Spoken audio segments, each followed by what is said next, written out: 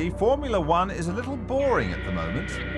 There's the flag. Are you ready for this? Here we go. Montoya's going to come up across the line, trying to beat Barrichello's time, trying to beat Schumacher's time. He goes in the pole. But for how long can Montoya hold pole? Here comes Michael Schumacher. Where's he going to go? He crosses the line. No, it's not enough. Michael Schumacher.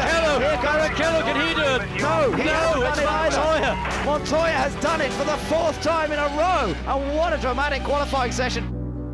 Right at the end, seemed to get it. You know, we did few changes. We're doing like 3 changes at a time, and just the balance was good. To be honest, I don't know where that came from, but don't mind.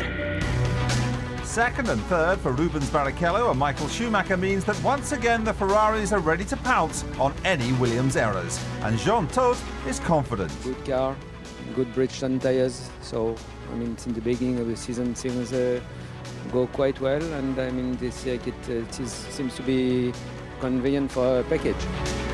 British hopes are led by David Coulthard, but after a disappointing 6th, he knows there's work to do. Being realistic, the car in a straight fight isn't quick enough at the moment. Ferrari are quickest in basic pace, and I think Williams obviously are going to be very strong again. Jenson Button survived a blow-up to qualify well down the grid, and in 15th spot is Alan McNish, who found the going tough. As for Eddie Irvine, well, you've heard the one about the tortoise and the hare. Well, guess which one's the tortoise? As for Arrows, they didn't take part on Friday. They flattered to deceive on Saturday practice, and when it came to qualifying, well, they just went backwards. It's the 2002 British Grand Prix. The Red Arrows are standing by. They're standing by. Hey kid, keep those headphones on. You're going to need them. Actually, the kid's not an Iron Maiden fan, but Jeremy Hart is, of course, an Iron Maiden fan. We'll leave your greasy days to the past, actually, Jeremy, and we ought to start, really, by mentioning that there are only 21 cars on this grid. Yeah, Alex Young is not a starter. The Minardi driver failed to get within the 107% rule yesterday, which means that he has to be that far away from the pole position sitter, and he didn't do it. So the Malaysian driver not starting, so you're right to say 21 starters, not 22. At the other end of the grid, if I had £1 for every time someone at Silverstone has asked this question, I'd be a multi-millionaire. Can Montoya capitalise on pole for once? If it rains, yes. If it doesn't, or if it's anyway halfway in between, I doubt it. And Schumacher is more than likely, or one of the Ferraris are more than likely to win here. Although Michael Schumacher has only won once at Silverstone in 10 years, so it's not his best race by any means. Happy to talk, but downbeat David Coulthard there in 6th position. Does he not really think he's got a chance against the top 4? The trouble is with David Coulthard, he's a very straight talker. So what he says is normally what he means, unlike some of the drivers who tend to curve things and not say exactly what's going on. I would say it's unlikely for him to win. He's already won twice in succession a couple of years ago. And at the moment, the McLaren is just not there. He talked about not only Ferrari, but Williams being ahead of them. I think it's a close run thing, though, between McLaren and Williams. Williams eat rear tyres. That means if it's wet, they're going to have an advantage. But if it's dry, with the same old problem. Also, engines. We've seen already Montoya's engine go in the last couple of days. That's one of the Williams problems. So that's the only chance DC's I got, I think, if they have hiccups. Well, my contact at Ladbrokes, he works for them. He's a grubby little oik, and he's known as Boise the Bookie. He reckons that there's no market in backing Schumacher to win this thing, but there might be some clever money to be had on Raikkonen or indeed Fisichella getting amongst the points. Well, Fisichella's had a disastrous meeting here at Silverstone so far. He's been out-qualified by Sato. Sato was 4th quickest this morning in the warm-up. So I think your grubby little sort of mad at the bookies. Thank you, oik. Might be off on that one. But Raikkonen, difficult to call. He's had problems with his back, and they had to give him an MRI scan recently to try and make sure that it was absolutely all right, because you don't want to start going into a motor race with a cracked back or anything like that. He's not at 100% form either, driving or physically at the moment, so I wouldn't put money on there. I'd put money on Montoya. It's not big money, but it's your only chance if you're not going to go for a Ferrari. So, Boise, it's not clever money in your case, it's dim money. Now, one of the joys of the British Grand Prix is that so many old friends turn up. Peter Windsor has caught up with one of the most famous. Wonderful to see you. British Grand Prix, great occasion, always has been. I think the British Grand Prix, obviously, to those of us who are English, or British, if you like, is the most important. Of course it is. And I think it's a great occasion today, and I think that seeing so many people here and all the exhilaration and the excitement and the colour, I think it is terrific. Obviously completely different eras, but does it give you a thrill to see somebody like Michael going through Beckett's in a Ferrari? Yes, it does, but not as much as I used to get when the cars were in a sort of four-wheel drift, because I think the technology has removed the necessity or the possibility of that. I am obviously biased because the cars that I drove, I think, were better looking, and I think, well, I know they were more enjoyable to drive, but they certainly were nowhere near as advanced as they are today. I think it's wonderful what these cars will achieve, actually. Of course, you were teammate to Juan Manuel Fangio in the Mercedes team in 54 and 55, and it's conceivable that Michael will not only equal Juan Manuel Fangio's record, but also break it. What are your thoughts on that? Well, I congratulate him for being the best driver in the world at the moment, which I think he is head and shoulders. But to me, he's nowhere near Fangio. I don't think he's yet with Ayrton Senna either, or Jim Clark. I think he is the very best there is. And but being world champion is more than just being the fastest driver. You know, I mean, you have to have a certain. Well, he has got charisma. There's no two ways about that. And but I'm just sorry that he won in Austria. I think he would have been more of a gentleman if he'd said, no, look, this is Rubens' race. I'll be second. I thought Rubens Barrichello did win in Austria. Yes, no, I'm saying for my. Yeah, no, I was joking. Yeah, well, I'm glad to hear that. No, I must say I was disappointed at that. I did feel that he could have been just behind him and said, well, that's it, because there's no doubt he is obviously the best driver there is, and can beat his teammate. I'm sure of that. What was Fangio like as a person? What was his character? Fangio was a gentleman. Fangio was a very quiet. He was a humble man. And he was bloody fast. I mean, that's the in racing terms. He had tremendous stamina, because our races were 3 hours long. We didn't have the G loads they do now, but certainly they were physically quite tough. I mean, you lost a tremendous amount of weight because of the heat inside the cars and so on. But he was just a very correct driver. I never ever saw Fangio do anything that was at all dirty. Other drivers at that time, Farina and so on, who was pretty tough, were tough. Fangio didn't need to be tough and push around. He was just, at the time, the best. Wonderful. And great to see you, Sterling. Thank you very much. Thank you. News just in from the circuit is that the Red Arrows display has been cancelled. The Red Arrows have been grounded because the cloud is too low. That's bad news for anybody who likes aeronautics, and bad news for anybody who doesn't want rain, because low cloud presumably means that there's every chance of precipitation. It is, after all, July the 7th, and we're in the middle of summer. Now, it's the circuit we all know best, but how do you get the best lap out of Silverstone? I can't help you there, but I know a man who can. Montoya comes through Woodcote, flashes across start-finish line to start a lap, 180 miles an hour, now down to Copse, down a gear on the throttle. This is awesome. 170 mile an hour entry, 150 on the exit. Then up to Maggots, into Beckett's, almost flat through there, down 2 gears, down 1 more, and all of a sudden you're out of Beckett's, into Chapel Curve and onto Hanger Straight. This is the quickest part of the circuit, depending on how the wind's blowing. 190 miles an hour, then down 2 gears into Stour Corner, and this is the part of the track where you come to the end of the high-speed version of Silverstone. Down the hill, down to Vale.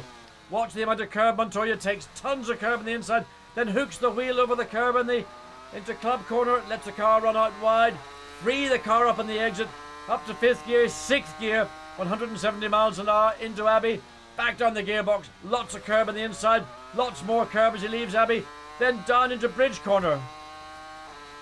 Automatic upshift into 6th gear, flat out, down 2 gears, Priory out to the outside of the corner, then into Brooklands. The front just drifts away, then the final long right-hand corner through Luffield.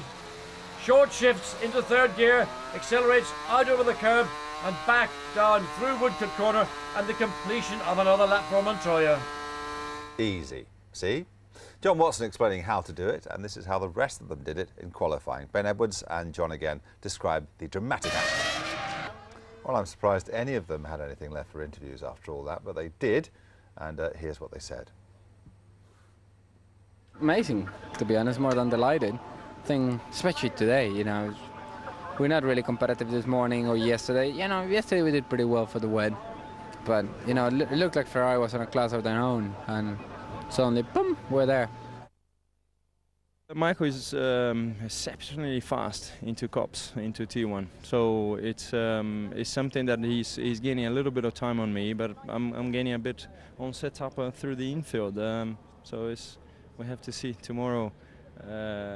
I think that the reason for me to win the races will be the traction out of the low speed. That's what will count. So I'm very confident. I had twice a problem in T3 in one particular corner, where I simply didn't find the setup and the line altogether. So it was actually okay this morning, but in qualifying it wasn't. It could be that I just stressed the tyres a little bit harder in the initial bit and then just run out of my tyres by the end of the lap. Yeah, relatively happy with it. I mean, last run didn't work out because I had quite a lot of understeer, so I couldn't improve my time really. Otherwise, I think it would have been a 1 and 2 for Williams today. Unexpected. I mean, Ferrari looked a lot stronger, but we usually tend to be good in qualifying and rather a bit weak in race, so we'll have to wait and see. For sure, I would have gone a little bit quicker with my race car, but with all the engine problem on it, and then I took the T car, and it wasn't such a perfect setup than in the race car. But I think so. In the end, we wouldn't have got any better position. Maybe a bit closer to the cap would have been a bit smaller to the front row, but doesn't make any difference.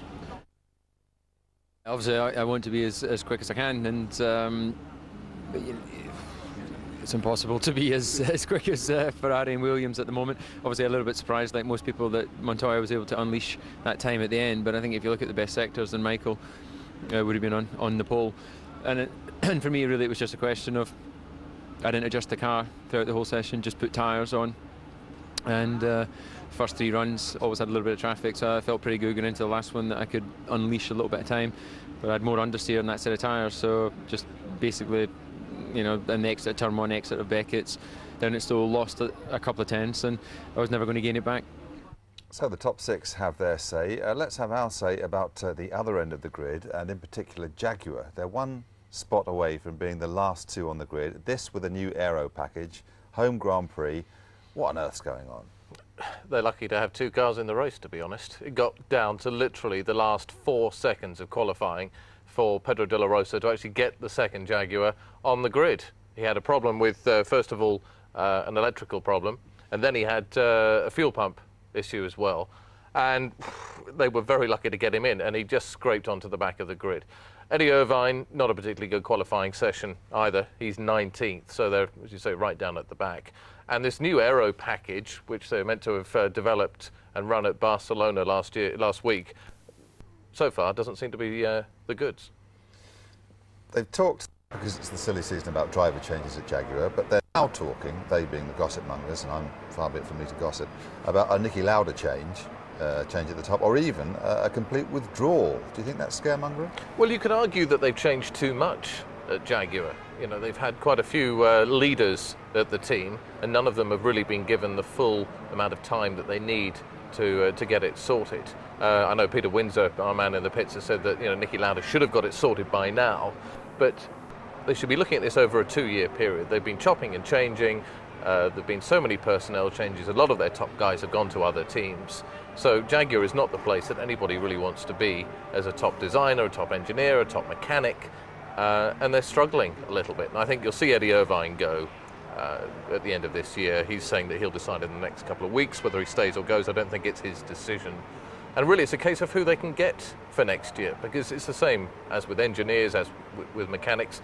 Who wants to drive for Jaguar? Well, Peter Windsor doesn't want to drive for Jaguar, but he's currently basking in the sunshine at Silverstone. Peter, Takuma Sato out-qualifying Giancarlo Fisichella and looking brilliant in warm-up. Has he finally come of age, do you think? I wouldn't say he's come of age full stop. I think he's quite capable of making more mistakes and still learning a lot more. But there's no question he's got enormous natural talent, and he uses his head very well. He's a very industrious racing driver. He works hard with the engineers. He constantly thinks about the car. He's very, very diligent in the way he prepares. And he knows Silverstone like the back of his hand. I think he'll go very well today, providing he gets through the first corner, of course. In the past, his boss Eddie Jordan has watched him pick his way through some very expensive wreckage and has always said he's a good driver, just give him time, rather than, well, I've got him because of the Honda connection. What do you think? Well, yes, I mean, a lot of people say he's there because of the Honda connection. I think it is a double whammy, in fact, and it's a pro double whammy, because he not only is conducive to Honda, he's Japanese, he obviously knows that mentality very well, and Honda love him, but in his own right, he's a great racing driver. He deserves a place in Formula One purely as a racing driver, and the fact that he's also very good for Honda is a bonus. Hi, Peter. Jeremy here. We've got talk of rain for the race. What do you reckon? What are the odds? Well, we've got a sort of cumulostratus layer at the moment. The forecasters are still saying no rain. Occasionally we feel a slight drop and everybody looks heavenward and wonders what's going to happen. The moment, if you sort of smelt the air, and being English, you'd have to say it doesn't feel as if it's going to rain in the next hour or so, but difficult to predict it beyond that. And I presume that's going to be a big one for Michelin. If it is completely wet, that plays into their hands, and if it's anything in between, it doesn't. Well, I don't think it actually plays into Michelin's hands. I think what we saw on Friday was that the deep groove Michelin wet, and if the conditions are that bad that they have to use that tyre, then they are not too far away from Bridgestone now. And it was interesting to see that for the first time, a Michelin tyre has a slightly rounder shoulder, a bit more the shape of the Bridgestone. That's on the deep groove wet Michelin. But on the lighter groove Michelin, or on the intermediate, it looks as if Bridgestone still have an enormous advantage. So the moment, I would think that if you're a Michelin runner, you'll be praying for dry weather. Peter, we all are. Thanks very much for the time being. Especially, we'd hate to see you getting absolutely soaked, Peter. We hate seeing things like that. Now then, we said earlier on that who wants to drive a Jaguar? Well, I'm sure plenty of you do. I bet you've often wondered what it would be like to sit in a Formula One car. You might have dreamt of driving one even, but actually owning one. And then we see 30% chance of rain on our predictor on screen. And based on the fact that qualifying this year has seen, last year was 1 minute 20.4, and we're down to 1 minute 18.9 for Montoya. It's about a second and a half faster, but that's basically at the front. Nevertheless, maybe see a race being a minute or two quicker this year than last year. Ultimately, weather will be the factor, and if we do see rain or see rain showers coming through, that will cause total havoc, because it'll depend when that may come. It may coincide with the strategy of most teams, which I feel will be a two-stopper. I cannot really see any advantage, except for those at the very back who will gain nothing by doing it anyway, to do anything less than two stops. So there's a lot for the teams to think about and work at, and keeping an eye skywards just to check on what is coming in. And many of the teams do have their own independent meteorological information coming through on a 10-minute basis, and that accurate information is accurate to literally about 30 seconds to when rain will fall, but more importantly as to when it might stop. Well, Olivier Panis, as you say, he's keeping a close eye on those weather conditions himself. He's had a fourth place finish at Silverstone in the past, but that was a long time ago, back in 1995. Otherwise, the Frenchman hasn't had a great deal of success or luck here. He was taken out at the first corner last year in an incident which involved his teammate, unfortunately, Jacques Villeneuve. We also saw the first corner accident last year between Jarno Trulli and David Coulthard. So once again, John, just got to hope that they can make it safely through Copse on that first lap. The revised starting grid, which came in a couple of years ago, brings the field much forward, much more near to Copse corner, and that's always produced secondary problems. Everybody very closely bunched as they enter into Copse. Let's hope they've learned the lessons of last year. Quite a close battle going on in the Drivers' Championship for second. We know who's leading the series by a massive margin of 46 points, but behind Michael Schumacher, Ralf Schumacher on 30, then Montoya on 27, and Coulthard and Barrichello on 26 points apiece. That could change around a bit this afternoon, so it's the battle for second in the Drivers' Championship that we're keeping an eye on here today. Raikkonen only 1 point ahead of Jenson Button in the standings as well. Fisichella down in 8th. Heidfeld perhaps with a chance to score again today, 9th in the driver's standings, but starting in the top 10 on the grid today. Well, Mika Salo just preparing before he'll come out on track. The track will open, the pit lane that is, will open at 1:30. I'm sorry, it'll open at 12:30, because it's 1:30 in Europe. Britain, one of the Grand Prix that starts at local time 1 o'clock as opposed to the Central European time of 2 o'clock. David Coulthard likewise just getting ready, and he had a problem this morning. His race car had an engine failure. Ron Dennis explained it as a pretty comprehensive, he didn't say quite blow up, but that's a mechanical problem. And of course, the Ilmore company that manufactures the engines on behalf of Mercedes-Benz, not a million miles away, about 20 miles as the crow flies from Silverstone. And they had a problem with Kimi Raikkonen's engine in qualifying yesterday also. So not sweetness and light right now in the reliability stakes for McLaren Mercedes-Benz. Twice winner here at Silverstone. First time was in 1999 when there was the dramatic race that saw the accident for Michael Schumacher, broke his leg. And in the once we got running again, Coulthard managed to hold off Irvine in the other Ferrari, although Irvine made a little mistake on his pit stop, ran a bit deep into the pits, and that cost him perhaps a little bit of time. Coulthard was then able to hold him off for the rest of the race, and the year after he came back to take another victory here at Silverstone, passing Barrichello. Good move, ran the outside down towards Stowe Corner, and going on to take his second win in a row. Last year it didn't work out. As I mentioned, he came together with Trulli at the start, but it was his teammate Mika Hakkinen who came through for the victory. Just watching David Coulthard getting into his car. Interesting, he's wearing a watch on his left wrist, and he's got a silver bangle on his right wrist. Now, racing drivers, let's say in days when fire was a bigger part of racing than maybe it is today, would never wear any form of jewellery because, of course, if it got hot it would burn you. Changes in times, cars very much safer. The whole situation regarding accidents and damage and fire has been greatly controlled. Nevertheless, just interesting that a driver should think to wear a watch driving. I can't imagine why. Now, I know once Niki Lauda was British Grand Prix and Juan Pablo on pole position. It's a very temporary affair, pole position, but enjoyable yesterday and a very big surprise for all of us, including Juan. Today, tough race against the Ferraris. Everyone will be telling you that, but we're going to enjoy the race. What was the feeling like? What was the reaction like when Juan did that lap? Because he was slightly down through T1, wasn't he? He'd always been down all morning compared to Ralph, and on his previous two qualifying runs he was down on Ralph. So when that time came up again at the end of T1, we thought second row maybe with a bit of luck, but a purple, then another purple, and even then pole didn't sort of register for several more seconds. So it really was a big surprise. Well, great to see that. And Silverstone staging the British Grand Prix, your thoughts on that? Well, I'm confident for its future because if there is to be a British Grand Prix, and I imagine there will be uproar if there wasn't one, then the only place they could possibly have it is Silverstone, because the infrastructure and a long-term plan to continually improve itself. Well, very best of luck in the race today. Thank you very much. Thanks, Pete. Thank you.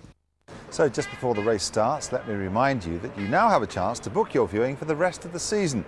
Yes, you can now buy a season ticket to ensure you've got the best possible seat in sport. For £50, you can book from the British Grand Prix right through to Japan in October. So call 08702 418 111 to book your pass to the rest of this season's races.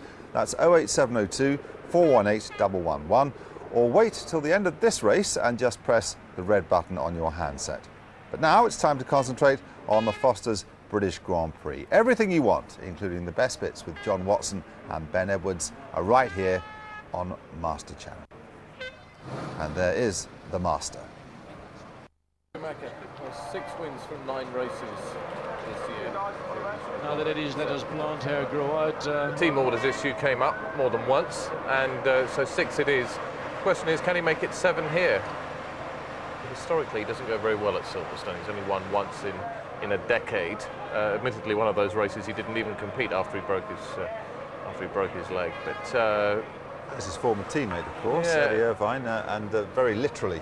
Could well be Eddie's last British Grand Prix if he does retire as is predicted, and he just doesn't seem to have the oomph that he did. He seems to have lost interest in Formula One at the moment. He can afford to have lost interest because he's banked a lot of money. There's Nigel Mansell, we can see down in the pit lane with the peak cap on, and Eddie, I wouldn't have thought is as revved up as he used to be. The fire seems to have gone out in his eyes a bit. Kimi Raikkonen, we mentioned earlier on that he'd had an MRI scan just to check his back. He had an accident when he was driving for Sauber, and that's come back. He gets back pain, and he's not really been at the top of form, so McLaren just wanted to be safe. The chance of rain's 30%. That means there's a 70% chance of a dry race, Jeremy. I've worked that out in my head mentally. Is that O or A level? I'm just looking at it. If I was there with a pine cone, I'd be saying there's more than a 30% chance there. After all, they cancelled the red arrows display because of low cloud, and Peter did chip in with a nimbocumulus, whatever that meant. So wasn't that in Harry Potter? Well, that was a Nimbus. That was a Nimbus 2000. No, in fact, Harry Potter is here apparently. The actor Rupert Grint has been at the race weekend this weekend. In fact, quite a few stars here: Krista Burr, Jonathan Ross, Lennox Lewis. We've seen Jodie Kidd floating around in the back. So the model, you'd know that. She floats a lot easier than you or I. She does, yeah. And she doesn't sting like a bee either. No. Moving on. Including amongst that list of VIPs, members of motorsports all over the place, 2 wheels as well as 4. Carl Fogarty is here. Yeah, Foggy, what a great guy. He's now got his own team back in superbikes and stuff, and an absolute hero. 60,000 people travel to races to see him. Well, let's hear from him now. Carl Fogarty, one of the perks of having a half a season off before you start your own team is a chance to come to events like this. Are you a big fan of racing on 4 wheels? Yeah, I always follow it, you know, see how the boys get on with like David Coulthard and Eddie with Jaguars, see how they get on, and it's nice to come down here and see how it's all going, you know. At one stage there's rumours you're going to do touring cars. Did you ever get an offer to test a Formula 1? No, I wouldn't have minded one. I would have jumped at the chance for sure, but no, I mean, I had a lot of offers to go car racing, but to be honest, I'm not really interested in it at all. I just, you know, I'll stick to 2 wheels and stick to running this new race team that's going to be up and ready to race very shortly. Where do you think you'll be out on the track first? Good question. We're going to be on the track testing the next few weeks all around Europe, and that, the first race, we don't know yet, to be honest. We want to see how testing goes first before we make a decision on when we can race or when we're allowed to race for the obligation reasons, you know. You've got Troy and James riding for you. Will you be doing any testing yourself, or is that it for riding? Not really test. I'd like to have a go on the bike, you know, just put my leg on the thing and have a ride around and get some photographs. I'm sick of giving out photographs to everybody with me on a Ducati, so it'd be nice to get on a Petronas Foggy FP1 bike. So, yeah, I want to ride it for fun and just have a go, see what it feels like. Carl, thanks a lot. Now, a special moment for you, Jeremy, because coming up we have an interview with Jodie Kidd, who I know is a particular heartthrob of yours, and she is my dieting guru. I've got a picture of her on my fridge, and I lost 2 stone every time I go there. Here she is now with Amy. Jodie Kidd, great to see you here at Silverstone at the British Grand Prix. Is this your first time at a Formula 1 race? It is my second. I came 2 years ago here when it was raining and it was miserable and everyone couldn't get in and covered in mud. And this is my second time. It's been much smoother. Now, you're a guest of McLaren, I see. Are you supporting a particular driver or the whole team? No, I always support David. I think he's a fantastic driver, really nice guy, and I like McLaren. I love Mercedes. Now, of course, you're biased towards the British driver, but who do you think's going to win here today? Depends if it rains or not. If it rains, I think it's, you know, it's just going to be one guy. But if it doesn't and it holds off, well, who knows? And finally, if it does rain, have you got your waterproof? I do indeed. My little brolly, but I think I'll be watching it in the back anyway on the TVs instead of kind of like going, oh, there's one. Oh, there's another one. I like it on the TV. You get to see it all. Well, enjoy the day. Thanks for talking to us. Jodie Kidd, covered in mud. Dear. I thought you got off to the fridge for a minute there. She's doing rather better. She thinks only one driver will win, though, which is quite reassuring. But and so also ruled out the dead heat then. Definitely. But it's good to see some stars at the British Grand Prix, especially some that are supporting British drivers as well. DC had pretty girls around him. Well, maybe your heartthrob, but mine is Ernie Els. If I could swing a club like him, very rich, and I wouldn't be sitting here. Ernie, great to see you here at the British Grand Prix. You're just about to do a bit of exercising there. So first of all, we should ask you, how's your form? How are you looking for the British Open? No, I'm really looking forward to it. I mean, I've just had 2 weeks off and a wonderful summer in England, as you can see. But it's been really nice, you know. I'm really refreshed now. I'm looking forward to the Scottish Open next week and then obviously the Open Championship after that. So, but this is a great thrill just to be here. Now, do you watch Formula 1 on TV? Yeah, I do. You know, in the States it's a little difficult, you know, with the time changes and stuff like that. And they love watching their NASCAR and stuff like that. But, I mean, I'm a Formula 1 freak, you know. I love this sport and, you know, what the guys do is just incredible. I see you're in a West McLaren Mercedes jacket here. Have they tried to squeeze you in the car yet? I couldn't fit in even if I tried, I tell you. I mean, a little bit too big for it, but when these guys got a lot of heart, what they do, you know, we make bogeys, we can recover, but these guys can't. But unbelievable technology. I just can't believe it. I haven't been here in maybe 5 years now, and things have changed. Do you enjoy meeting athletes from other sports like David Coulthard and Kimi and comparing notes perhaps on the way you deal with fitness and travel and so forth?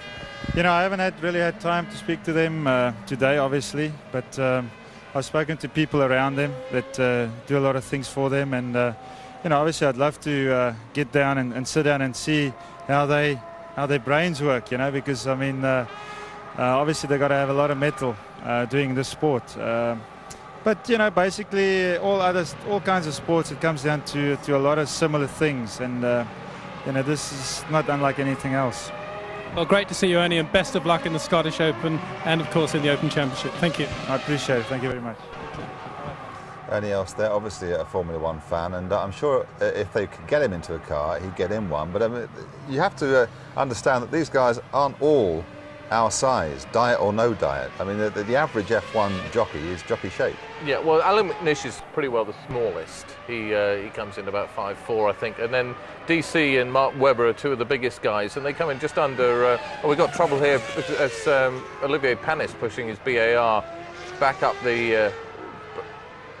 There's Jock Clear from BAR coming down off the wall, so something definitely wrong with Olivier Panis's car as he pushes it back up the pit lane. We saw that previously in the weekend with Arrows. Both Arrows cars were pushed back up, and that's not really the way that Olivier Panis wants to prepare for this race.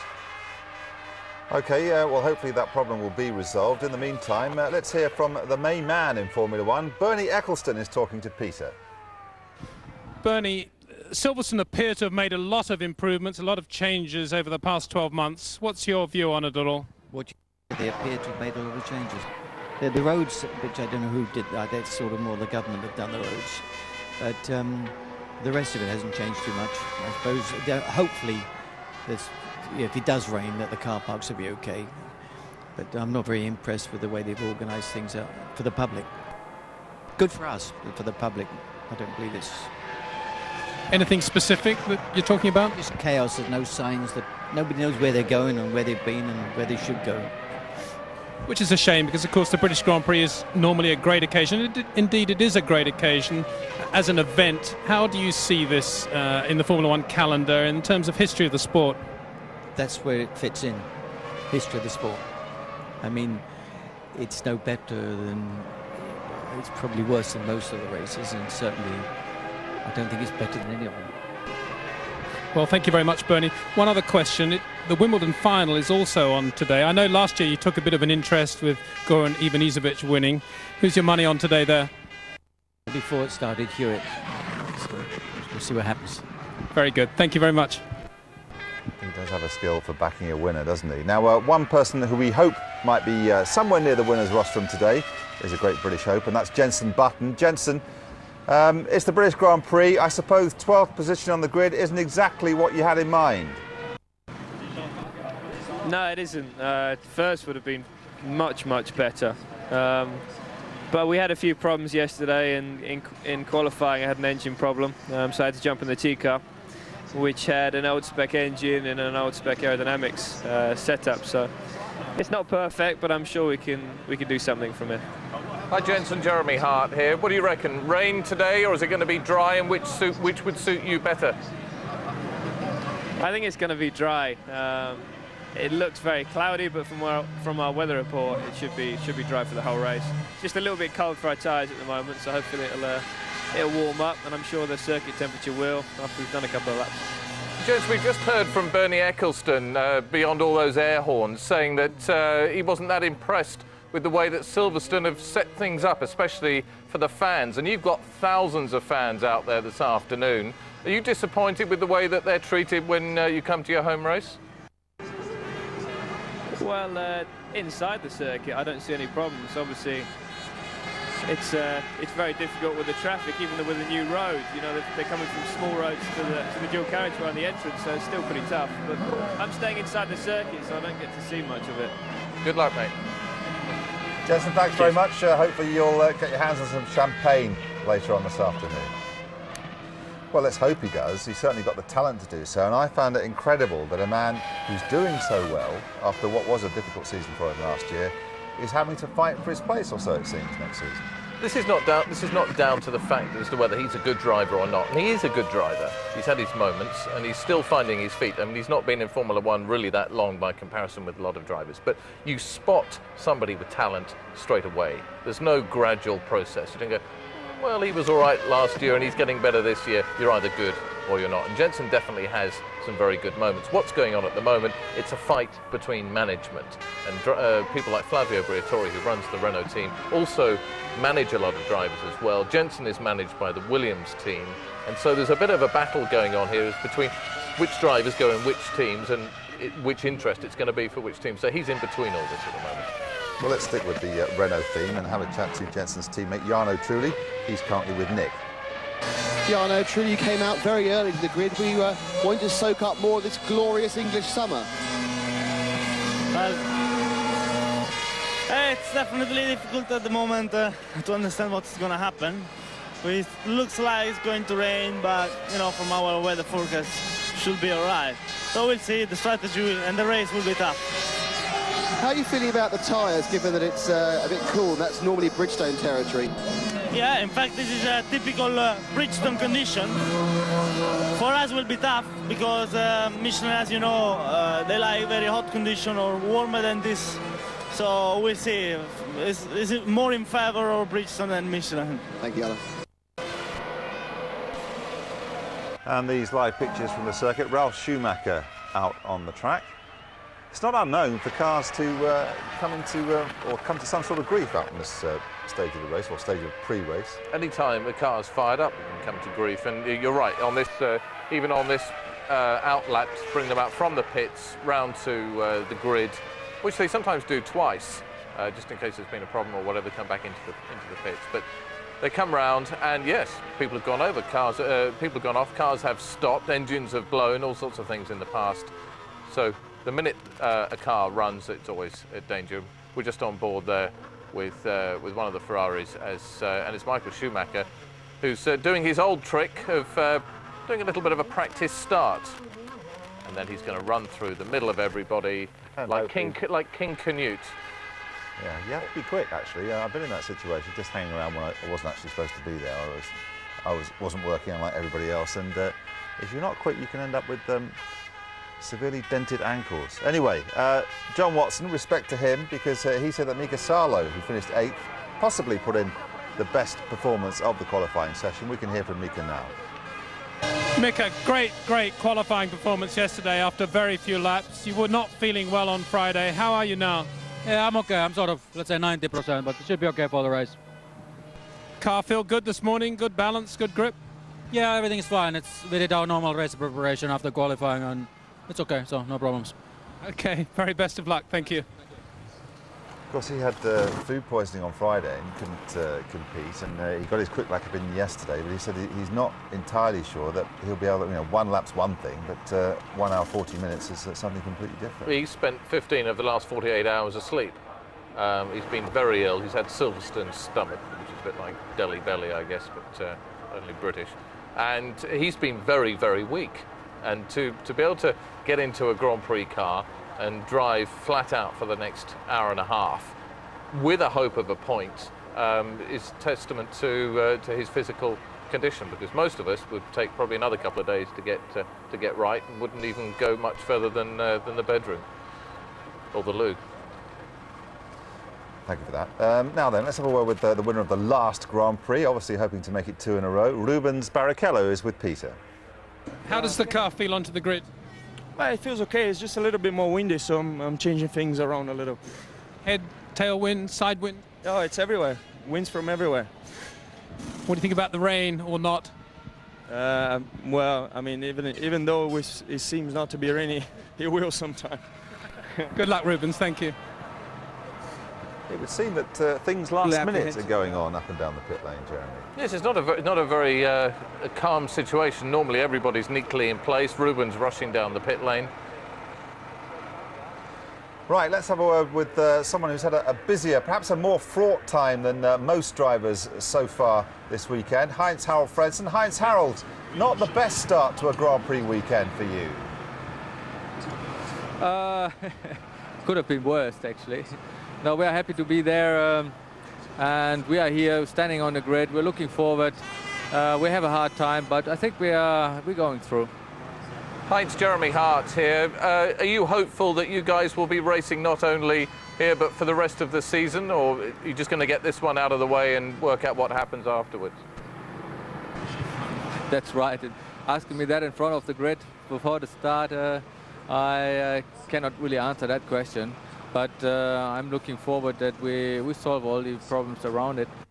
I think Tom Walkinshaw is a real racer, and he's trying to do his best to keep running. As well, I'm trying to support the team as much as I can. So I do our best here. Heinz, that's brilliant news. Just one, and this is ironic because it's been probably the best season that Arrows have had for a while. Give me a prediction for where you'll be at the end of the race this afternoon. What do you think is possible? Well, actually, we're trying very hard here to have a good, consistent race, but that is what counts here today. Have a good pit stop. We had a problem with the fuel rig now 3 times in a row. It cost me another point in Monaco and in Canada and at Nürburgring. We lost a lot of time. We investigated that problem. Hopefully, our fuel rig is working better to have a quick pit stop. Heinz-Harald, well done for even getting to the grid. Good luck today. Yeah, thank you, guys. Lovely. Cheers, thanks. I gather that's the national anthem, because I already stand there.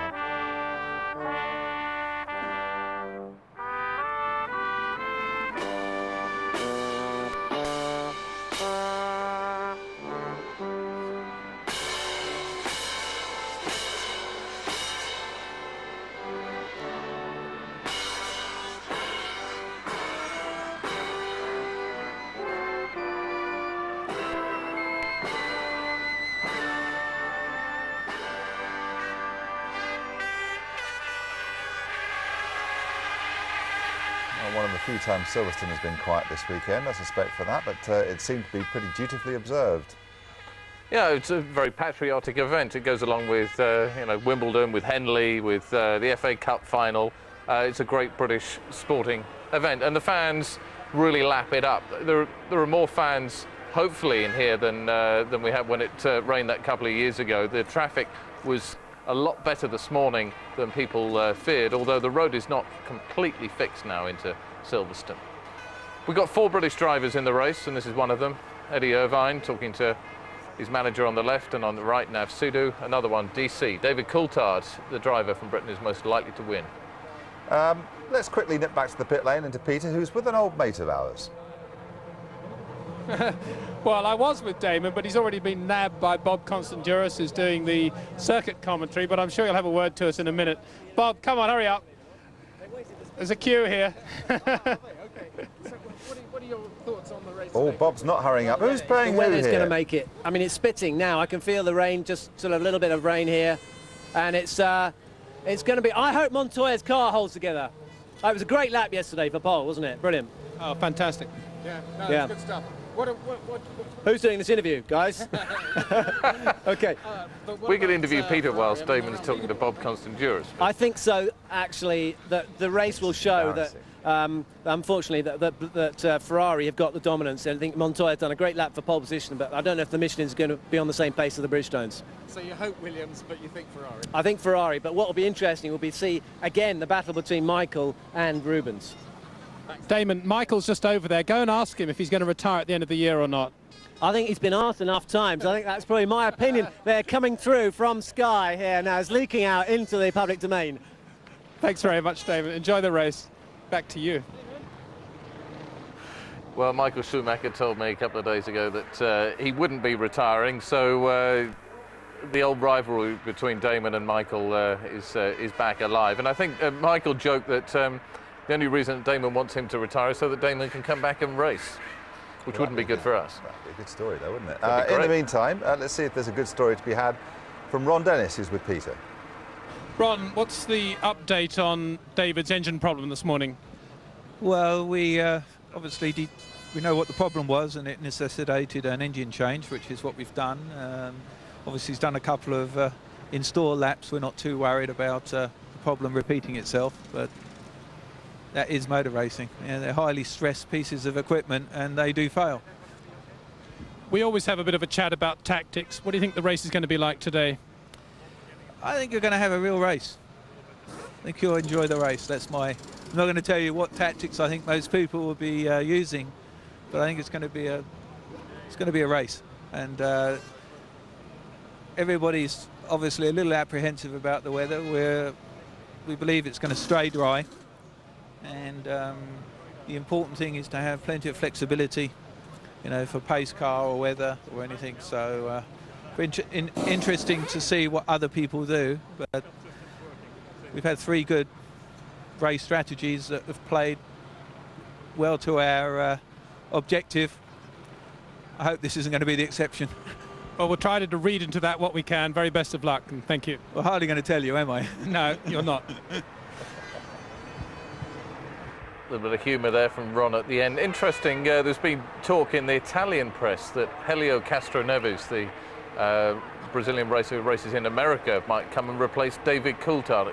Who comes up with these things, I don't know. But Ron's answer was very funny. He said, I can't even spell Castroneves. Oh, I'm glad you pronounced it, and I've got no idea whether you got it right or not. Anyway, let's have a word with Ralf Schumacher now. Peter has joined him. Ralf, you didn't do many laps in the warm-up this morning. Was that a sign that the car's feeling pretty good and reasonably happy? No, the car had nothing to do with that. We are basically saving up on engine, just being careful and not wasting laps, that's all. How did it feel onto the grid here? Was good. We made 1 or 2 changes, which I'm relatively happy with. Just have to see how it is now. Okay, very best of luck. Thank you. Little update on the hair situation. Michael's now gone blonde on top. A couple of races ago, Ralph had accidentally gone blonde after an accident with his hairdresser, or with a bottle in his hairdresser's. But Michael's now sporting blonde on top. Another blonde, Mika Salo, strapped into his car, hopefully feeling better today.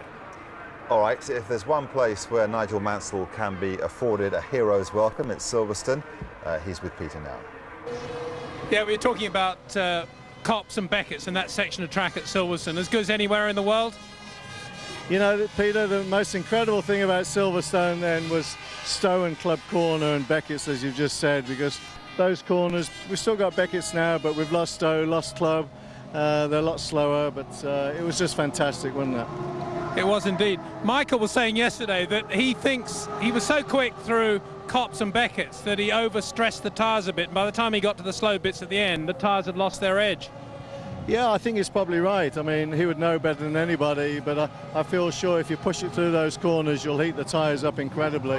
And then when you get to the slower bits, you'll just have a little less grip. So that makes a lot of sense. And I think Rubens was probably just a little bit slower, and he certainly had a lot more grip on the last part of the lap. So that's probably where Michael lost it and Rubens gained.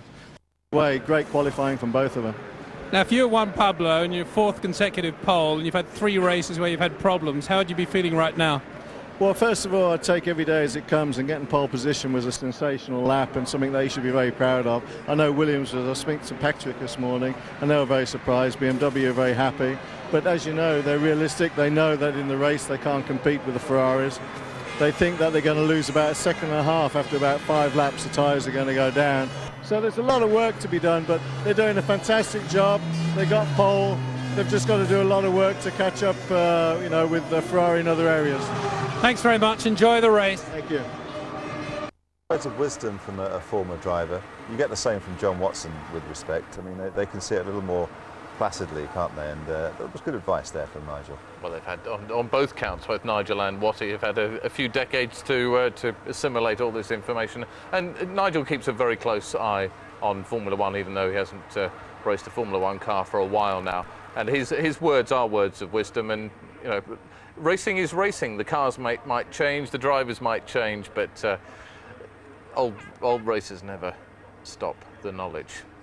There we go, 77% humidity, so it's not raining, and the percentage chance of rain just now is 30%. So, as you rightly pointed out, 70% chance it's not going to rain. Which is a shame, because I think it would make it a very exciting race this afternoon if it did rain. We'd get or some rain in the middle of the race would mean all sorts of unscheduled pit stops. We were talking about words of wisdom from John Watson, respect, and of course from Nigel Mansell. You never get anything but words of wisdom from one of the brightest sparks in the Ferrari pit, Ross Brawn, who's with Nick.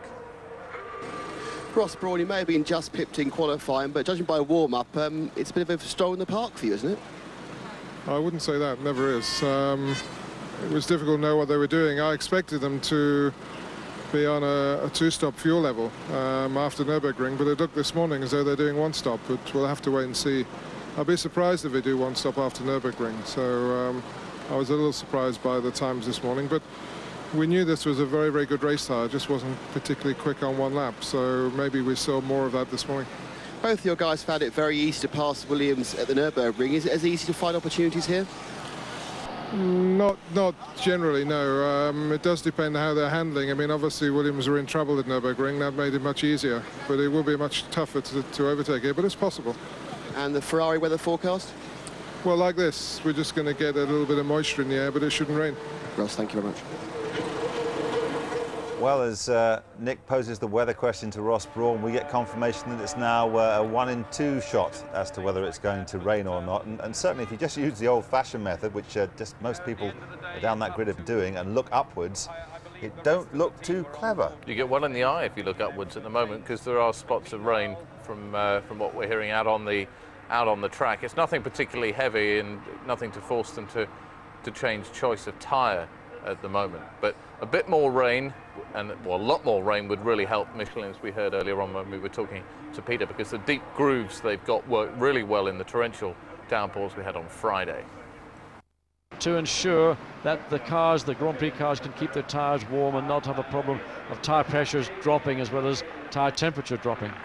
Well, we'll see how busy Bernd Mailander is going to be today. I'm sure he'd be quite happy to be sitting throughout the race at the end of the pit lane and not to be deployed. Very experienced driver, though, in sports car racing and touring car racing.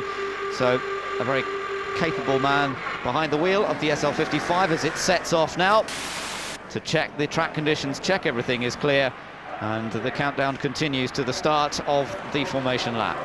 The grid beginning to clear of people now. Now the Ferrari weather forecast reckons it's not going to rain, just going to be moisture in the air. Let's just quickly run you through the grid once again. Montoya on pole, Barrichello alongside in the Ferrari. Then it's Michael Schumacher, only had 1 pole, 1 win in 11 British Grand Prix appearances so far. Ralf Schumacher next up, his best qualifying performance ever there in 4th place. Kimi Räikkönen 5th, with Monaco winner and twice Silverstone winner David Coulthard alongside him in 6th. Jarno Trulli again 7th for Renault. Mika Salo in his best qualifying performance of the season in 8th. Then it's Villeneuve, Heidfeld, Massa.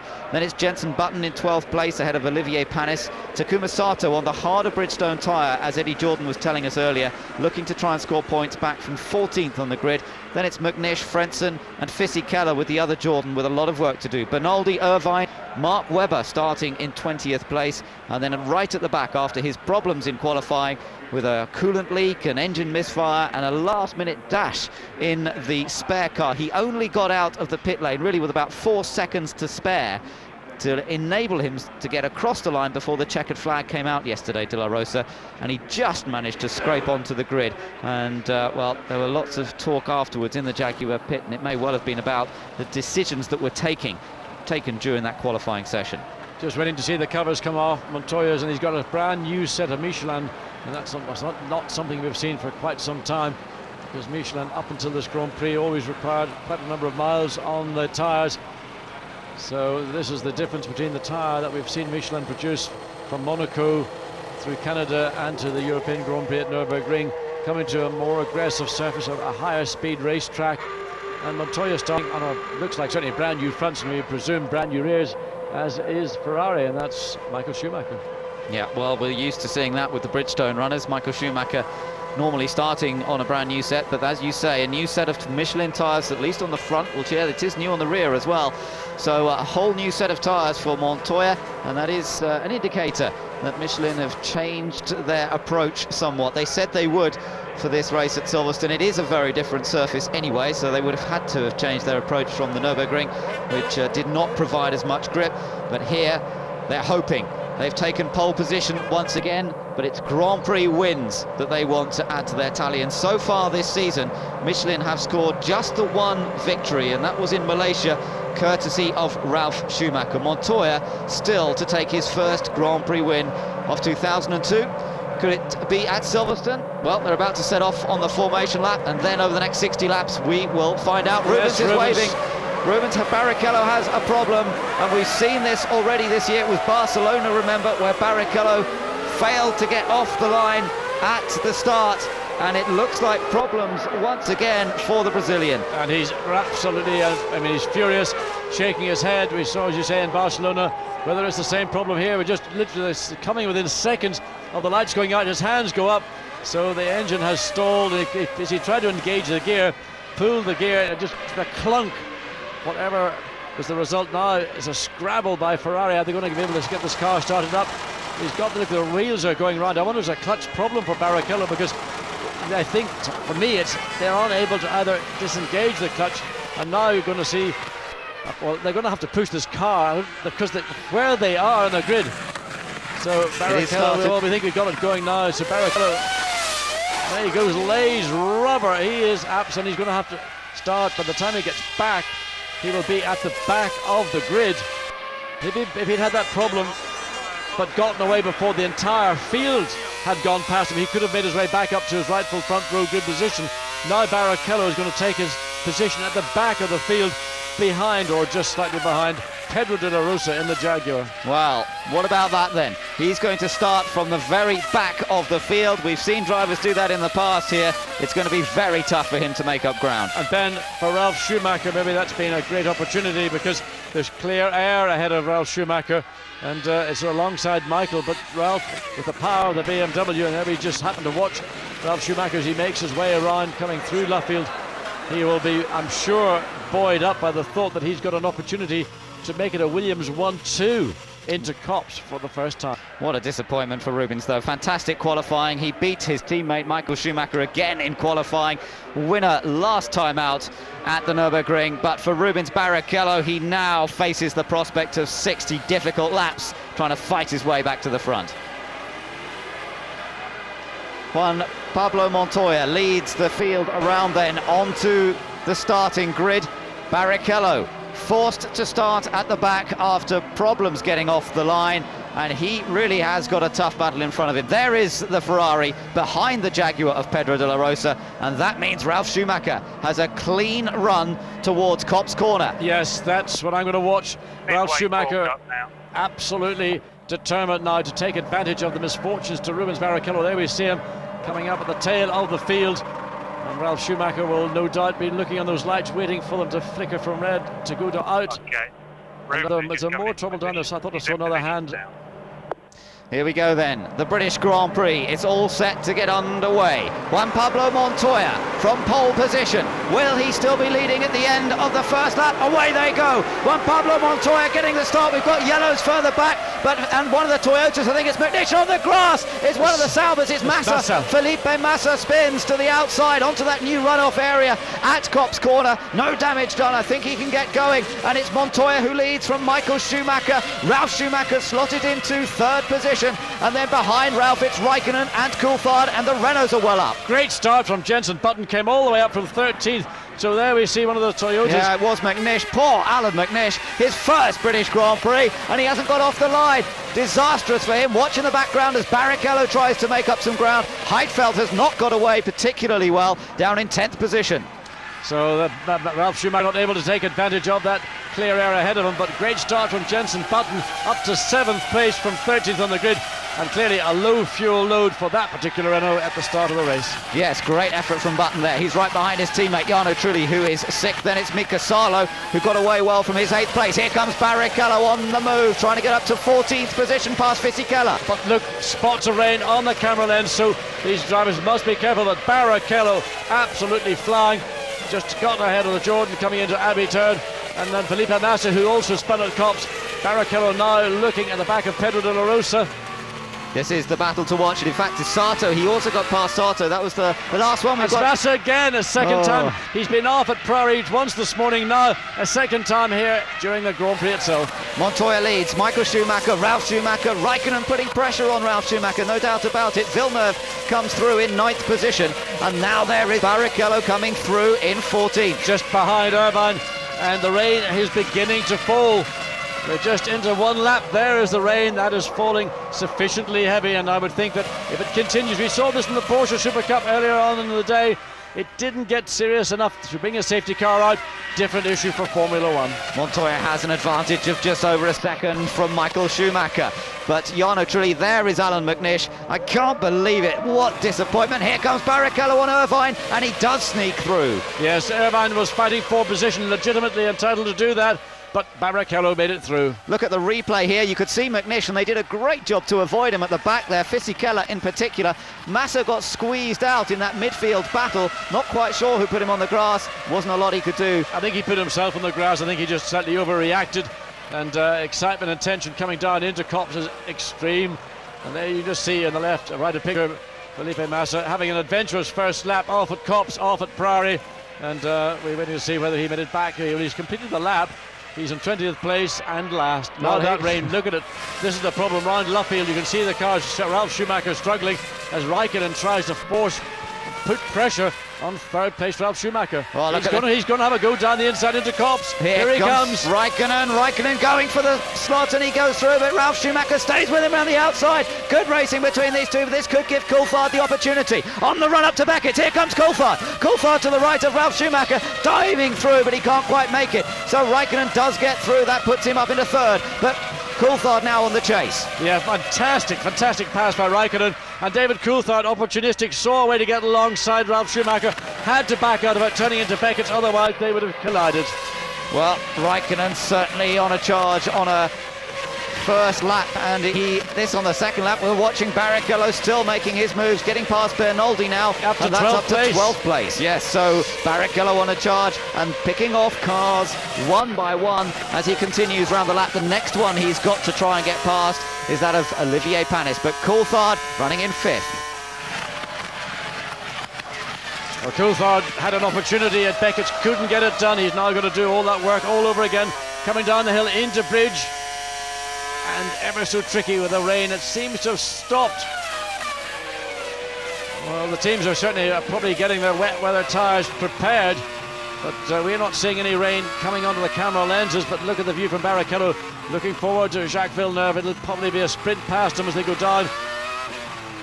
Yes, that's Panis, I think, on the other BAR. Look at Barrichello looking for grip, using slightly different lines here. Now look at the power off Luffield. Great drive off the corner. Surely this won't be a problem. The only thing is, he go outside or inside? Surely he'll cut back here. Yes, he does. And out breaks down the inside into Copse. Again, the rain falling much more heavily here in Copse. This is on the sort of eastern side of the circuit, so Juan Pablo Montoya leads by 1.3 seconds from Michael Schumacher, who's a further 3 seconds ahead of Kimi Raikkonen, and these two really just running away from the rest of the field. Yes, Raikkonen not able to maintain that same sort of pace. Raikkonen, though, running in a good, strong third place. Let's take a look at the replay here as Barrichello went past Panis. Yeah, good, well planned. I mean, Barrichello knew before he even started this lap where his best shot lay. He just had to position himself such that he could get a good run off Luffield, and Panis was going to make it difficult, which he's fully entitled to do. It is a battle for position. Nevertheless, Ferrari horsepower versus Honda, it is no contest. The top two are getting away from the opposition, there's no doubt. Bit of work going on to check that wet tyres are ready if necessary, and Barrichello now has come up behind Nick Heidfeld, so it is the Sauber that is next target. This will not be so easy because horsepower is very similar indeed, but again, Barrichello's just got to be patient. He's got to wait. There's not much chance of diving up the inside into Luffield or into Brooklands where we are now. He's just got to get himself in position, as we saw him do with Olivier Panis, and do it coming into Copse. I don't know whether Montoya made a mistake on that last lap, but he lost quite a bit of time to Schumacher, as you can see. It was 1.3 seconds last time around. It was 0.6 of a second that last lap. I would just put it down to Montoya maybe just being slightly more apprehensive, more cautious. Michael, of course, so confident, so familiar with Ferrari and Bridgestone tyres. But Pablo maybe being a little bit more circumspect. Nevertheless, he has the lead, but it's down to 0.6 of a second. In fact, it's even less as that, and they come into Stowe. Montoya has been hunted down by the 4 times world champion. He's getting closer and looking for an opportunity. But it's not easy to pass here. Here comes Barrichello. He's showing it is possible to pass, and he's giving a bit of a signal there to Heidfeld as he goes through. That puts him into 10th. Yes, I think he would like to have made that pass a lot earlier in the lap, because it's taken him half a lap longer to get ahead of Nick Heidfeld. Then they've got Jacques Villeneuve in 9th place to challenge. But the trouble is for Barrichello, the nearer he gets to the front, the more difficult it's going to become to get past. And certainly once you get past Villeneuve and Salo in 8th place, then you're looking at the 2 Renaults, and that's going to be a different matter. Watching on board with Montoya, you can see the Ferrari of Michael Schumacher closing up under braking in certain key areas, but the rain coming down that little bit harder now perhaps as this race continues, and that's going to make life so difficult on their dry weather tyres. They might have grooves, but look at the Ferrari fans. They can see Michael Schumacher's getting closer to the back of Juan Pablo Montoya, and meanwhile David Coulthard is passing Ralf Schumacher, and or trying to. I don't think he's managed to do it yet, so it's that battle still going on, but DC is still behind him. So Michael Schumacher pressuring all the time, seeks every opportunity, and of course we don't know what the fuel loads are of Montoya and Michael Schumacher. We have to think they're probably fairly similar. Ralf Schumacher in the second of the Williams BMWs may well have opted to go on to a very long first run, depending on the weight fuel loads. Just do not know. Look at this, Montoya's made a mistake. Montoya's made a mistake. Schumacher, but he can't get back. He's right on the exit of Abbey, but he's alongside. They're going to come down into bridge.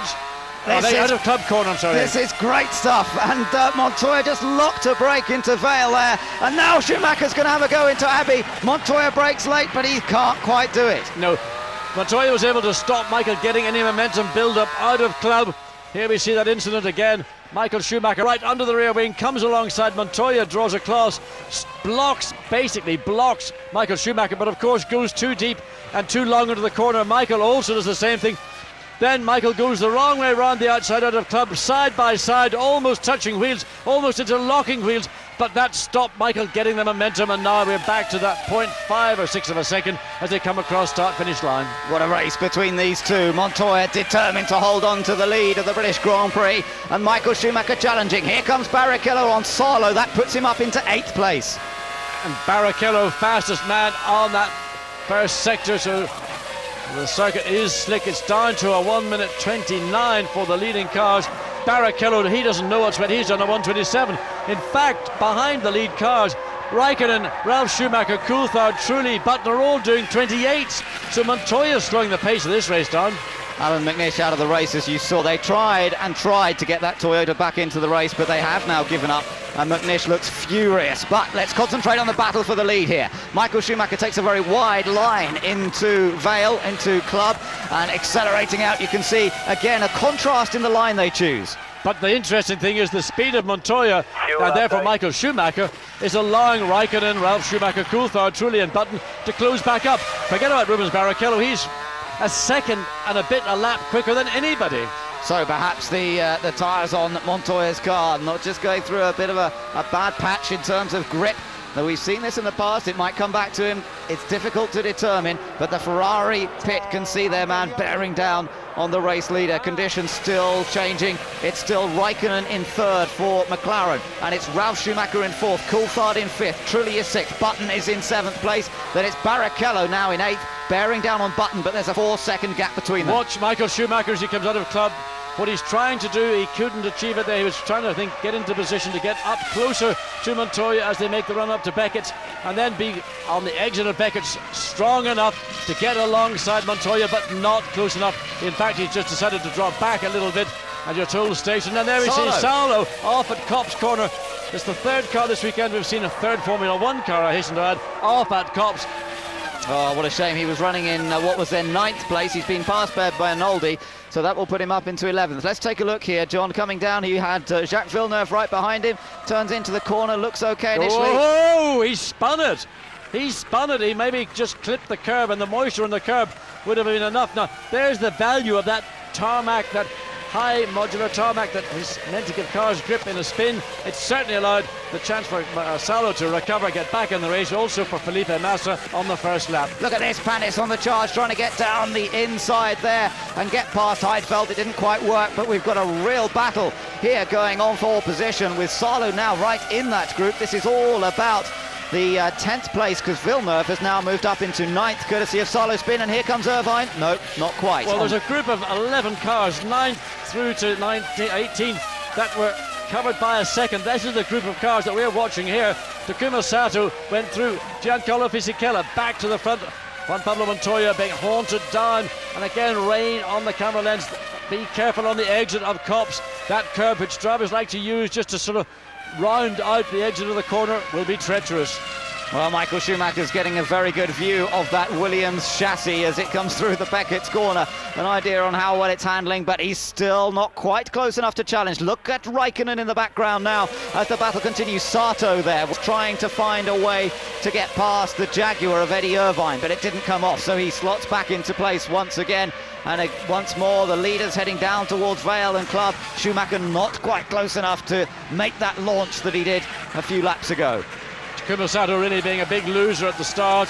He started from 14th from the grid and he's gone, well, he's running in fact now down in 16th place and battling with Eddie Irvine, which I assume is a very lightly loaded Jaguar. Sato, I suspect, could be, because they're on that harder tyre, be on a one-stop strategy. So watch Jordans as they come through in the latter stages of this race. This battle, the midfield battle, continues. So Heidfeld. Yeah, look at this, yes. Frentzen right here. We're watching with Heinz-Harald Frentzen. 14th, he's got a chance to get past Heidfeld. Heidfeld did get a bit slowed down there, and he manages to nip through with right ahead of them. They've got Olivier Panis.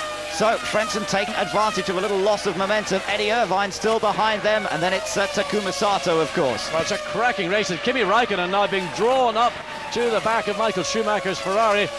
Suddenly Ferrari and Williams at the front are back down to a race pace of 1 minute 26. The rain has stopped, but look at that dive down the inside. Nick Heidfeld loses another place to Olivier Panis. I think this is what settled that up. Yes, it is. That's what allowed Frentzen then to get past Heidfeld. Yep, and then Frentzen managed to sneak past on the inside. We're riding on board with Michael Schumacher and looking at Montoya sliding around, and now Schumacher's had a brilliant run out of Stowe corner. Great momentum here. Montoya takes the inside line, prevents Schumacher from diving down the inside, but Montoya slithering, sliding, and the Ferrari could get a great exit here at a club, but can he do anything with it? Well, Michael's just got more grip, and Montoya in his defensive entry into these corners is putting himself offline for the exit of the corner. It's the exit that's the important part of corner, but of course when you're racing for position you are defending, and therefore what Montoya is doing is slowing again the pace of this race down and allowing Kimi Raikkonen, as we see Mark Webber, he's just about, can he recover? That gravel is very, very soft. I think Mark Webber, and that's Stowe corner. He said something failed on the car, on the radio. It's been running well, and that's a shame because Mark has one of the best finishing records so far this season. But back to the battle for the lead, and it's Montoya versus Michael Schumacher. These two have had their head-to-heads, but it's lasting a bit longer this time. There hasn't been any contact between them. Well, maybe the faintest touch through Club Corner a few laps ago. So far, so good. They both survive, and Raikkonen getting that little bit closer lap by lap in third place. Ralf Schumacher, remember, holding on to fourth. He's some 5.6 seconds off these two. Coulthard is still right behind him, and now Barrichello's caught Button. So a battle going on. This is going to put Barrichello up to 7th place. Jenson Button, of course, as he gets further to the front, as we explained, is going to become more difficult. Button's not going to be a walk in the park to get past again with the rain falling now. This is the southern part of the circuit going down into Stowe corner. Patrick Head in the Williams, he's enjoying this battle. I mean, he loves motor racing, and we're seeing a cracking Grand Prix right now. We are. Whoa, look at that slippery down at Club. The Ferrari not moving around, it is absolutely rock solid as Schumacher applies all 850 horsepower of the Ferrari through those Bridgestone tyres. Well, again, you can see and Massa spun again. Felipe Massa, the Brazilian, in the Sauber. He's having a very, very eventful British Grand Prix. And that was on the exit coming out of Beckett's corner onto Hangar Straight. So here we are riding on board with Michael Schumacher, and still he cannot find a way of getting past Juan Pablo Montoya. Montoya trying to judge the conditions with this little bit of rain falling. The track getting slippery. It's tough to know how hard to push. Well, we've just completed 11 laps of this 60-lap Grand Prix, And so far it's Montoya and Michael Schumacher. There's this battle going on.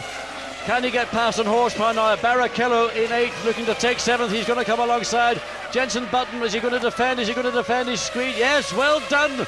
I wanted to see more of that from Jenson Button. He did a great job defending his 7th place from Barrichello. Yeah, great to see that from Button, who once or twice earlier this season gave up his place perhaps a little easily. Well, he was not having it there at Copse. Drove around the outside, and that takes bravery and commitment, and he stays in front of Barrichello. And now Rubens knows he's going to have a battle to move further up inside the top 10. He might have a great car, but he is in a battle here with Button, and then Jarno Trulli just ahead of him. Coulthard would be next on that list. And let's take another look at this. So Barrichello does what we have seen him do. He's virtually alongside Button. Button stays longer on the throttle. Of course, Barrichello had to back off that a little bit earlier. It gave Button the opportunity to swoop across the front of the Ferrari. The Renault guys are loving it, but look, more rain.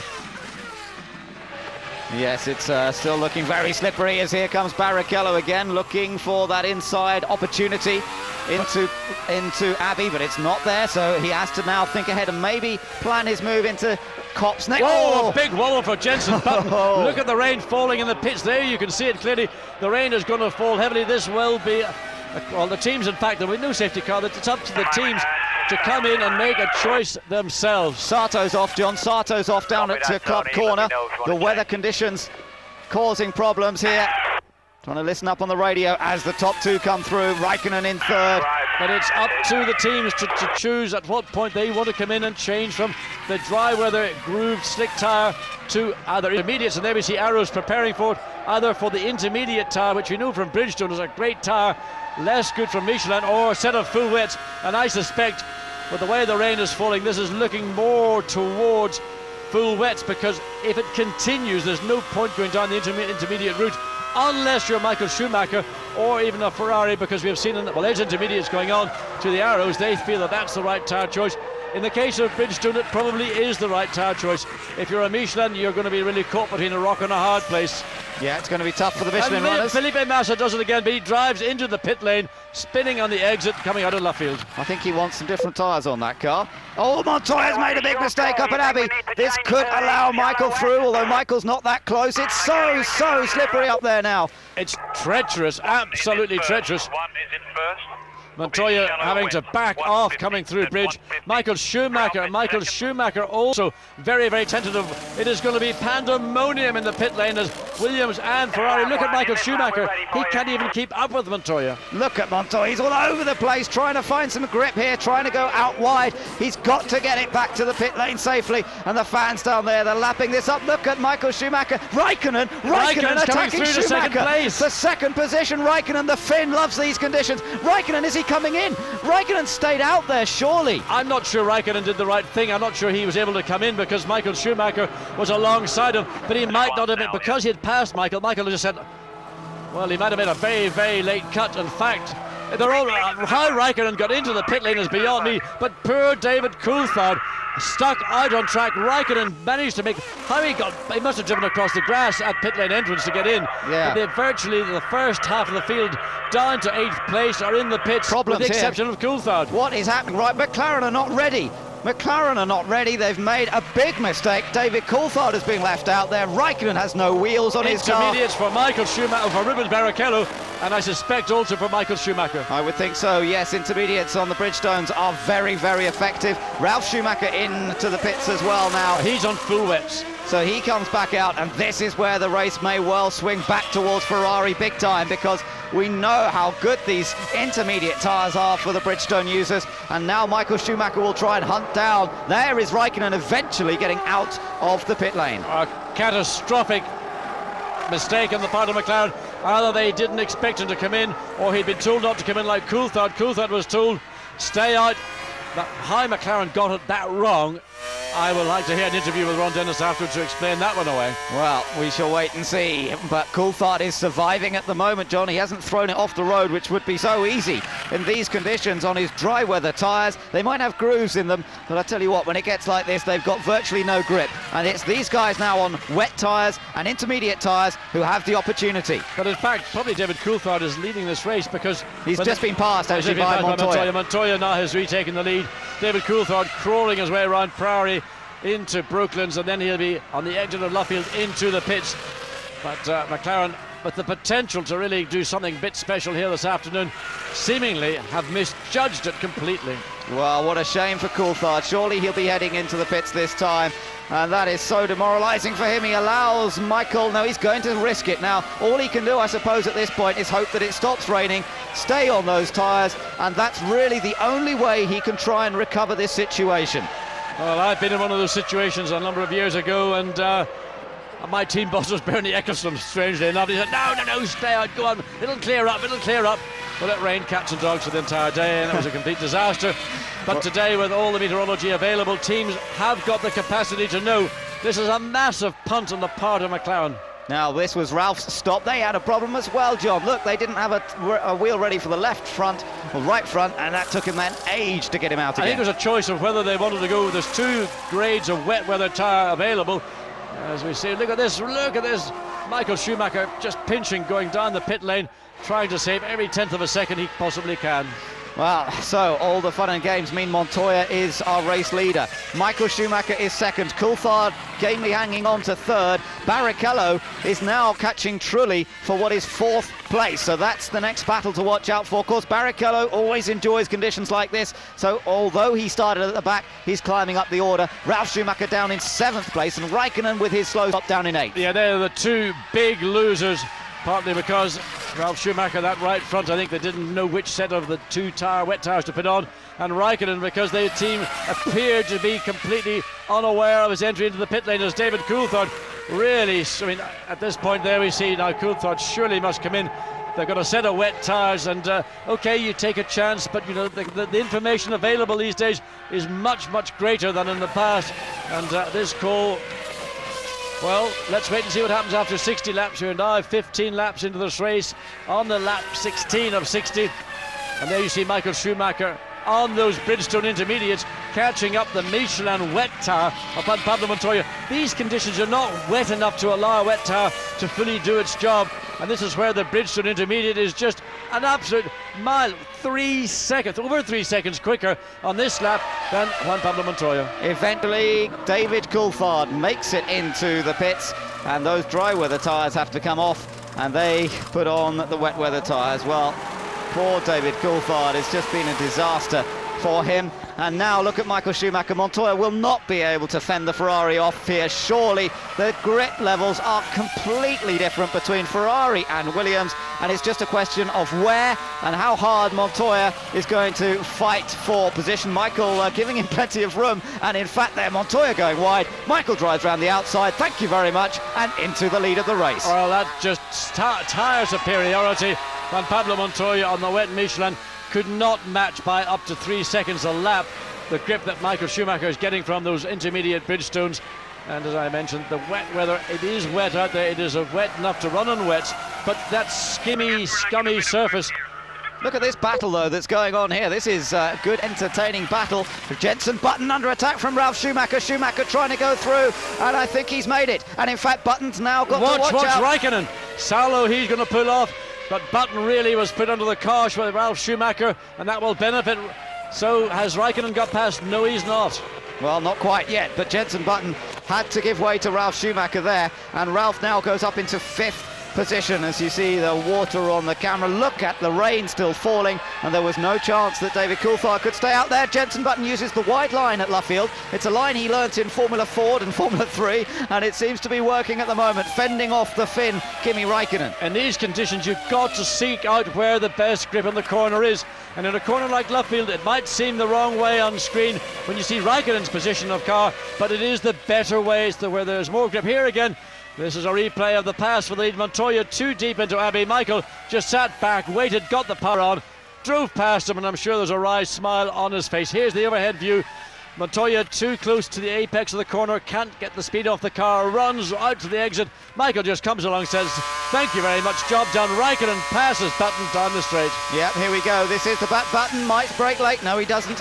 Has to give way to Raikkonen. Raikkonen very brave on the approach into Stowe Corner, and that brings Raikkonen up a place after that disastrous pit stop. He's back into sixth position now, but chasing after Ralf Schumacher. But Barrichello absolutely flying at the moment. Barrichello in the other Ferrari is third, remember, and he was fastest on the last lap by about half a second over his teammate Michael Schumacher, but Barrichello is a full 14 seconds off his teammate. But Ben, Barrichello is 5 seconds a lap faster than Juan Pablo Montoya. He's 11.8 seconds, so within 3 laps he will be ahead. By lap 20 we should think to see Rubens Barrichello running second to teammate Michael Schumacher. They're giving it 2 laps to get past, and that would be in lap 19. That's just starting 18, so 2 laps 20, that's about right. Well, it just, the tyre advantage that Ferrari have in these conditions is massive. And let's look at what the other Bridgestone users are doing, because, of course, it's allowed Frentzen to come up to 8th. Villeneuve is currently 9th. Take a look at the replay here. Yes, easy peasy for Kimi Raikkonen, just pulls up. Just that horsepower. Renault cannot match the Mercedes-Benz. Jenson Button on this occasion said, look, I've got nothing, we're in the same tyres.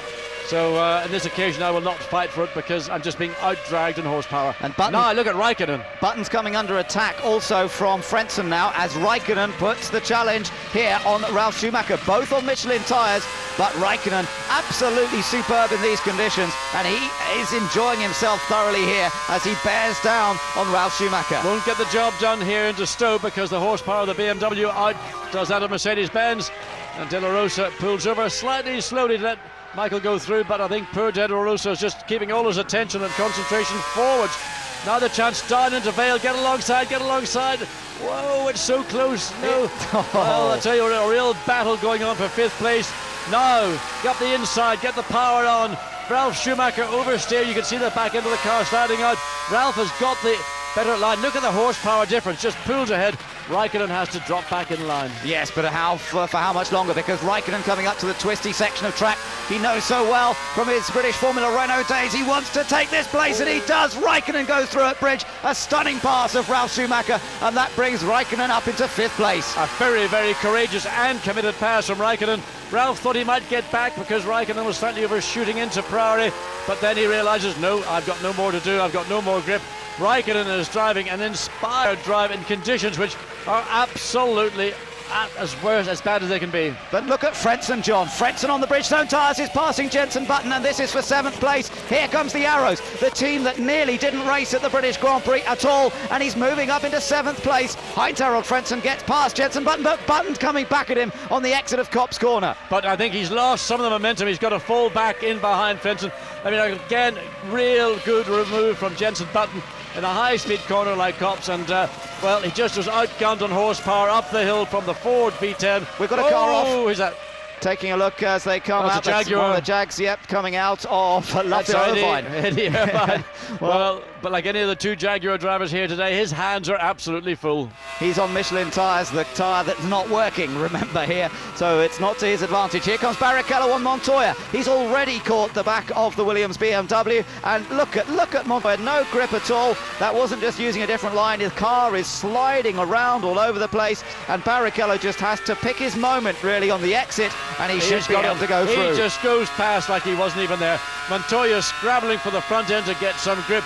In the meantime, Barrichello just opens the throttle, the grip's there. Montoya has a bit of a look back, but he cannot compete to the levels of handling and grip that the Ferrari Bridgestone package has got. Absolutely astonishing difference in tyre performance between Bridgestone and Michelin in these conditions.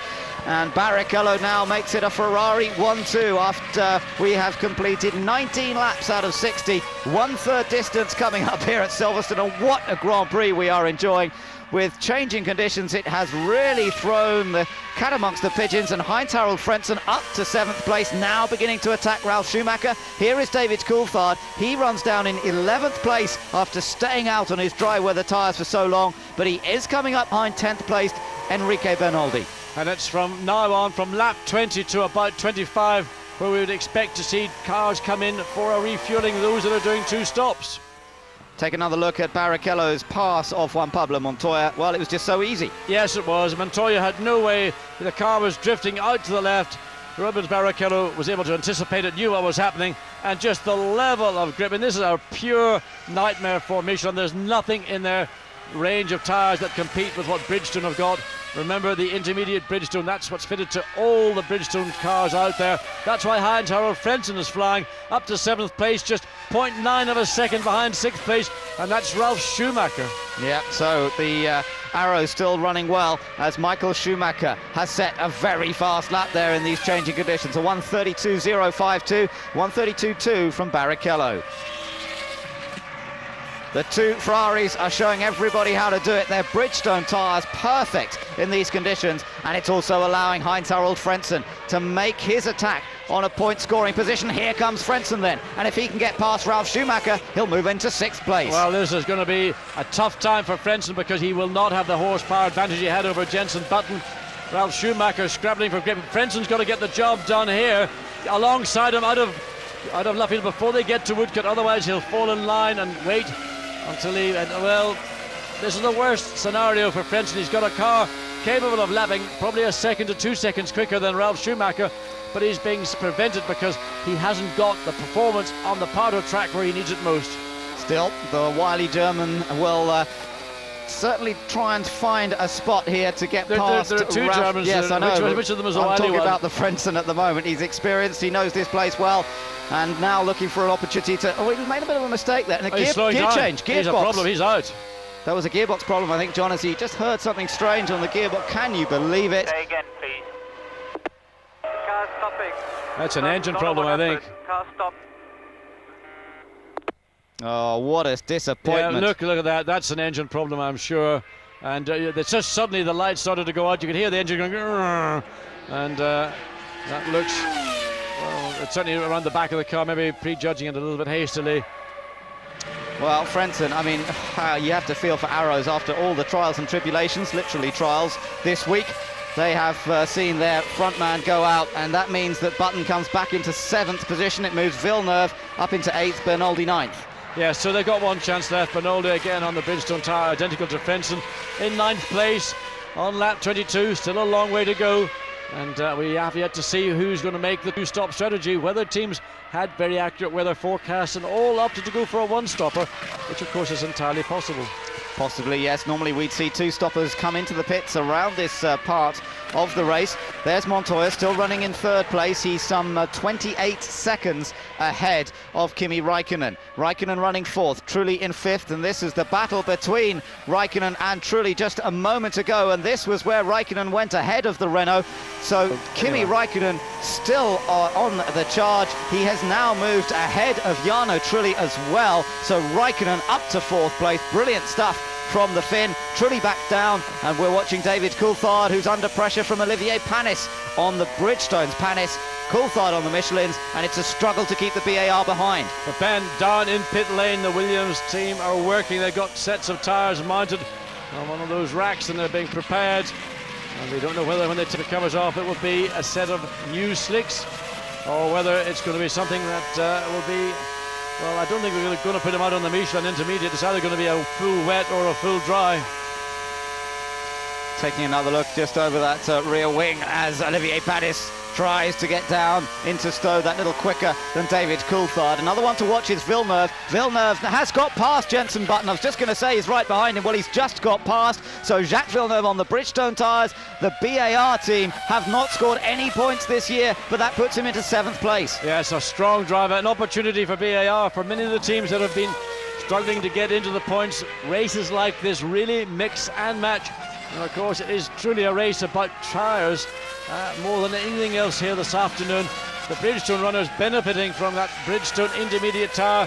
Jacques Villeneuve has benefited from it. He just got past Jenson Button, has moved into 7th place. Ralf Schumacher is probably about 3.5 to 4 seconds ahead. And this, looking back, Olivier Panis and David Coulthard, they're battling over 10th place. Coulthard, of course, stayed out a lap longer. Oh, look, Felipe Massa slides through the pair.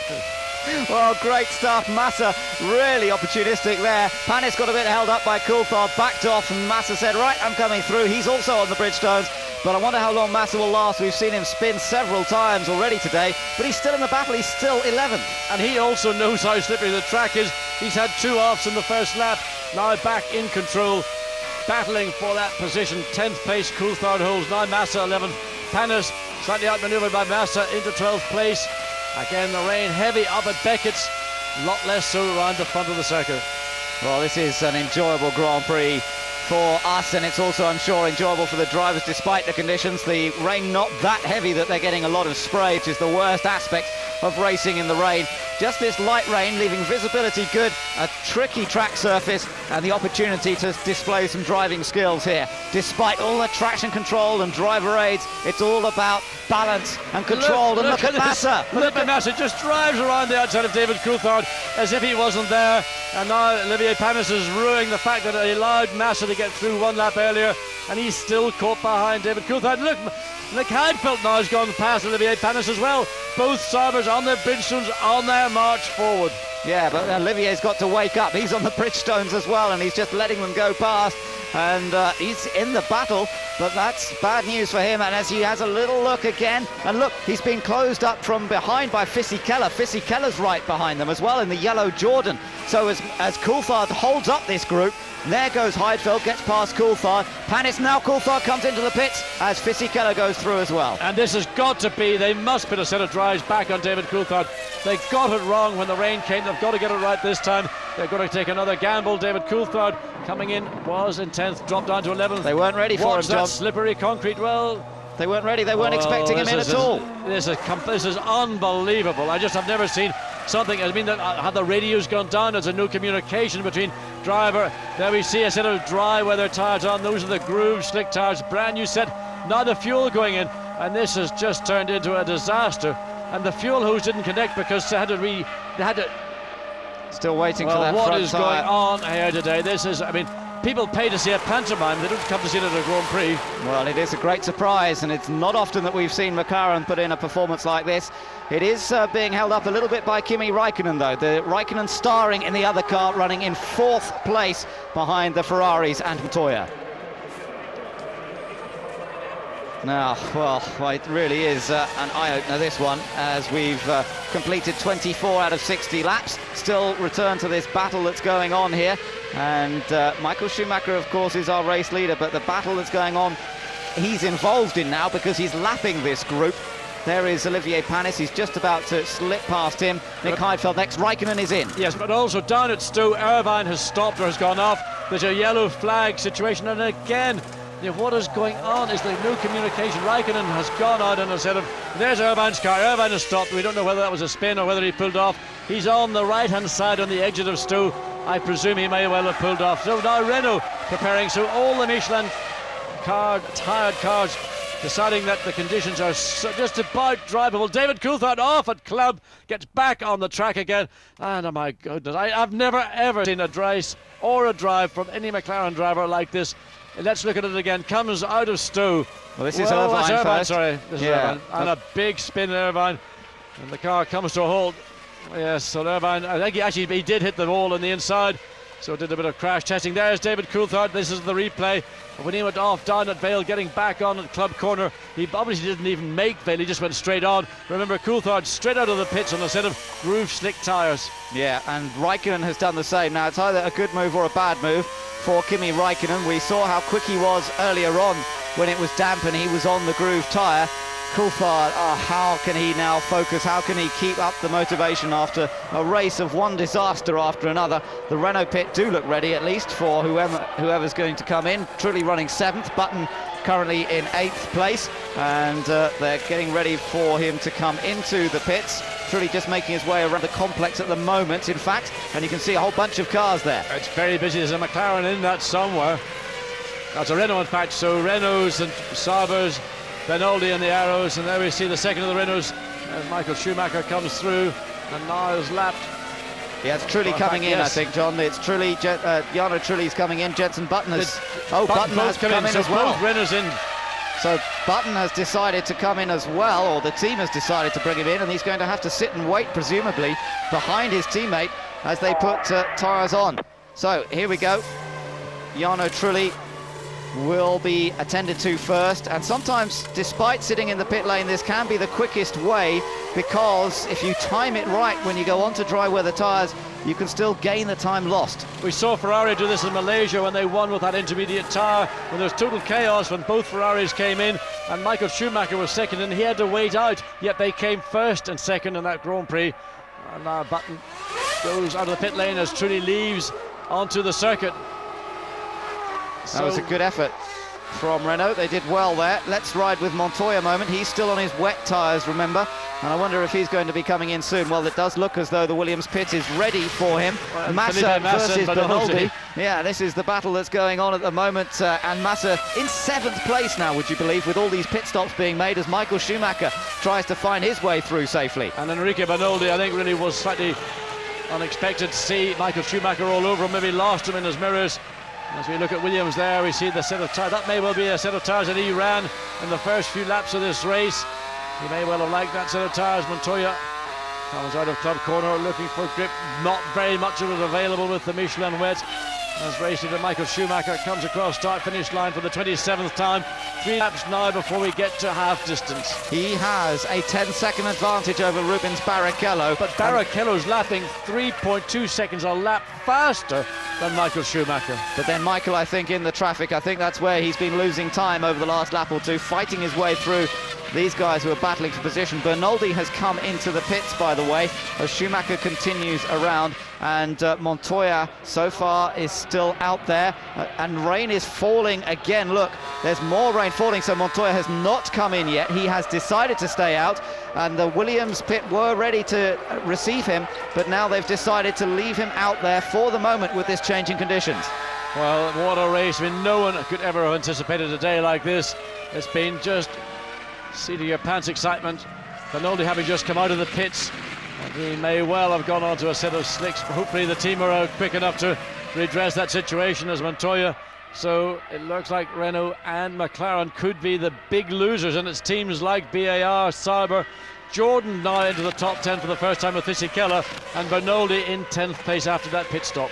Well, these changing conditions, so hard to read. It reminds me of Johnny Herbert's win at the European Grand Prix at the Nürburgring some years ago. Just so hard to read. He decided to stay out there, and Michael Schumacher, of course, he hasn't changed onto dry weather tyres either. He's still on his intermediates, the rain falling, but Ben, that suits him. That right rear intermediate looks to me as bold. You can see there's virtually no tread left on it at all, so I'm not sure how much longer Michael Schumacher can stay out with those tyres. They look to me that... But indeed, he's still lapping quickly. Yes, he's still lapping. He's lapping 1:31 that last lap. Barrichello down to a 32 again. The ebb and flow of traffic. But it's something just to keep an eye on the rear tyre wear on the intermediate Bridgestone on Ferrari. Must point out, Villeneuve is to the points in the BAR Honda. He's 5th at the moment ahead of Felipe Massa. Despite all those spins, Massa is now in 6th place ahead of his teammate Heidfeld. Panis back down to 8th, then it's Fisichella. Now Kimi Räikkönen is the first of the runners who are on dry weather tyres. What sort of lap times Räikkönen doing? He did a 1:35.2 last time around, and that's about 3 seconds slower than the Ferraris up front. Barrichello now, oh, David Coulthard's all gone wrong, and that's on the exit of Bridge Corner, and David is going to be, I think that's it all over for David Coulthard. He hit that corner marker sign. No, he's got it going again, but he will probably drive straight back into the pits. Remember, on those groove slick tyres, David Coulthard. What a oh, look at the rain. Well, there's no wonder. The rain is lashing it down, and this is only just directly behind the pits. Coulthard comes through Bridge. Watch the exit. The car just goes into a big loop. Oh, he just runs off. No grip at all. Bangs into that polystyrene corner marker. Well, fortunately, no damage. Those polystyrene markers are there deliberately. Here's the on-view. Oh, David, I'm going to hit it. Oh, I tell you, what a ride, what a nightmare for the Scotsman today. Ralf Schumacher got past him safely. Ralph still running in 4th, but Jenson Button has been back into the pits and has switched back onto wet weather tyres. McLaren are getting ready to receive presumably Kimi Räikkönen or David Coulthard. And but Coulthard has continued on. He hasn't come in. And Coulthard has gone on. I would have thought after that incident he may well have gone straight back into the pits, but he stayed out, just completing another lap. Well, there he is. He is still there. I don't know what they're up to today, John. I have no idea. But here comes Räikkönen, and he's the main loser, really, in all of this, because he's been driving out of his skin today, but with the rain coming down again, they have to put him back onto wet, and all that time lost. Well, I tell you what, they're putting fuel in as well. We'll watch this over the next few laps, because Räikkönen fired up, superb in these conditions, but can he do anything on those Michelin wets? Well, I think McLaren and Renault basically were forced into a situation. They were losing out massively by staying out on the wet tyre to the Bridgestone intermediate. They thought that weather maybe had settled down, the rain was stopped sufficiently to take the risk, go back out in a set of groove slicks, and little after a lap or so did they do it. Then all of a sudden down comes the rain again. But look at Michael, that rear tyre wear is beginning to tell. He's having to struggle with the car as he came out of Abbey. Well, look at this. We're seeing the Michelin Intermediates and Massa there having out another of Abbey. spin. So Massa, after all that hard work, now I'm not sure how many places he lost as he came around there. He was in sixth place. Comes Jarno Trulli, and they presumably are going to put him onto wets. But interesting to see McLaren are going to try the Michelin Intermediates. So a set of wets goes back on. So full set of wets for Jarno Trulli. We did see that set of Michelin Intermediates being prepared. Let's see Felipe Massa comes out. Oh, whoa, whoa, very, very too keen to get past David Coulthard. And spun the car around just where Michael Schumacher did on the... I mean, how many times has Felipe Massa? I think it's 3 at least, if not 4. Coulthard in once again. Well, of course, he got held up by Coulthard. Coulthard was struggling around on his dry weather tyres. Yeah, but Massa should have anticipated that. He should have seen how slow Coulthard was.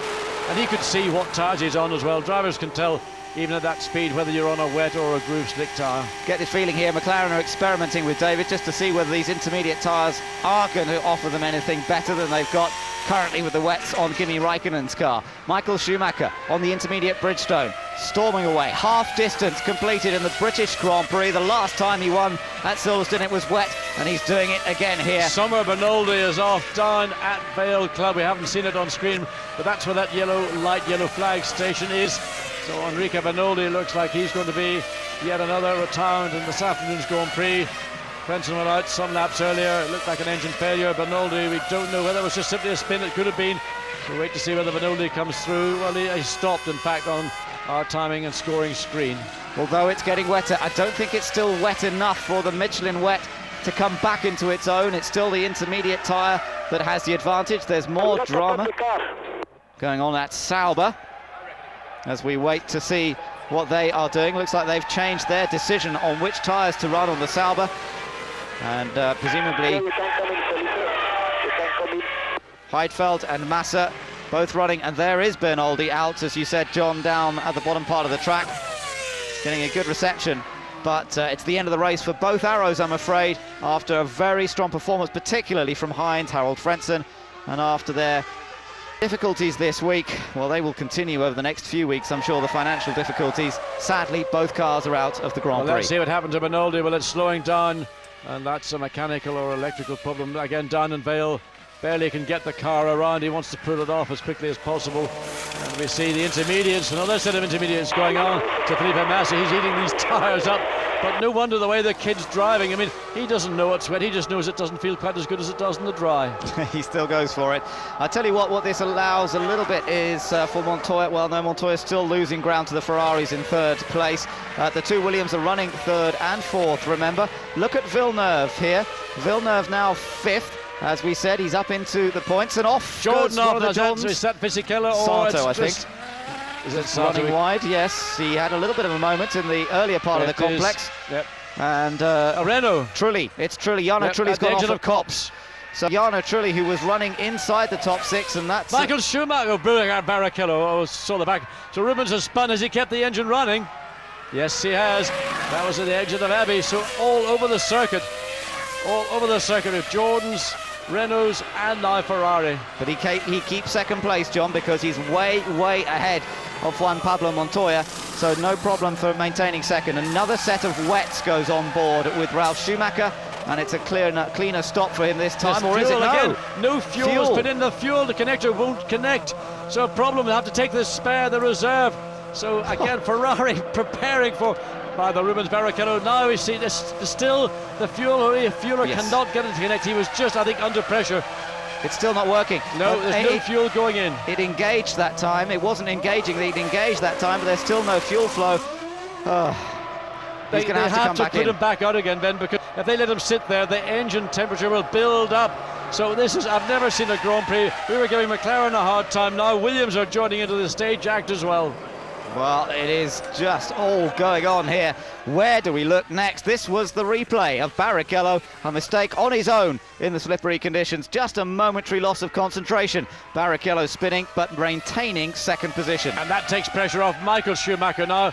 21.6 second gap between first and second place. Barrichello paying the price, the 10-second penalty for the spin here, as Michael Schumacher comes through the exit of Abbey and then drops downhill under the bridge, through Bridge Corner. David Coulthard, the remnants of that polystyrene corner marker. And Michael Schumacher now dropping the lap times to 1 minute 40.1, but still lapping on average 2 to 2.5 seconds a lap faster than the rest of the field. He has a massive advantage, and he's still got to make his pit stop for fuel, remember, over half distance now. Is he coming in? Yes, he is. So this will be his one and only pit stop, although that doesn't allow for a change in conditions again, of course. Let's see, they're presumably put him back onto a new set of intermediates. Try and get a look at the tyres as he comes in. It is a new set of intermediates. He's coming in. This is lap 33. He came in at the end of 32, just gone across the line, clicking up. So he will go back out on the 33rd lap. Well, and that's how it should be done. Long. That was a very short stop. That's how it should be done. Ferrari, as ever, a superb stop, and despite the comedy of errors that's going on in the pit lane, for Ferrari everything goes perfectly according to plan. Now Barrichello's had his dramas today. He started from the back, fought his way up to second position, has had a spin, survives in second for the moment, comes in for his stop, goes back out on new intermediates, and now we watch Montoya, who runs in third place, a very comfortable third, but Villeneuve now up to fourth because Ralf Schumacher has made his stop. So Villeneuve we're still waiting to see make his fueling stop, I think. Villeneuve fourth, Heidfeld fifth, Panis in sixth place currently. But of course Ralf Schumacher didn't get any fuel on board, so he's going to have to come back in again. But Villeneuve and VAR for one Grand Prix have really had a good day here so far. Looks like the rain has stopped falling for the moment, drying out once again a little bit, and it's once again the perfect conditions for the Bridgestone intermediate tyre users. Montoya is coming under a bit of pressure from Raikkonen, who is behind him here, but Raikkonen is a lap down in 10th place after all the dramas that McLaren have suffered. Now Montoya, I don't know whether he's going to fight for this position or not. He doesn't need to, but of course he might not realise that fully at this stage, even if he's getting the word on the radio. Well, Barrichello just clipped the curb. You saw the back of the Ferrari step out. Now De La Rosa going to get the blue light in the car, the blue flag on the circuit, and Williams have still got to rectify that problem with their fuel rigs. I don't know what went wrong. This is something that's occurred on a number of occasions this year, affecting Williams also earlier in the season. But again, now the rain appears to either eased off or stopped, then Ferrari are going to have to consider how long they can go on these intermediate tyres, because once the track begins to dry, the rubber compound of that intermediate tyre is going to come under severe pressure, and Ferrari may have to make another rapid pit stop to think about going on to a set of completely dry weather groove tyres. Yes, but they do have a big advantage in terms of time at the moment. Michael Schumacher, a very healthy lead, 22 seconds last time around over Rubens Barrichello, and then Montoya some way further behind that. Jacques Villeneuve running fourth, fifth place for Heidfeld, sixth place for Panis, then Fisichella, Ralf Schumacher, Felipe Massa and Kimi Raikkonen. And Raikkonen, of course, remember, is a lap down on Montoya, still behind Montoya on the track at this point. So throughout the field, I mean, it's all confusion. Thank goodness we've got electronic lapping and scoring, because it has been a race of in and out of pits, spins, errors in driving. Michael Schumacher coming up now through the tail, and Olivier Panis is in sixth place, about to go a lap down. Panis will want to give way, but only in a place where it's convenient, and he just runs slightly wide into Brooklands, lets Michael take the racing line. Didn't lose any time in relation to his overall battle with Nick Heidfeld, because Heidfeld will now then become subject to the same requirements from race leader Michael Schumacher. What Panis needs to do is tuck in as much as possible behind the Ferrari and try and swoop through Heidfeld when that opportunity arises for Michael Schumacher. Yes, indeed, and just taking a look inside the Williams pit here a moment ago, they've been struggling to sort out this refueling rig, and they're checking it there, trying to make sure that the fuel is flowing correctly. But what frustration for them. Here we are on board with Juan Pablo Montoya as he heads around Luffield Corner, still slipping and sliding his way around, some 7.7 seconds behind Barrichello. with Barrichello having made that stop recently, but presumably Montoya will have to stop as well soon. Well, Montoya made a mistake on that last lap. He did a 38. Now that lap we've just seen go across start-finish line, back down to a normal pace of a 1:34.5, and that is just under 3 seconds a lap slower than race leader, or in fact for Rubens Barrichello, who's actually quicker on that last lap than Michael was. Well, we sort of have an opportunity to just draw breath for a second in a race that has been so frantic throughout. We have now completed 35 out of 60 laps, and Montoya continues on his way. Third place for him at the moment. Both BAR Hondas are in the points. They have not scored any points so far this year, but Villeneuve runs fourth and Olivier Panis runs in sixth. What a story that would be if they can hold on to it. And here you are riding on board with Villeneuve. And it's not a battle for, sorry, Panis. Panis and behind yes. Heidfeld. This is a battle for what is fifth position. So this is a battle. The two BARs currently in the top six. Villeneuve in fourth place, Panis in sixth. And Nick Heidfeld feeling a lot of pressure from Olivier Panis. And Panis needs to be careful because Heidfeld will not want to concede 2 points in fifth place anyway, other than the hardest fight possible. Williams getting ready to make another pit stop. Now, is this the recovery pit stop for Ralph, or is this the refueling pit stop for Juan Pablo? We would imagine it's Montoya. It's got to be Montoya. They've got to get Montoya in and out because he is their best opportunity. Montoya swings wide. Luffield, will he cut into the pit lane? No, he doesn't. And De La Rosa again just swings slightly ahead of him. It is indeed Ralph who's coming into the pit lane as we speak. And there we are. This is the refueling for Ralph after it went so disastrously wrong last time. This continues to drop him down. They are putting dry weather tyres on. Bit of an experiment here for the Williams team, and this will help them decide when to bring Montoya in. And also, of course, it gives everybody an opportunity. As you see, there's a car on the outside of the corner as we came out of club, and Panis and Button was running wide. Was Jenson Button indeed. Yeah, he's down in 12th place now, Jenson Button. Of course, Trulli is out of the race entirely. Here comes Panis again, right behind the Sauber of Nick Heidfeld, and this the battle for fifth place. But Panis, who hasn't really had a good run at Silverstone for many, many years, he's only once been in the points here before. No points so far this season. What an opportunity this is for him. And just ahead is Giancarlo Fisichella. Well, it's certainly a Jordan, I think it's Fisichella. Yes, well, Fisichella actually running behind them on the road. Yeah, so looking at the other screen, it's in fact the car that we saw was Michael Schumacher, but there is a Jordan somewhere amongst all this bunch of cars. Yes, and just called Olivier Glimpse. Panis just trying again to use whatever advantages the BAR has, but the Sauber's a pretty good car. Heidfeld well fired up. Yes, let's see what Panis can do. He's attacking, pushing Heidfeld all the way. This is the battle for the points, and this is such a great opportunity for BAR Honda. Now look at this, Heidfeld using a bit of the wet track there, John, just trying to cool the tyres a bit. Yeah, and I think Panis was doing the same thing on the right-hand side of the track, coming down just to stay on the slightly damper line before they get into the braking areas, just to ensure that the loads that they're now building up into these intermediate tyres are not going to be so much that they end up running out of tread altogether and therefore lose grip. There you can see them sliding around as they come through Club Corner. Despite the traction control, there's a lot of steering effort going in. Again, Heidfeld using the wet part of the track, trying to keep those tyres as cool as possible up through Abbey Corner. And still this battle for fifth place continues. Now, interesting to see that Ralf Schumacher, who is on dry weather tyres, has just set some good competitive sector times as he's come out of the pits in the Williams.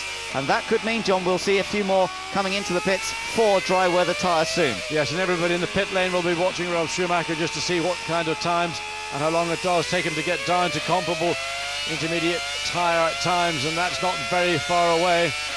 And just for the Arrows fans, just views from the pit lane from Tom Walkinshaw that they both suffered engine problems. That's what saw both Arrows retire, and a great disappointment because their car, particularly Frenson's, was very, very quick this afternoon. So, on board with Panis. Let's just watch a second here.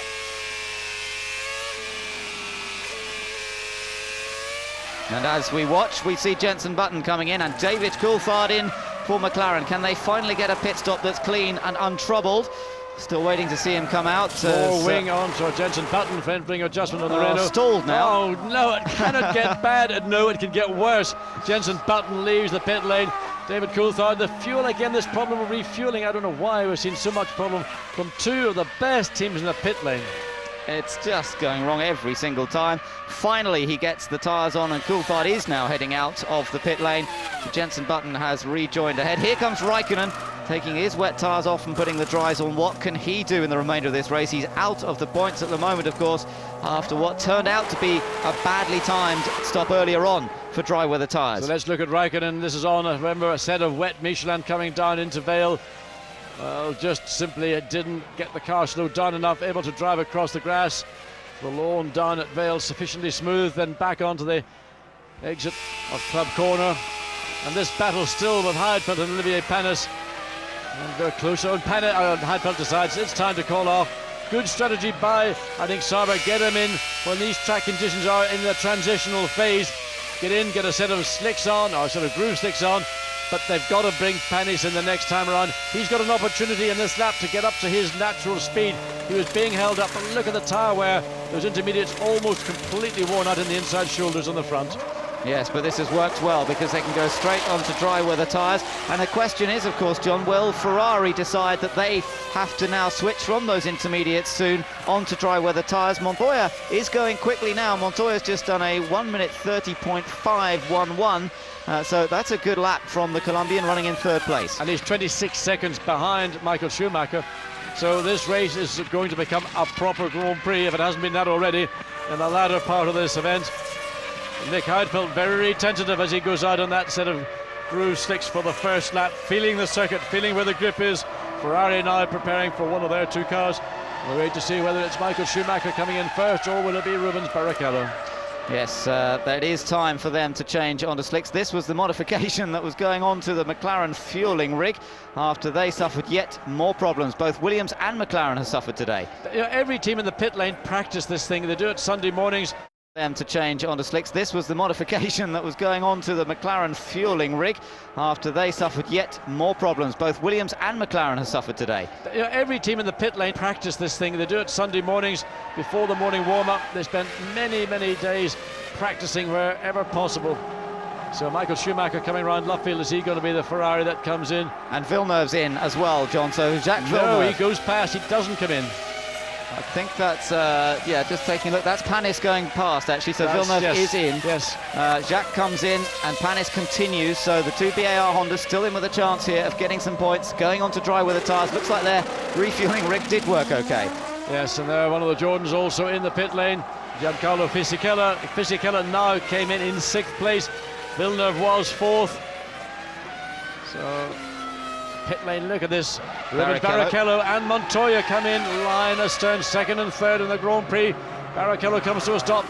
Montoya further down the pit lane comes to a stop. This is the battle for 2nd place in the British Grand Prix. Can the Williams team get Montoya out quickly enough for him to be able to challenge Barrichello in the remaining laps in this race? The fuel hose did work, and Montoya slips and slides his way out. 9.2 seconds for Montoya, 6.4 for Barrichello. But of course Barrichello had his refueling done already. It was purely a tyre change for Barrichello, whereas Montoya needed to refuel. So that explains the slight difference in time. But it does give Montoya a chance to go chasing after him. It just depends whether the Williams is up to the task. Well, I think in these conditions the Bridgestone groove slick is going to be the tyre that's got the initial advantage. If we just got a glimpse of Montoya going through Beckett, we go back to Michael Schumacher. And Ferrari, are they preparing for him yet? Well, certainly there's work going on within the Ferrari garage. The Barrichello has been in and out 3 times this afternoon. Michael Schumacher has only been in and out twice, but 1 more to go. Ralf Schumacher fastest on track last time around on his dry weather tyres. He did a 1:29.1. He's currently running down in 9th place, so we're going to see a big improvement in lap times coming now over these next 2 laps, and surely that means they will have Michael Schumacher in to put him onto dry weather tyres. Here comes Olivier Panis now for his dries as Villeneuve continues round. He's 5th. This will bring Villeneuve back up into 4th place again. So we have to see how when Panis comes out, the battle that he had with Nick Heidfeld. Heidfeld showing in 8th place. Oh, look at this. That's the battle for 2nd. Pass. Montoya takes Barrichello for 2nd place, and what a good outlet that was from Montoya. He's been able to challenge the Ferrari, and he's been able to get past. And that must be a surprise for Rubens Barrichello, because on that set of Bridgestone tyres in these conditions, I'll watch Barrichello coming back.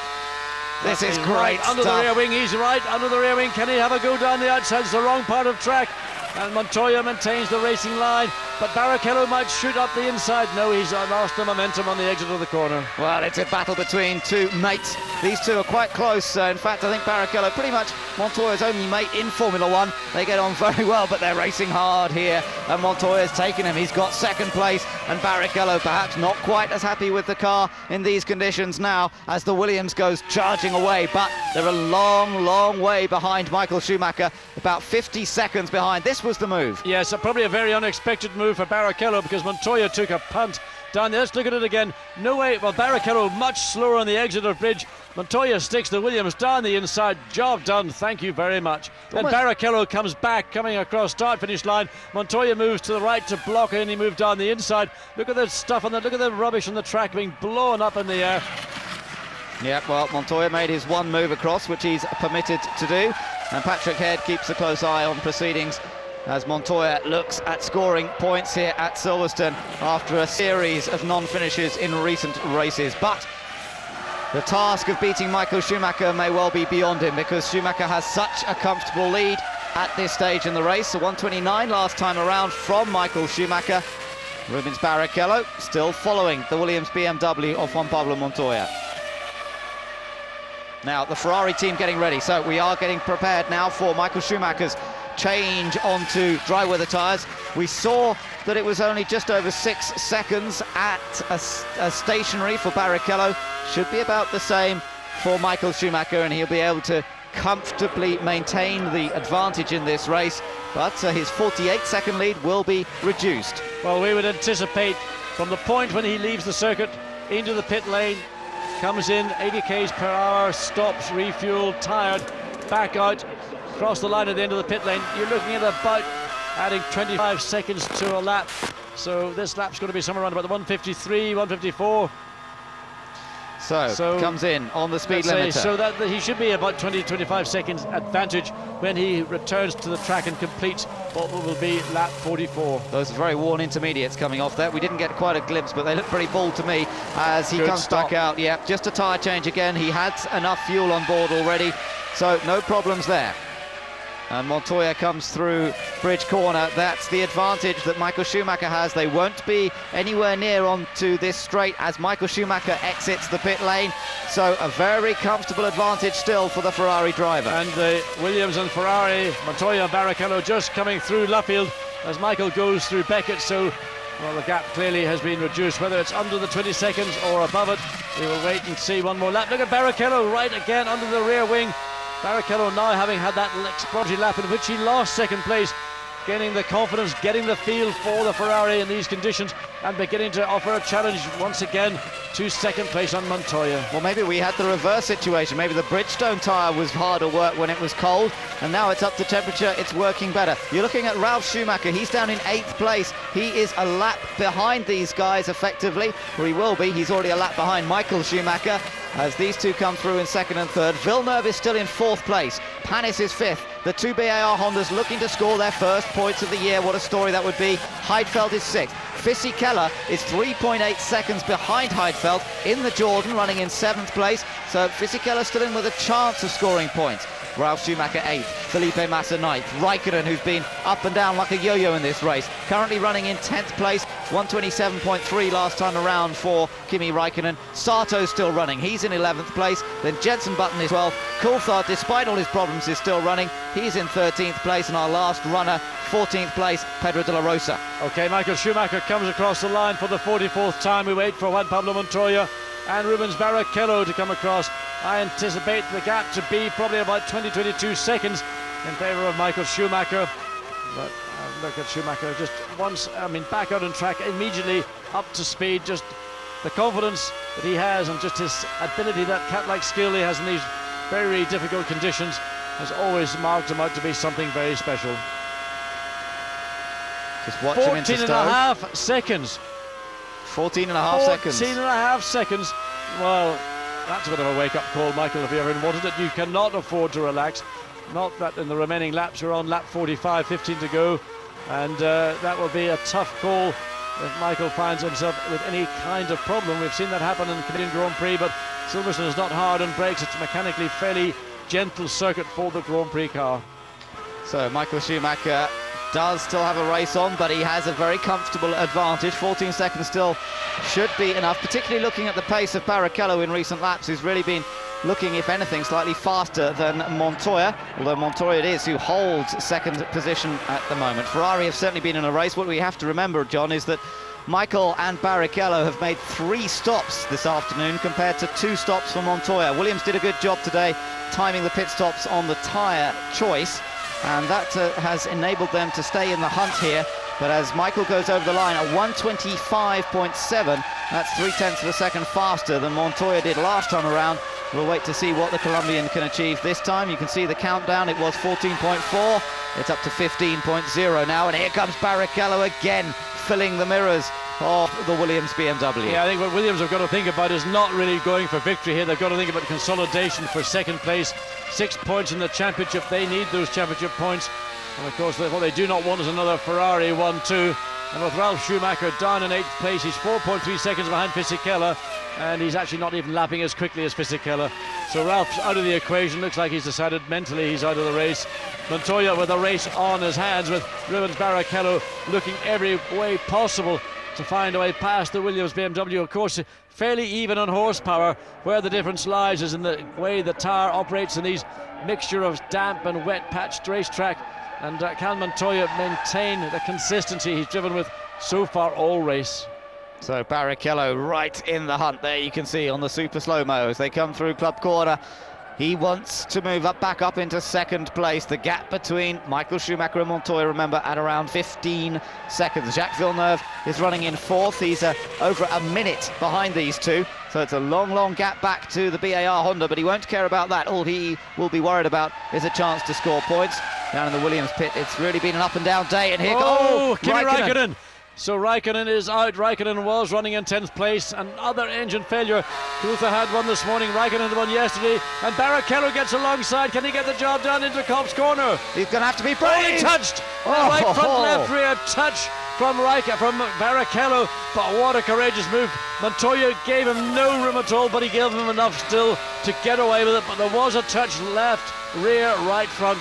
Fantastic, what a good move, but sad news for Kimi Raikkonen. Well, it all went wrong with the extra pit stops they made and poor tyre choice as it turned out in the weather conditions.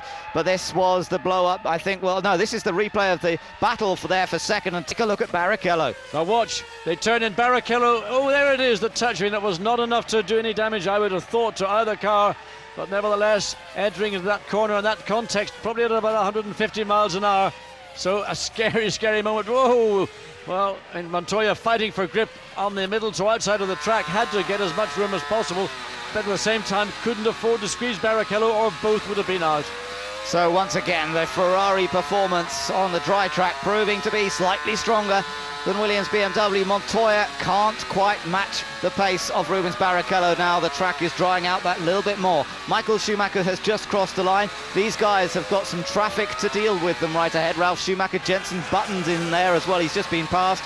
And Montoya also now finding his way past Jensen Button safely as they continue on round. 47 laps been completed so far.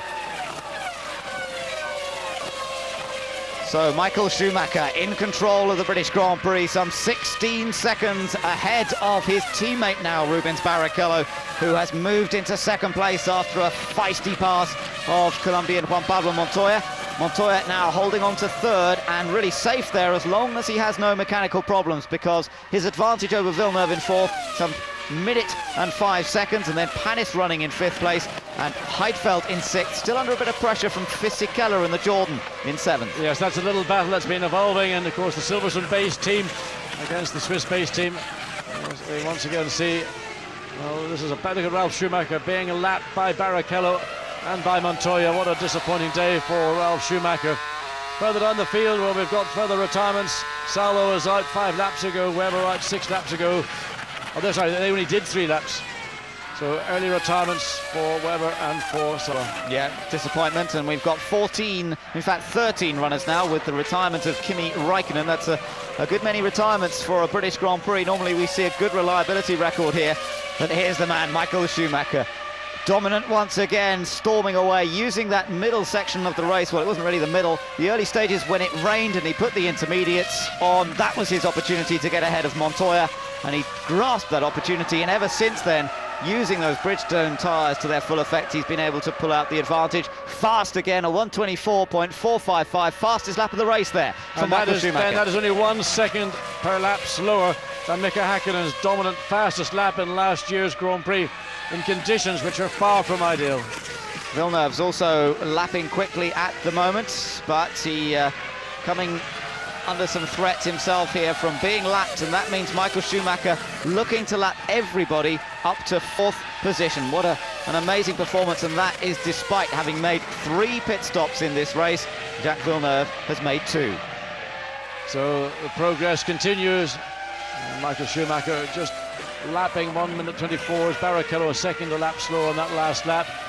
And well, this is why this man is a 4-time world champion. And by the French Grand Prix, if he wins here and wins in France, he could be crowned the 2002 world champion. Montoya nevertheless hasn't given up, but just hasn't got the pace, running about half a second a lap now slower. In fact, over that than Barrichello in second place. And again, Williams hoping to consolidate that second place and not able to. The speed of the Ferrari just too much again for the Williams BMW package. But what a fight they've put up here today. It has been a stunning race throughout. The weather conditions certainly adding to the mix superbly well. And for Williams, it is disappointment. They had the pole position, they had the lead of the race in the early stages, but they just could not compete against the Bridgestone users, particularly Ferrari, once the rain started to fall. But Montoya's not giving up. He's been aiming to score some points, and that's what he's got the opportunity to do here, running in a safe 3rd place, still 2.7 seconds behind Barrichello. Well, Montoya sitting in 3rd place, still pushing hard, going in the middle of 1:25s, but now the Ferraris both consistently running in the middle of 1:24s, high 1:24s. And what a tough day it's been. What an exciting Grand Prix. Those opening laps when it started dry, then the rain began to fall. And this has been, I think, the most exciting Grand Prix I've seen, certainly this year. And a race that there still could be some excitement, because down the field, Fisichella in 7th place is still battling away with Nick Heidfeld. There's just under 2 seconds difference. But Heidfeld also battling with Olivier Panis. He's at 1.6 seconds behind Panis in 5th place. Yeah, so keep an eye on those battles. There's Fisichella. Well, we saw that on the classification. A little bit of was that tyre smoke from the back of Montoya's car? There was a little puff. I don't know whether it was a tyre smoke. It's unlikely a rear wheel would have locked at that point. And I didn't see a front wheel locking, but something we'll keep an eye on. As Michael Schumacher continues on his way on the exit now, out of Beckett's, down Hanger Straight for the 51st time. Yeah, just 10 laps to go for Michael Schumacher, looking for his 2nd Grand Prix victory in the British Grand Prix and his 60th Grand Prix win overall. What a stunning record that is. The statistics keep on growing, and Michael Schumacher looking for his 7th win of the year. Now, interesting that there's some discussion about fuel levels, we believe, going on down there in the Williams pit. Maybe there's some concerns about the amount of fuel on board.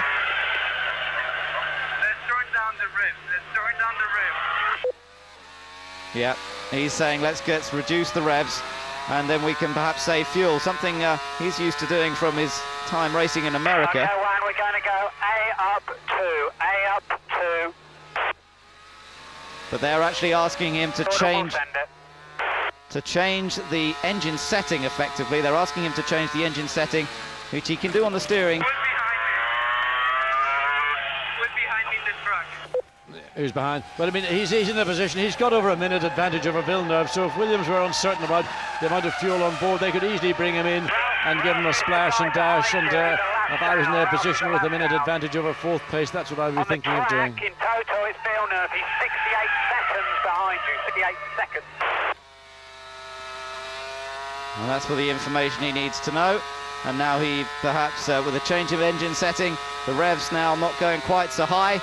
Hopefully he will have enough fuel to make it through to the end of the race. But of course, with the track getting drier, you tend to go quicker, and that will then compensate for the reduction in RPM, and whatever the mixture setting would have been, you tend to want to lean the engine off. But Leaning engines off are not what I like to do too often. These engines are at best hand grenades. If you start leaning them off too much, you pull the pin out on it. That's right. Well, I think they certainly might have gambled a little bit with the fuel going in, because they knew they were in the battle with Barrichello when they both came into the pits at the same time, so they might have gone as marginal as possible. And with the dry conditions now, just using that bit more, they are going to have to conserve fuel in the remaining laps. There is another battle going on. We're not seeing it really on screen right now, but it's an inter-team battle, because Panis is carving away Jacques Villeneuve's fourth place. It's down to just under 7 seconds. There's a blow up for Takato Suma. So Sato out 10th place. Big blow up for Honda. Well, that's a great shame as well for the Japanese. He was running in 10th place. Looked as though we were going to get both Jordans to the finish, but not to be, I'm afraid. And Sato, who hoped for so much from this British Grand Prix weekend, disappointed once again. And she's going to blow just in the middle of Copse Corner, and Sato doing a good job bringing the car in Eddie Jordan's face. Well, he's disappointed, but focus for Jordan is on Giancarlo Fisichella, but he's dropped away from Nick Heidfeld in 6th place, down to 3.2 seconds, so Fisichella unable to take that battle to 6th place. One more point for Jordan would give him 7 points, and if the two BARs finish 4th and 5th as they're running right now, they will have gained 5 points from this one Grand Prix. Funny situation actually, John, if looking at Jordan's career in the past, they've had their ups and downs, as we know, over the years. And a few years ago, they came to Silverstone having scored no points whatsoever. That was back in 1998. Just looking back at that engine blow-up, it was pretty spectacular, wasn't it? Yes, it was. Fortunately, Sato was pretty much offline. He saw it, or he would have felt it and known about it before he got into Copse, but it really let go big time in the exit. And hopefully he didn't put any liquids down on the exit of the corner, which would be considered the ideal exit for those cars that are currently still on track racing. Michael Schumacher, in the meantime, still pounding away, fastest second sector time of all day. Lap 1 minute 24.528, and Barrichello now some 18.2 seconds behind, but a 6.3 second advantage over Montoya, who's had to maybe rein back a little bit in terms of fuel in 3rd place. Montoya's pace still looking fairly good, so he's reduced revs, but the lap times are staying pretty similar as Barrichello makes his way, trying to get past Nick Heidfeld here. And as you say, we can't really see Fisichella that close. Just see him in the background. He was much closer than this at one stage. Yeah, he's back down to 3.3 seconds. The trouble for Montoya is that he is doing all the things that the team asked, but the track is getting drier. He's also in a rhythm, and when you're a driver in a rhythm, if you reduce revs or make changes to the engine, it doesn't actually make an enormous amount of difference in a Grand Prix. It might in a single flying lap, but not in a Grand Prix, because that rhythm is really what carries you through the Grand Prix, and you don't want to start breaking that unnecessarily. Barrichello safely past Nick Heidfeld and maintains 2nd position, some 19 seconds behind his teammate Michael Schumacher. Looking at another Ferrari 1-2. No arguments about team orders on this occasion, however. Barrichello had to start from the back after stalling the engine at the start of the formation lap. What would have happened if he'd started up front? Well, that would have been a different story, but we could have had a three-way tussle in the early stages for the lead. As it was, Barrichello's done a fantastic job to make up the lost ground and to be running in 2nd place. Yes, and interestingly, he was quite cautious coming through bridge. He was nowhere near as committed as certainly he would have been in qualifying.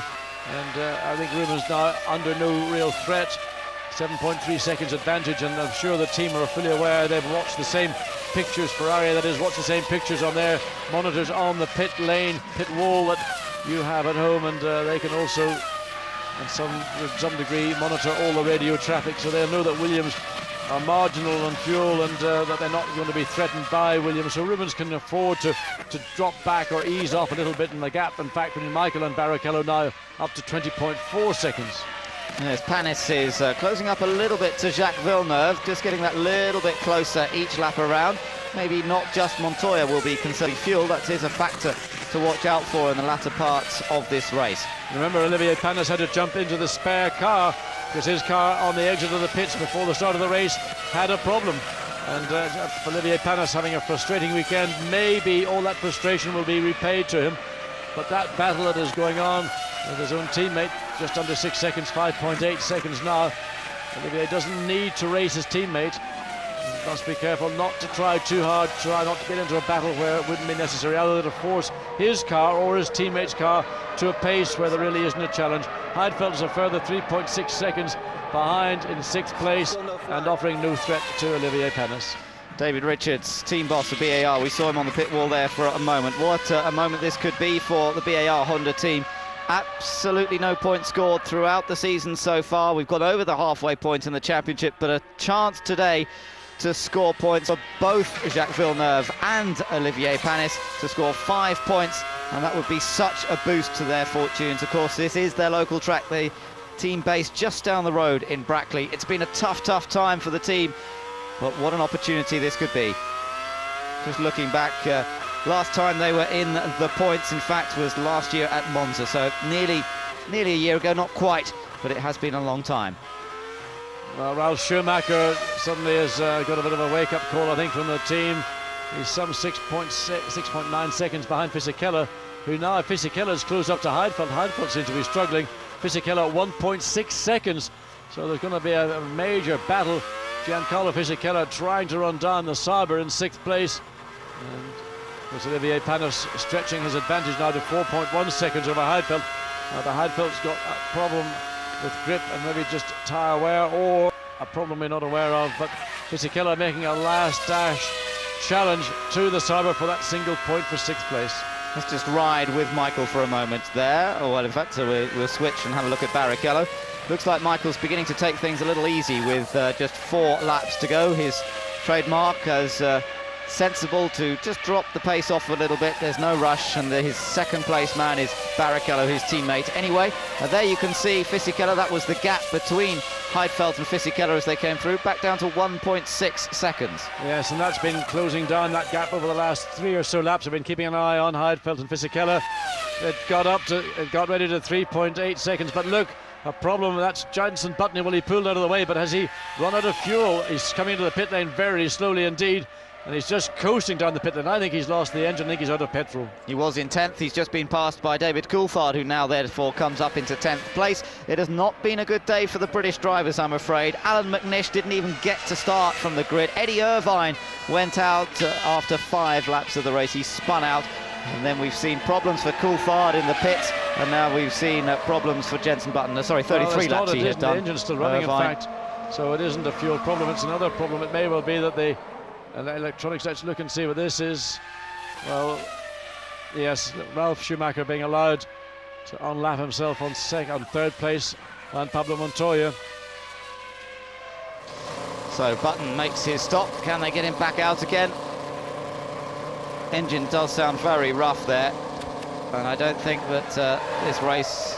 Well, there's a left front problem as well. Looking around the brakes, and is it a mechanical part, a suspension component, and upright? They're looking certainly around the hub, brake area, some of the wheel bearing, something like that. Inside that disc, the hub, the wheel bearing, all that so finely made. These parts are like a piece of Fabergé jewellery. They're just absolute pieces. Take weeks to make. In fact, cost a fortune. And a driver can write one off in the blink of an eye and just walk away and say, oh, sorry. Well, Michael Schumacher has nothing to apologise about. He is storming away once more, looking for victory here at Silverstone. His advantage maintained over Rubens Barrichello, who's just put in a very quick first sector, so we might see the fastest lap of this race go a little quicker again. He already has the fastest lap, Barrichello. Might go a little quicker in the closing stages. Nothing to lose, of course. We have 12 cars still running out of the 21 cars that originally set off. Well, I say 21, of course, McNish didn't even get to move off the grid, so 20 cars actually set off into Copse for the first time. 12 of them left, and Barrichello still charging along on this lap as he enjoys the latter part of the race. Well, a great performance for BAR Honda here, John. Possibly, they've still got to make it through a couple more laps. Villeneuve 4th, Panis in 5th. Yes, and just looking down the pit lane, Jenson Button has actually stepped out of his Renault. There's a problem on that left front wheel. It looks to be to do with the mechanism, the retention mechanism that ensures that the wheel nut stays in place, and whatever the cause was, I thought it was something that looked like he just limped into the pits out of fuel. He came in that slowly, but in fact it's been a mechanical problem.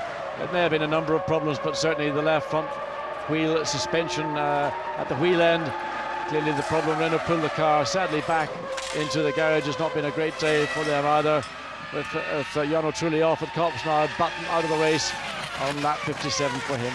But Michael Schumacher is now very much into the closing stages of this Grand Prix. He has a lap and a half to complete, brings it through into the complex for the penultimate time, and the Ferrari fans are cheering and shouting as it looks like it's going to be another dominant 1-2 finish for this team. What a car they have this season.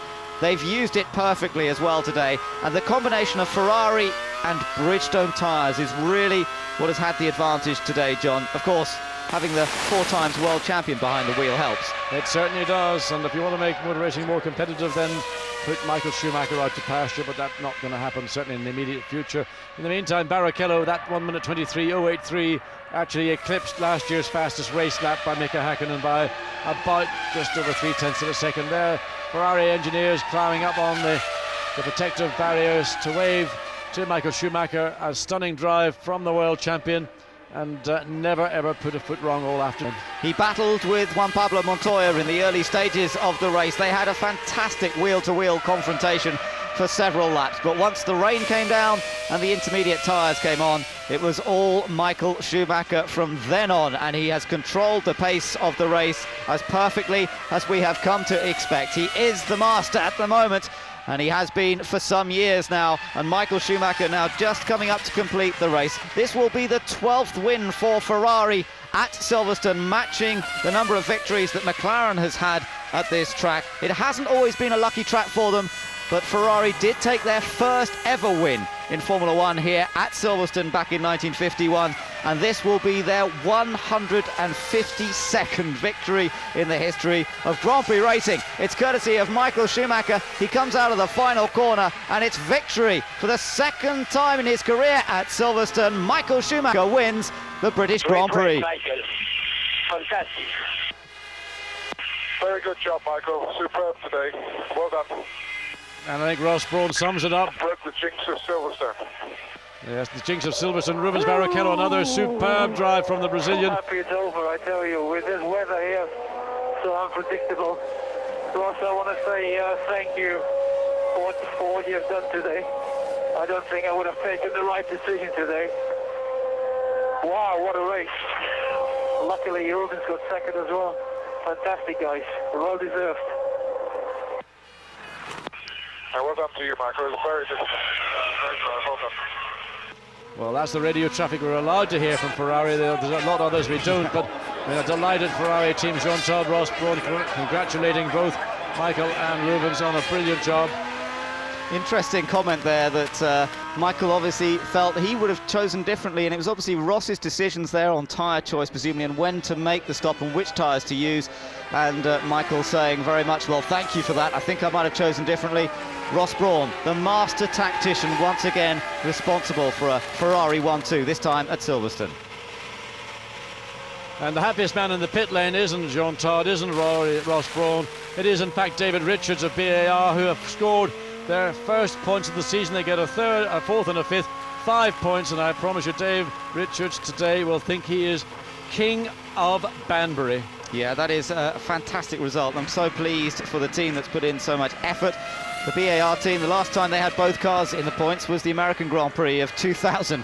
So it's been a while, but Villeneuve and Panis both in the points here today, and maybe they can do something with the rest of this season. Jordan, of course, not making it into the points. Fisichella finished 7th after a race-long battle. It was Heidfeld who picked up the final point for Sauber, and that's good news for the Swiss team as they try and chase down Renault in the Constructors' Championship. And interesting, Ben, we got a glimpse in the pit lane of Jean-Todt walking over to one of the senior Bridgestone, not I was going to say engineers, he isn't, he's one of the senior Bridgestone management, and saying thank you very much, because they know how much this victory was a part of Bridgestone as it was of Ferrari and their 2 drivers. Yes, and of course Bridgestone a major part of the reason that we see both BAR Hondas in the points. But Michael was delighted, and you heard them talk about breaking the Silverstone jinx. He has just had the 1 victory at Silverstone before. That was a wet race as well, and it's happened for him again 4 years later. He's taken the win, and it's a 1-2 for Ferrari. In the Constructors' points table, they leap further ahead, and all Michael Schumacher needs to do now is win in France and then have the opportunity to win and take the title at the German Grand Prix in Hockenheim. What an opportunity that would be for him to take that record, to match the record of Juan Manuel Fangio, and to be able to do it at his home Grand Prix. it could happen. But first of all, he'll have to win the French Grand Prix in 2 weeks' time. Now, for the moment, Jenson Button down in 7th place in the Drivers' Championship. Disappointed today, of course, retired right at the end of the race. Montoya driving superbly, and what a display they put on for us in the early stages of this race. And Barrichello also, good run from him. That was a superb overtaking manoeuvre he put on his mate Montoya. Well, if you think what Barrichello had to do, he had to start at the back of the field, and he came up through the field. He started to get some resistance when he got up to the Renaults. Nevertheless, he made his way through the field. He proved that overtaking is possible in Formula One and drove an absolutely brilliant race. And I think that getting also fastest race lap and beating the fastest lap from last year's race, Mika Häkkinen's 1:23.4 with a 23.0 in these conditions is a pretty masterful day's work from the Brazilian. Great reception for Michael Schumacher after that. That was a hard-won race, and look at that, the two BAR Honda teammates.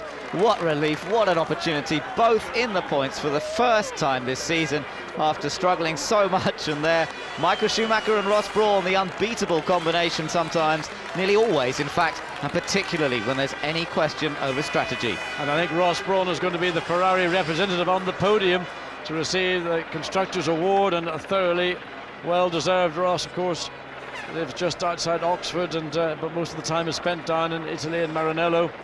And I think there will be a few bottles of fine wine opened this evening by Ross, and it's going to be a memorable Grand Prix here today for Ferrari as well.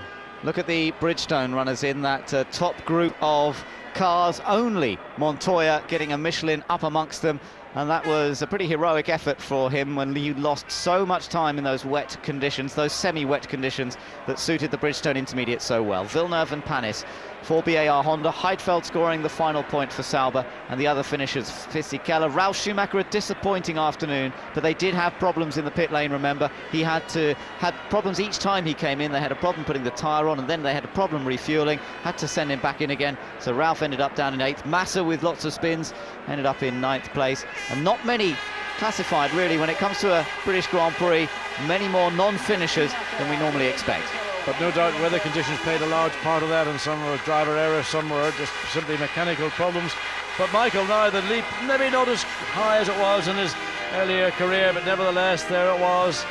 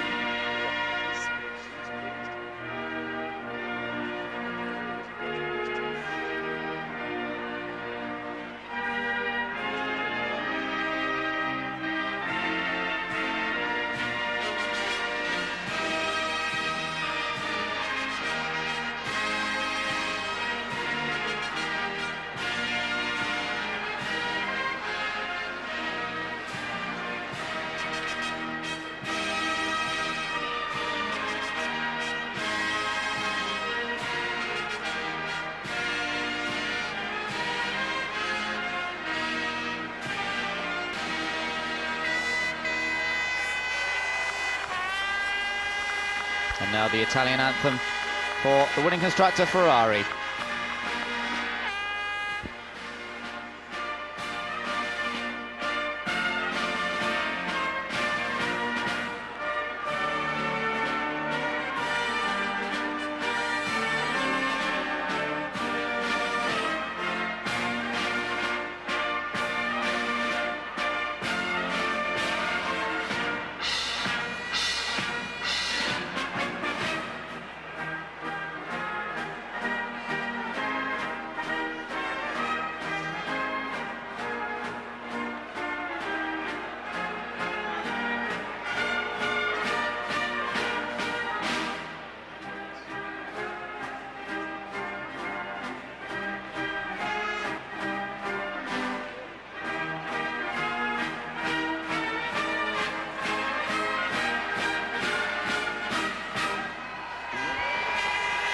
Well, Michael Schumacher does look happy, doesn't he? I mean, he always does, but I think this means a lot to him to win here at Silverstone again after 4 years away from the top step of the podium.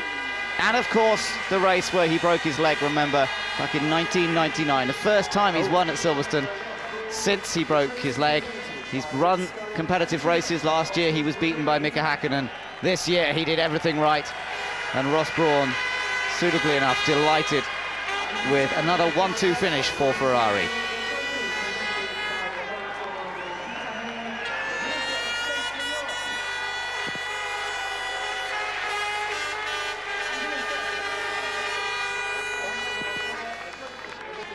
Well, Montoya took the battle to Ferrari today.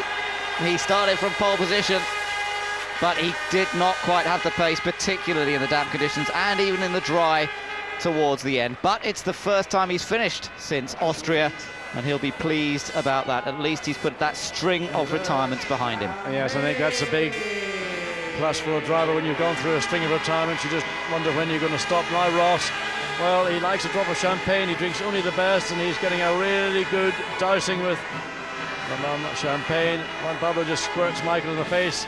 Never a clever idea. Michael's pretty good at doing it. He's been on the podium so many times. And now Ross, well, what can you do? Just cover up. You know what it's like when you get champagne in your eyes. It stings, it smarts, even with the glass as well. I usually there drink you are, it, Ross. Well, Ross will certainly have a lot. He will drink it, but oh, Rubens just pours it down Michael's throat. Well, he'll come back up pretty quickly if he's not too careful. And it's from the podium very quickly into the unilateral rooms for the press conferences. And you're going to see two very joyous Ferrari drivers, and I think a relieved Juan Pablo Montoya. I'm not convinced we would have had quite the same outcome had this been a totally dry race. I think that Montoya was up for it today. And of course all the problems that existed in the pit lane, well, would they have occurred with the refueling, with the problems with the wheel changes have occurred as well. What a race of incident and drama. The British Grand Prix today has been the most eventful race of the season. We saw some great races in the early part of the year, and today has certainly matched, if not bettered, those. We just did not know where to look next in most of the race. Just settling down in the closing stages after Michael Schumacher and Rubens Barrichello had established themselves 1 and 2. The customary leap from Michael Schumacher, win number 7 this season. Thank you very much. And the record of 9 victories in one season, which he has matched himself on 2 previous occasions, surely up to be beaten as well this year. Yes, it's going to be a case of rewriting the rule or the regulations and the record books, because Michael Schumacher, we see how much that champagne shower, it really is a lot more forceful than you think when you see it from just looking at it, the podium. And then Rubens just pours a drop more than down Michael's throat. You can see, well, after a race, tough race, maybe not physically the most difficult or demanding Grand Prix, and in these conditions a lot less load going through the high G-force parts of the circuit. Nevertheless, with 3 stops, and the unpredictability, I think, was the weather was the biggest trouble. You couldn't tell, but Ferrari and the Bridgestone runners were best placed to deal with that intermediate Bridgestone tyre, able to deal with the wet weather conditions, where Michelin really were stuck with either the grooved slick tyre or the full wet tyre, and neither of which was appropriate for a very significant part of the race. So the celebrations down there in the Ferrari pit, and the delight, despite having had a dominant season so far, they knew that they earned victory here today. Great pit work, great slick stops today from them after problems for so many of the other teams, and they're very proud of their achievement, and rightly so. Well, the Italian team, everything went perfectly in the pit stops, refueling. They don't seem to have these problems. I don't know why McLaren had this problem. I don't know why Williams had the problem, and Rubens Barrichello's sister, well, Constructors' Trophy just getting a hold of it. And no doubt she and Rubens and the Ferrari team will have a celebration at the motorhomes shortly after. Well, and that gentleman holding the champagne actually is one of the team's electricians, but a once-a-year worker. He comes along. He actually lives in Basingstoke, and he helps the team out here at the British Grand Prix every year. And what a magic moment it is for him. And well, great moment for Ferrari and Ferrari fans all around the world. Let's go to the press conference now. And it's welcome to the top 3 finishing drivers in the 2002 British Grand Prix. It's Michael Schumacher, Rubens Barrichello, and Juan Pablo Montoya. Michael, it's your 7th win this season, and you really seem to enjoy it, and so did the Silverstone crowd. Yeah, they haven't had many occasions to enjoy victories with me in my time in Silverstone. So obviously they do enjoy the few we had. Obviously great car and a great drive, but perhaps especially a really good tyre today. Yes, so it's the package. I mean, we know we have a very good car. We know we have very good tyres, especially for a race, and we have sort of worked for that very hard with Bridgestone together, with the team. But I think today it was purely down to when to put what tyres. And I have to say, thanks to Ross, he did a great job today. Because I wasn't sure, because we had this drizzling of rain, and sure, in that lap we came in, it was a lot of water, but it could have well stopped immediately, and then you should have stayed out on slicks. And I wasn't sure what sort of decision I should take, and I was glad Ross took the decision for me, and he took the right one. How much were conditions changing lap by lap? Quite a lot. I mean, it was almost dry, then it started raining again, and it was very tricky even then, because the intermediates sort of worn down and they almost were slicks, and then it started raining again, and it was very tricky at certain moments. Thanks, Michael. Rubens, probably one of your most remarkable races, went from 21st to 2nd in 19 laps. Talk us through it. It was quite busy. I mean, it's been a fantastic race in terms of you know, result, because I couldn't wait for more, and it was just you know, I select first gear on the formation lap, and the car, the engine turned it off, and it was a shame, because, you know, I just thought of Barcelona again, not having the ability to start. And when the car got going, I mean, as Michael said, we have the package and the tires and everything, so it seemed quite good. So I was coming quite quickly. On the intermediates, I think I pushed a little bit too hard on them, and they were completely gone. And I had a spin, and but even though I kept the engine running, so I had quite a busy afternoon. And a nice fun scrap with Juan at the end. Well, it's good, because it's quite fair, you know. It's you know, we can fight forever, but it's been quite good, so we enjoy. Yeah. Juan, it was all going so well while it was dry, but once it rained, things started to go away for you. In fact, as Michael went past, you were almost laughing into your helmet on the team radio. Was you just like, that's it, there's nothing I can do? Well, as soon as it started drizzling, it looked like actually our slick tire was better in the damp conditions, and it was a bit quicker than Michael. As soon as he'll dry, he'll catch me again, and he was a lot quicker at the time. You know, you can see lap times. You know, I think it's like 2 seconds quicker. They're faster lap than mine. And you know, from then I really couldn't do anything. As soon, you know, I came out of the pits. I think it was like 8-second lead. And so it took him 2 laps. I was thinking, and I was pushing really hard, trying to do something, but it's impossible. You had that nice scrap with Rubens at the end. I believe you may have had a slight problem towards the end? No, not really. You know, right before we pitted, my tires seemed to, you know, hold on a lot better than Bridgestone. So I think Michelin, you know, has done a lot of development on it, and it's, you know, it's at least a bit competitive. And in the hold-up, you know, Rubens slipped through. You know, I was starting to catch him a bit. And as we're going to bridge, I said, you know, I looked at the other fast corner, I said, he's going to lift a bit, and it just keep it wide open. And when I get out of the corner, I was ahead of him. It was pretty good. But then, you know, tires seemed to go off. You know, I think it's a lot better than before. It's a big step forward. But I think we still need to do quite a lot of work. Thanks, Pablo. Michael, go on to Mexico, where you've won many times. Your confidence must be absolutely sky high. Yeah, and actually with the car we have, with the package we have, we sort of comfortable, or we're feeling comfortable. But then Mexico is a very particular circuit where tires we have seen can play the opposite effect than what we have seen so far. It's more probably like a Canada Grand Prix. Things will be a bit more tight, especially if we have very hot condition, which we should expect for there. So I'm looking forward to a very tight race where still we have the opportunity and chance to win it, but wait and see. I mean, first have to do it. Guys, it was a great race. Thanks very much. Now a word from each in your own language, starting with Michael. Well, yes, indeed. It was a great race, as Nick says there. We enjoyed the spectacle, the show, and Michael Schumacher enjoyed the fact that he came through to take the victory in the end. And as he said, really, the package just that little bit too strong for everyone else to compete with today. Montoya, best of the rest, third place. He certainly gave the battle to Ferrari in the early stages. At the end of the day, though, he had to settle for that third position.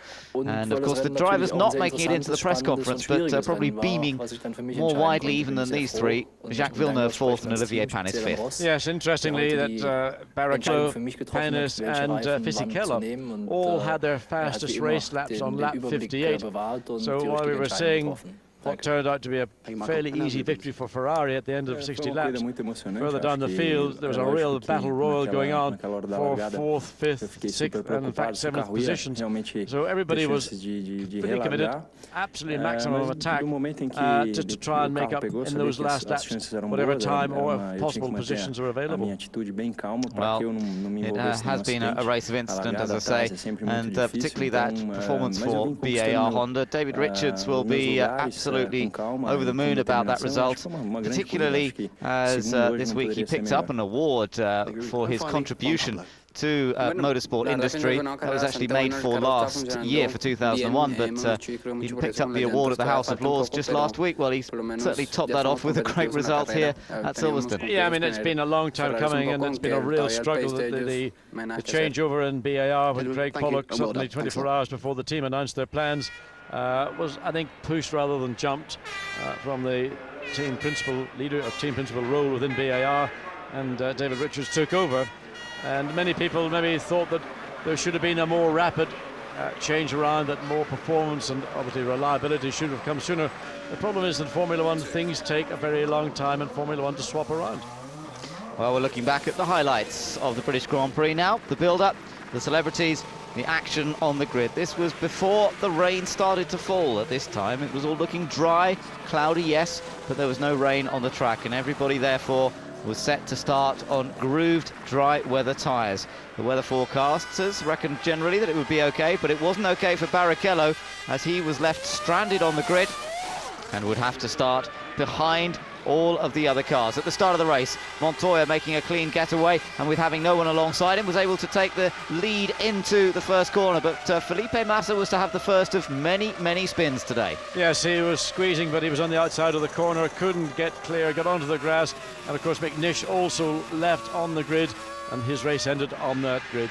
So the interest was watching Barrichello in the first few laps as he forced his way up, but then the rain started to fall. Massa was a visitor to the grass, and we saw other people trying to make up ground. Barrichello still working his way up from that position at the back of the field, and one by one picking them off. Up front, the battle was between Montoya and Michael Schumacher. It looked as though Schumacher would get through, but Montoya was able to fend him off. Yes, there's really a battle about tyres rather than cars or drivers.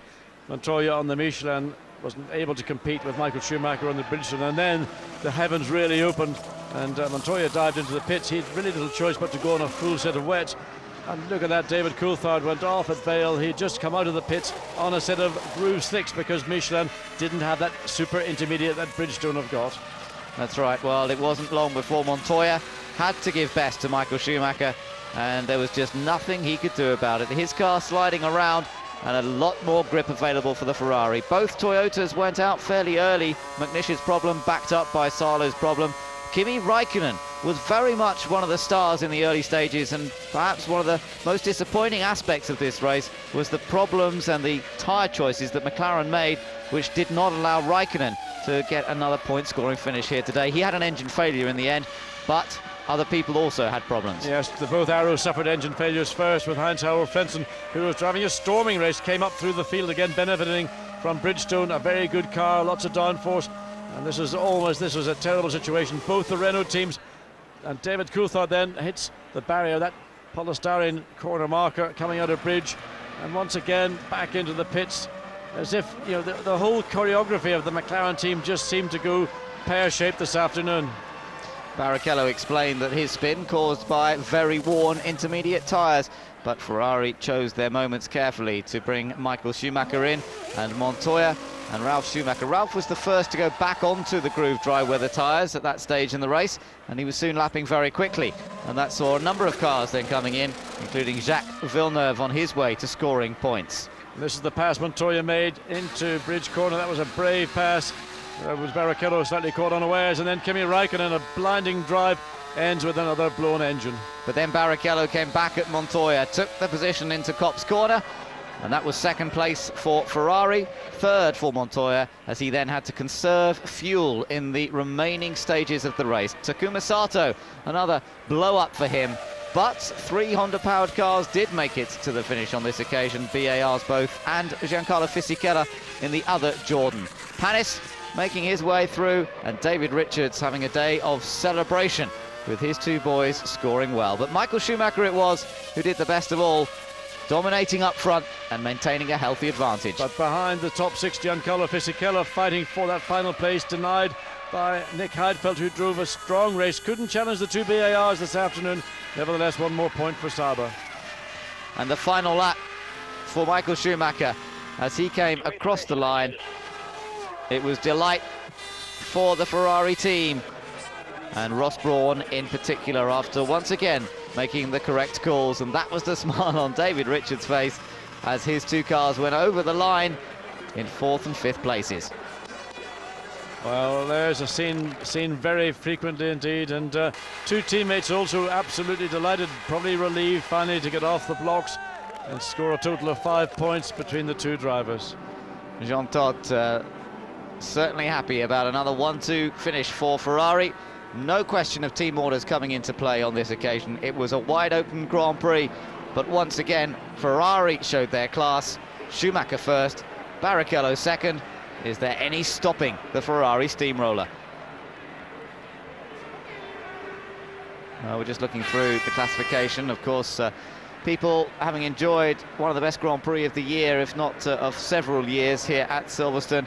Now many of them will be sticking around to watch the final support races. Others will be making their way home and testing out the new road system to get out of Silverstone, and I'm sure we'll have plenty of reports on that. But certainly the reports have been excellent about them getting in so far this weekend. Well, Barrichello had his supporters here. Unfortunately, he wasn't able to back up that victory at the Nürburgring after his problems on the start line. And Silverstone International Airport will become exceptionally busy as the whole orchestrated air traffic control once again gets underway. Helicopters will be ferrying the many tens, well, the thousands certainly, of corporate guests who have enjoyed this afternoon's Grand Prix. What a fantastic Grand Prix it turned out to be. It was so intense, so much going on in those early laps, with both driver error, people using strategies coming in early to change to one tyre or another, and we never really knew until the last third of this race what the pattern would actually unfold into. Nevertheless, Arrows, who struggled here certainly on Friday with all those legal issues that were dogging the team, came out on Saturday, did a good job in the morning, couldn't really match it on Saturday afternoon in qualifying, but in the race, Frentzen in particular drove superbly and fought his way up through the field, benefiting from a very efficient car at Silverstone and once again from Bridgestone tyres.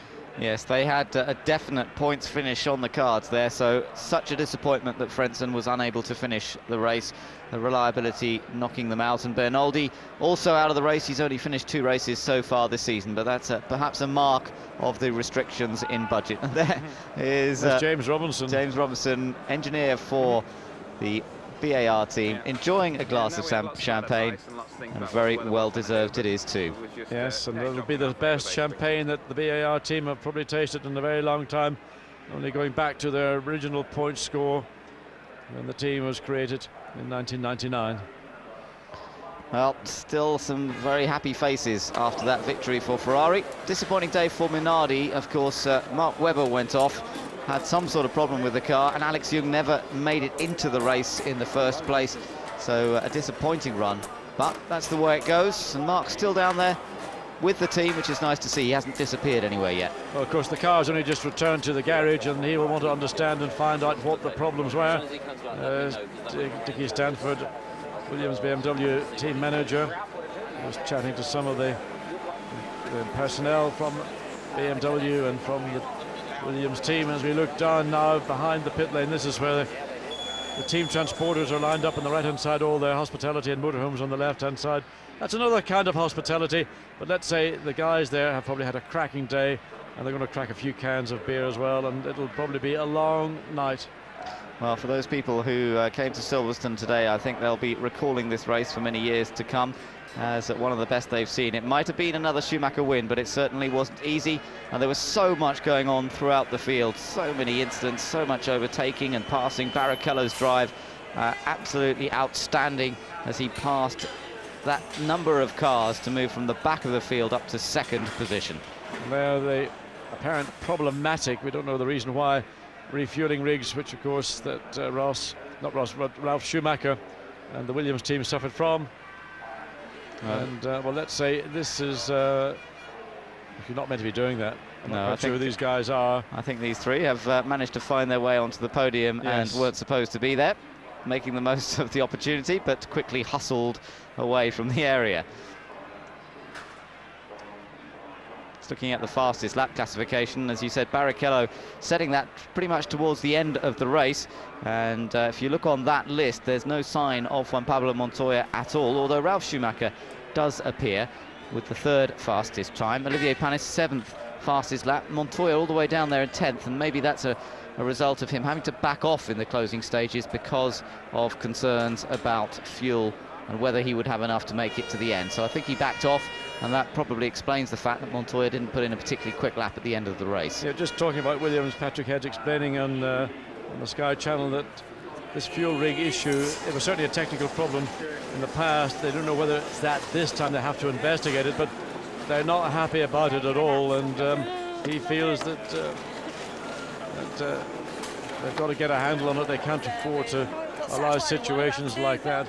Whereas with Juan Pablo Montoya, although we heard commands from the pit lane just to reduce the fuel mixture and do a few other little changes, there wasn't actually a problem, and they just decided that in the interest of security and to get that car to the finish, unlike Takuma Sato's, which has had a fairly catastrophic blow-up. There you can see a mixture of fire extinguishant powder and liquids that have got attached to the airbox and the shielding that covers the top of the engine.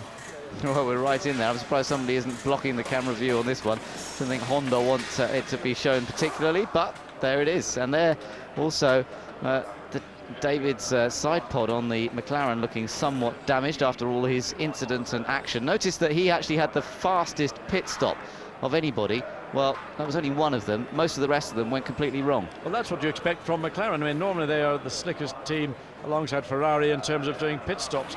That damage on David's car, I think, was when he hit the polystyrene corner marker just coming into Priory Corner. Shows you how much, even with polystyrene, at 100 miles an hour, it can still do a substantial amount of damage. And that's a carbon fibre pod. It may not be very heavy, but it's plenty strong enough to withstand the aerodynamic downforce and loads that would be subjected to. Well, a bit of sunshine out there, despite the strong breeze still blowing. That's certainly whipping up the barbecues, good and hot, as everybody just relaxes after the events of this afternoon. Many making their way home, but many, as you say, just prepared to enjoy the rest of the afternoon in no rush and perhaps get a glimpse of the cars being packed away. And I don't think they'll get much chance to see the drivers. The drivers will be leaving the track soon, I'm sure. One or two of them will stick around with the teams for a while. Toyota, not a great day for them, I'm afraid, particularly for Alan McNish. And I do feel for him after starting his first ever British Grand Prix as a Formula One driver, and there it didn't even get off the line. He didn't even get down to Copse Corner. A repeat of Imola, effectively, for him, and very, very disappointing. Well, Jackie Stewart makes his way down the paddock wearing the Stewart. I don't know, that's the racing Stewart Tartan. There's about 15 Stewart Tartans, and Jackie's got his trues. But for Toyota, really disappointing for Alan McNish. And technically he did start the Grand Prix, but he didn't actually do a racing lap, and that's quite an odd one to put into the record books for your debut Grand Prix. Mika Salo went out very early in the Grand Prix, having started 8th in the grid, and well, potential was there. Maybe not the right tyre choice or tyre for the day. Nevertheless, Toyota, a team of the future. Yes, and who's going to be driving for them next year? Well, I think Alan McNish has certainly done a great job this year and is a star to have in the team. The question is he the right man for Toyota for the future? And that's what everybody seems to be asking in pit lane at the moment.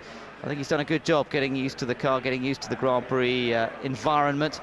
But Formula One is a tough business, and Toyota will have their own reasons for choosing drivers that are not always just down to how well they perform in the car. Of course, they've got young drivers under contract. Ryan Briscoe, for example, currently in Formula 3000. He's on their books, and they really want to develop these young drivers and bring them forward. And that's always putting pressure on the incumbent drivers, Mick Asalo and Alan McNish. So it's not just the pressure coming from externally, but it's also within the team. David Coulthard off to do the interviews. A quick hello, goodbye, and he's back at work again. There's not much spare time for a Grand Prix driver, certainly when he's at his home Grand Prix, and there'll be lots of questions going on. It's good to see David still being able to smile a little bit after what was an absolutely disastrous event for him. And they had no chance after all the fun and games that were going on in the pit lane. It just, for McLaren, everything went wrong. Well, if you're a professional racing driver, which David is, part of the responsibilities is to carry out your press duties, and David is tireless in doing that. I mean, every request that we make to McLaren and to David to come and to give us an interview, be it in the garage or on the grid, he's always there to do it, and that's one of the qualities that marks David out as being one of the most cooperative and helpful people on the grid, on the circuit, and he always does it with a smile. Many others do it begrudgingly and sort of shirk out of doing it, but David's there, and a real trooper.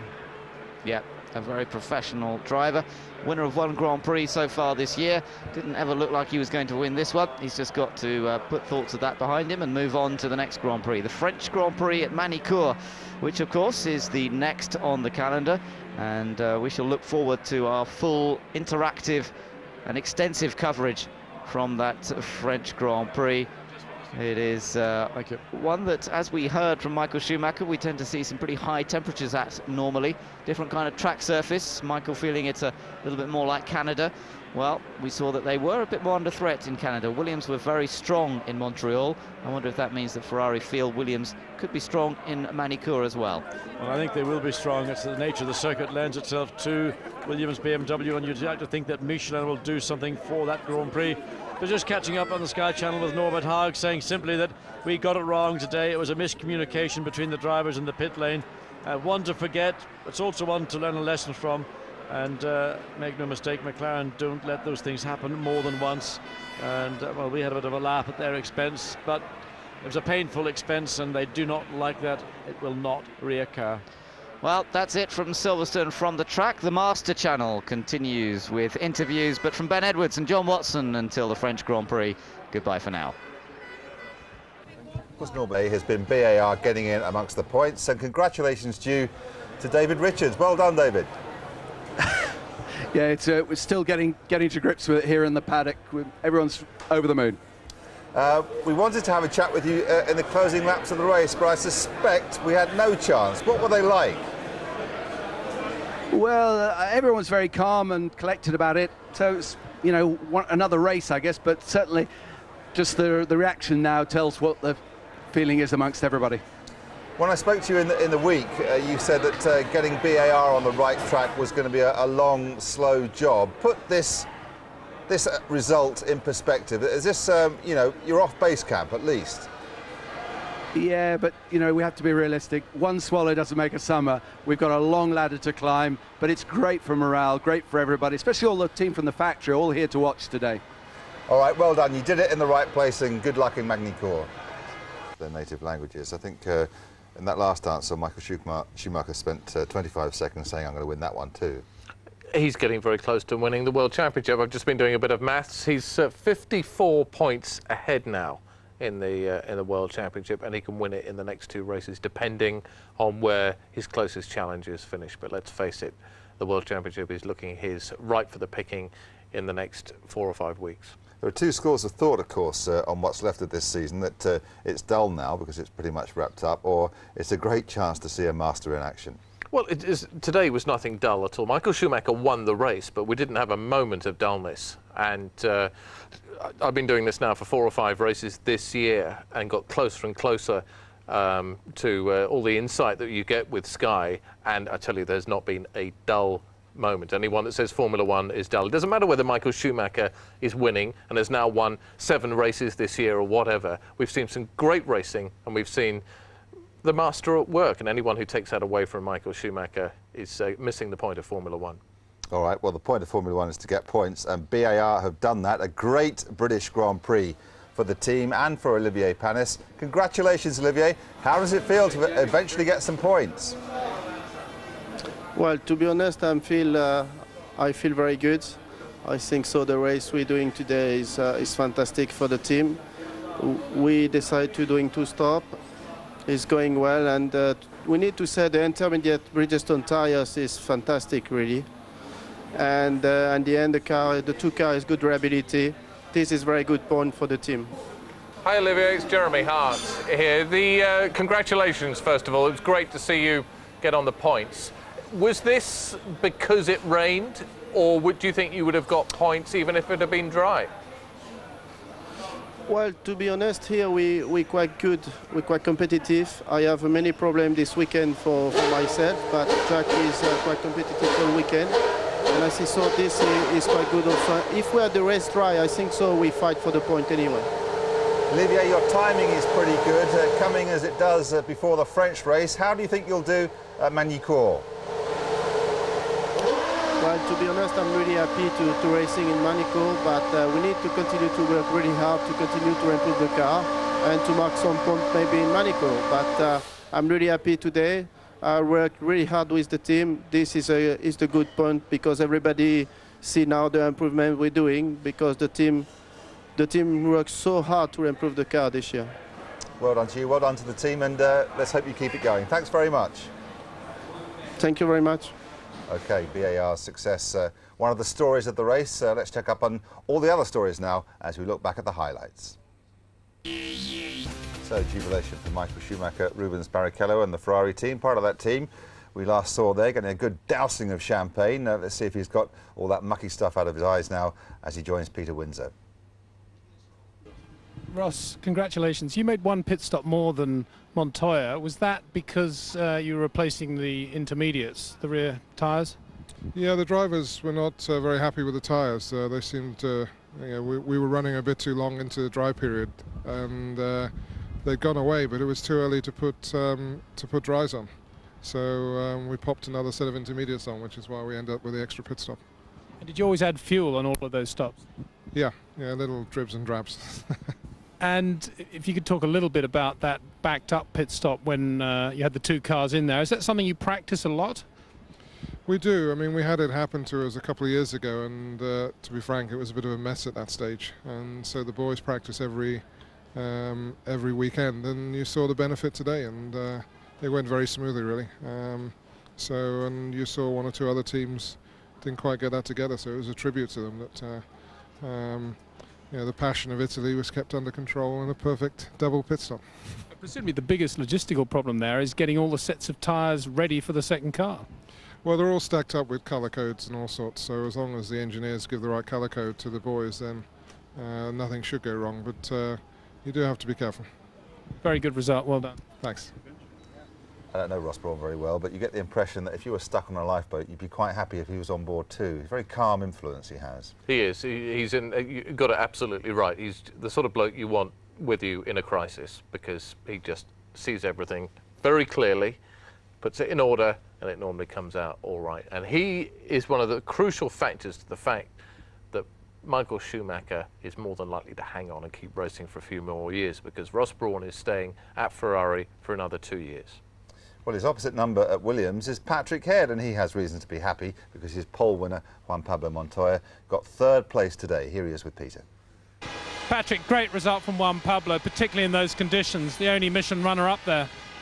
Yes, I think in the first 7 or 8 cars, there's only Juan up there, and certainly there's a good way to go in damp conditions or wet conditions with those tyres. But no, I mean, it's disappointing not to get a 4th with Ralph, and we had another refueling rig problem. We've got to find out what the problem was, but it's the 2nd time it's hit Ralph this season, and with equipment that really should be, I mean, technically the requirement for pushing a bit of fuel into the car is very low tech, and we really shouldn't be having these problems. So the suggestion is that the problem is outside that of the team's jurisdiction. It's an FAA supplied problem. Well, certainly the Montreal one was a technical problem with the equipment. which was supposed to be corrected here. There was a technical correction, but it's too early to say exactly what this problem was. You know, one has to say there's Williams with 2 problems in 3 races. Maybe we've got a problem, but I know in the first case it was a technical problem. We'll have to see what this one is. And what was going on with Juan's engine at the end, towards the end of the race? There was no problem. He was just he was a long way ahead of Jack. He was just taking it easy. Thank you very much. Good, thanks. Well, there's a smiling team boss. We've heard from one other smiling team boss today, David Richards. We've also heard from a smiling driver, Olivier Panis. What about the other one? Jacques Villeneuve is with Amy. Jacques Villeneuve, fantastic race and a brilliant result. How on earth do you feel? Oh, it feels great. It's been a tough season, and finally to get a result and the 2 cars and the point is great for the whole team. That's fantastic. David said that teamwork was behind it. Is that what you feel? The whole energy was great this whole weekend. The car was good from the first lap, and I guess that got everybody pumped up. Now, of course, you fell victim to the changeable British weather conditions. How did that affect the strategy? Not too much. We just came in the pits a lap too late, but apart from that, it wouldn't have affected our position at the end of the race. Thanks, Jacques. Jacques Villeneuve, points winner, interviewed after the race instead of just before it. Do you think Jacques Villeneuve's time can come again? I wish it would. I really do, because he has got such talent, and we've seen that before earlier in his career when he became world champion. And hindsight is a wonderful thing, but if he was in a really quick car now, we have the possibility of Michael Schumacher, Juan Pablo Montoya and Jacques Villeneuve, the 3 quickest guys in motor racing, fighting it out, and it's just such a shame he's in a car that's not a winner at the moment. Well, Villeneuve, of course, has been there, done it. Nick Heidfeld is one of those many think will one day go on to prove he can do it. He got a point today. Here he is. Okay, Nick, close race with the BARs there at the end of the race. How did your car compare with theirs?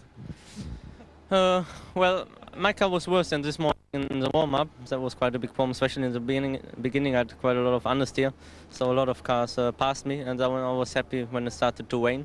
And obviously the Bridgestone tires were better than the Michelin there. I could do a similar pace than the BAR, but there was not much between us. Is that because the understeer came back towards the end of the race?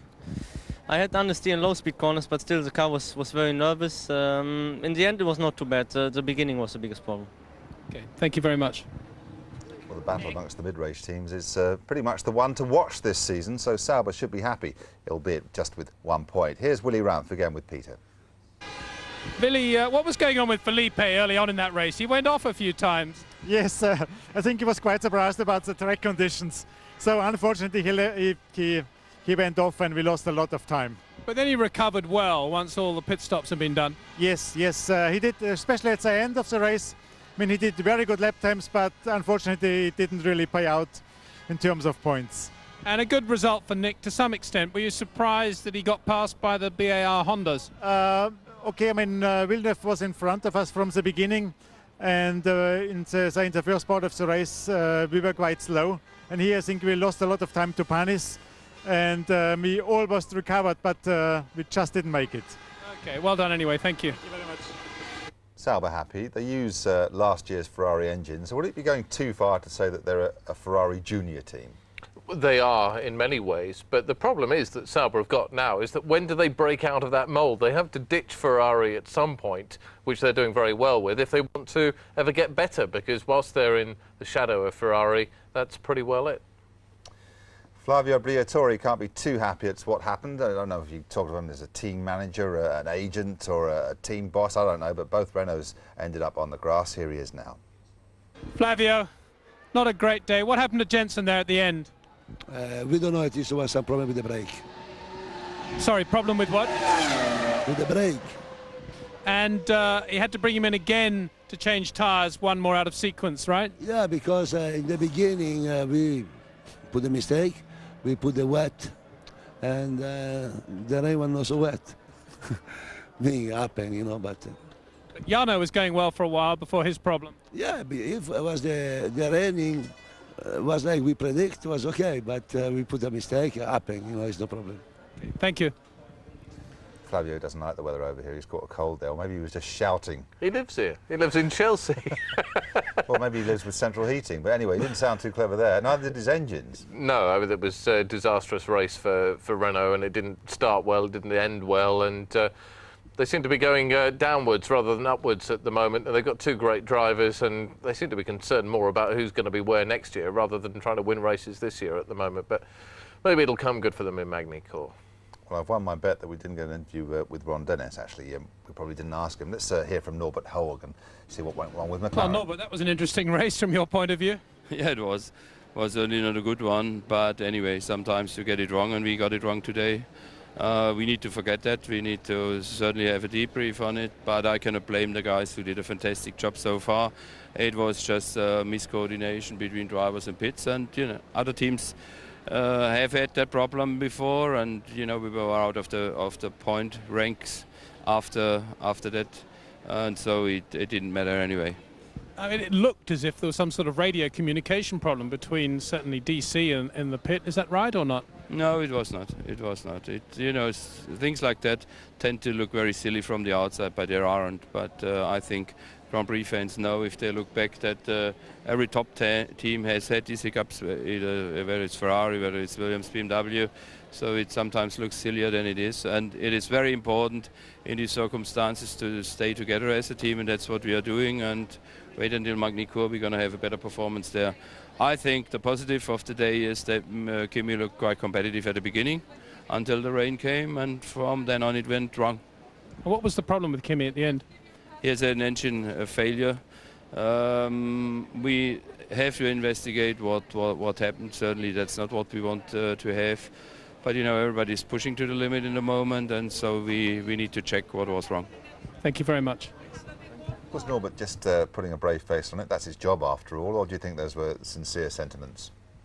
I think they went into automatic, actually, after... it's not often that McLaren have to explain that they completely screwed up, which they did here, and it all went wrong in the pits. Somebody will have to take the blame at the end of the day, and it definitely wasn't David Coulthard, and it definitely wasn't Kimi Räikkönen. OK, lousy for McLaren, but great news for BAR. In the points at last, and could this be the start of David Richards' long-boasted plan to put them back to the top, or even take them to the top?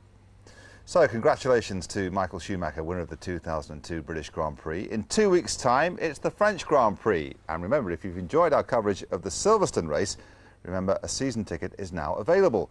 You can buy your pass to all the rest of the season's races right now. To purchase, ring 08702 418 111. Or you can wait until we're off air and press the red button. £50 is what it'll cost you, and for that you get access to all the remaining races and all the interactive features for the rest of the season. Sky Sports 1 has a preview for that at 6 p.m. on Thursday the 18th of July, my birthday. I'll give you the address for cars later on. And here on Channel 434 we have practice sessions 1 and 2 on Friday, starting at 9:30. On Saturday it's practice 3 and 4, and that starts at 7:30 in the morning, followed by qualifying at 11:30. Sunday has warm-up at 8 a.m. and then the race build-up starts at midday. Well, my thanks go to Jeremy, to John Watson and to Ben Edwards for the Super Channel commentary, and to Peter Windsor for all of his pit lane work. We're all back for Magny-Cours in France, and guess who won there last year?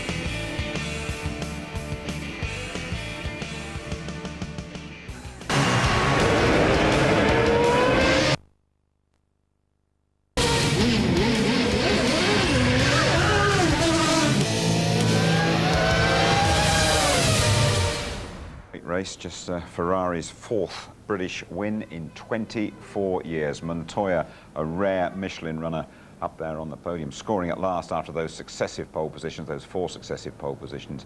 Villeneuve and Panis, excellent for the British-American racing team. And Sauber, who put both cars in the top 6 last year, Nick Heidfeld making his point this time round. Well, what does that mean? He's even further ahead, Michael Schumacher, as he hones in relentlessly on world title number 5.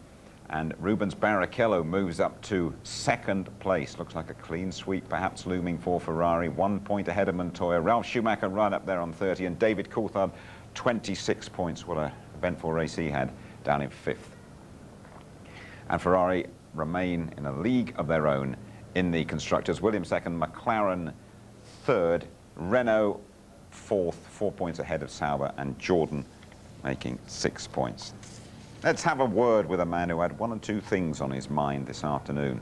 He is the chief mechanic at BAR, Alistair Gibson. Lou, he's all yours. This is him indeed, Jim. Alistair, we were talking about you earlier on, and what a big day this was for you. First of all, though, what a fantastic day for the team. Yeah, fantastic. After the year we've had this year, it's been terrible. And to score points with both cars at our home Grand Prix, and all the factory people that are up here for the weekend, and all the factory people who are watching around the area, it's just fantastic for us. But was it really worth missing the birth of your child for? At the moment, it's not born yet. My wife's in labour, but this morning she woke up and it all started, and I got out the books and started reading up, and I'm a bit of an expert now on childbirth, I think. I read all about it and that, and I just sort of looked at it and I said to her, if it's okay with you, do you mind if I just go up and lift the lollipop a couple of times, and I'll be back as soon as it finishes? And she looked at me and looked at her watch for the next contraction and said, you better go. I can't believe what a good wife you've got. Yeah, she's massively supportive of what I do, and you know, over the years and racing and testing and all that, she's just a great wife to have. Well, listen, this is the all-important mobile phone. I'm going to give it back to Alistair now to see if the news comes through. Thank you very much. Thank you. Well done, Lou. We've got a bit of time before we leave you as well. We'll keep you right updated on what happens there in the Gibson household. Carolyn is Mrs. Gibson, and we'll let you know what's happened, is happening, might happen. Pictures of the baby in the next Grand Prix. We'll do the lot, shall we, Tone? Absolutely. Well, Gibson, if you remember, we had his sculptors on a while ago. He did those fantastic sculptures of the sharks, which we showed. He's also an artist. He's a good all-rounder, but he's a great motivator in that team, the big South African guy.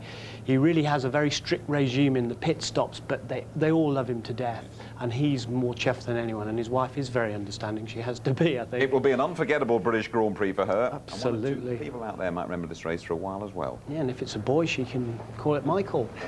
Sum up the British Grand Prix.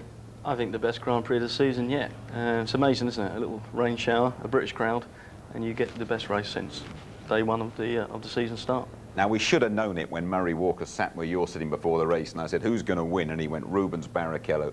We should have known something was going to happen to Rubens at the start, shouldn't we? Oh, Rubens, unfortunately, yeah, he had the problem there. But don't worry, I sat back in the seat and we rectified that with a Michael Schumacher victory. But no, Rubens there, what a shame for him. I mean, technical failures at the beginning. You see him shaking his head there. He's, you know, putting his hands together.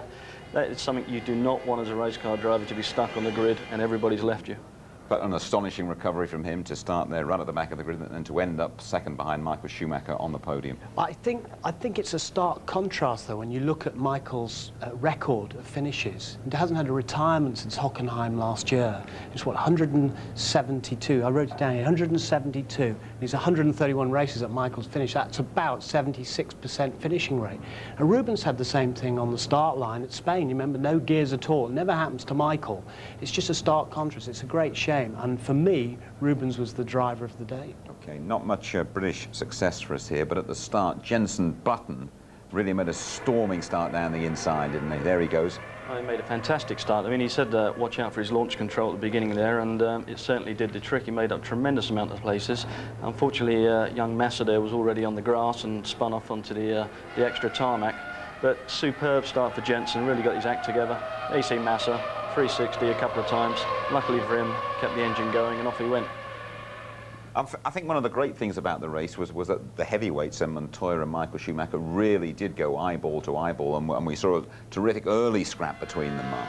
I think this is what we're all here to see. I mean, this is real racing, and this race has just set the scene for what I hope is going to come in the future. But here with Michael Schumacher, just getting his eyeballs full of the rear of that Williams and the Michelins there, which weren't the tyre of the day, unfortunately, but Michael certainly made him pay for it by the end of the race, didn't he? We've totted them up, Tony, haven't we? 49 pit stops in all at the British Grand Prix. David Coulthard had 4 of them. He gambled and he led the race for a while, but it was never really going to be his day, was it? Well, he could have been a hero, couldn't he? Not even the best weather forecaster could predict that the rain was going to continue or whether it had stopped. If it had stopped, David might have gone to his hat-trick of British Grand Prix wins, you never know, but those shots said it all. I mean, we savoured all those shots, those in-car shots, and then the shots of him going from lot to lot was superb. You used to do all that. I think what Martin said in the commentary, you know, what people might not understand is from outside, you think, oh, the car's on the ground there, it should be gripping, there should be no problem.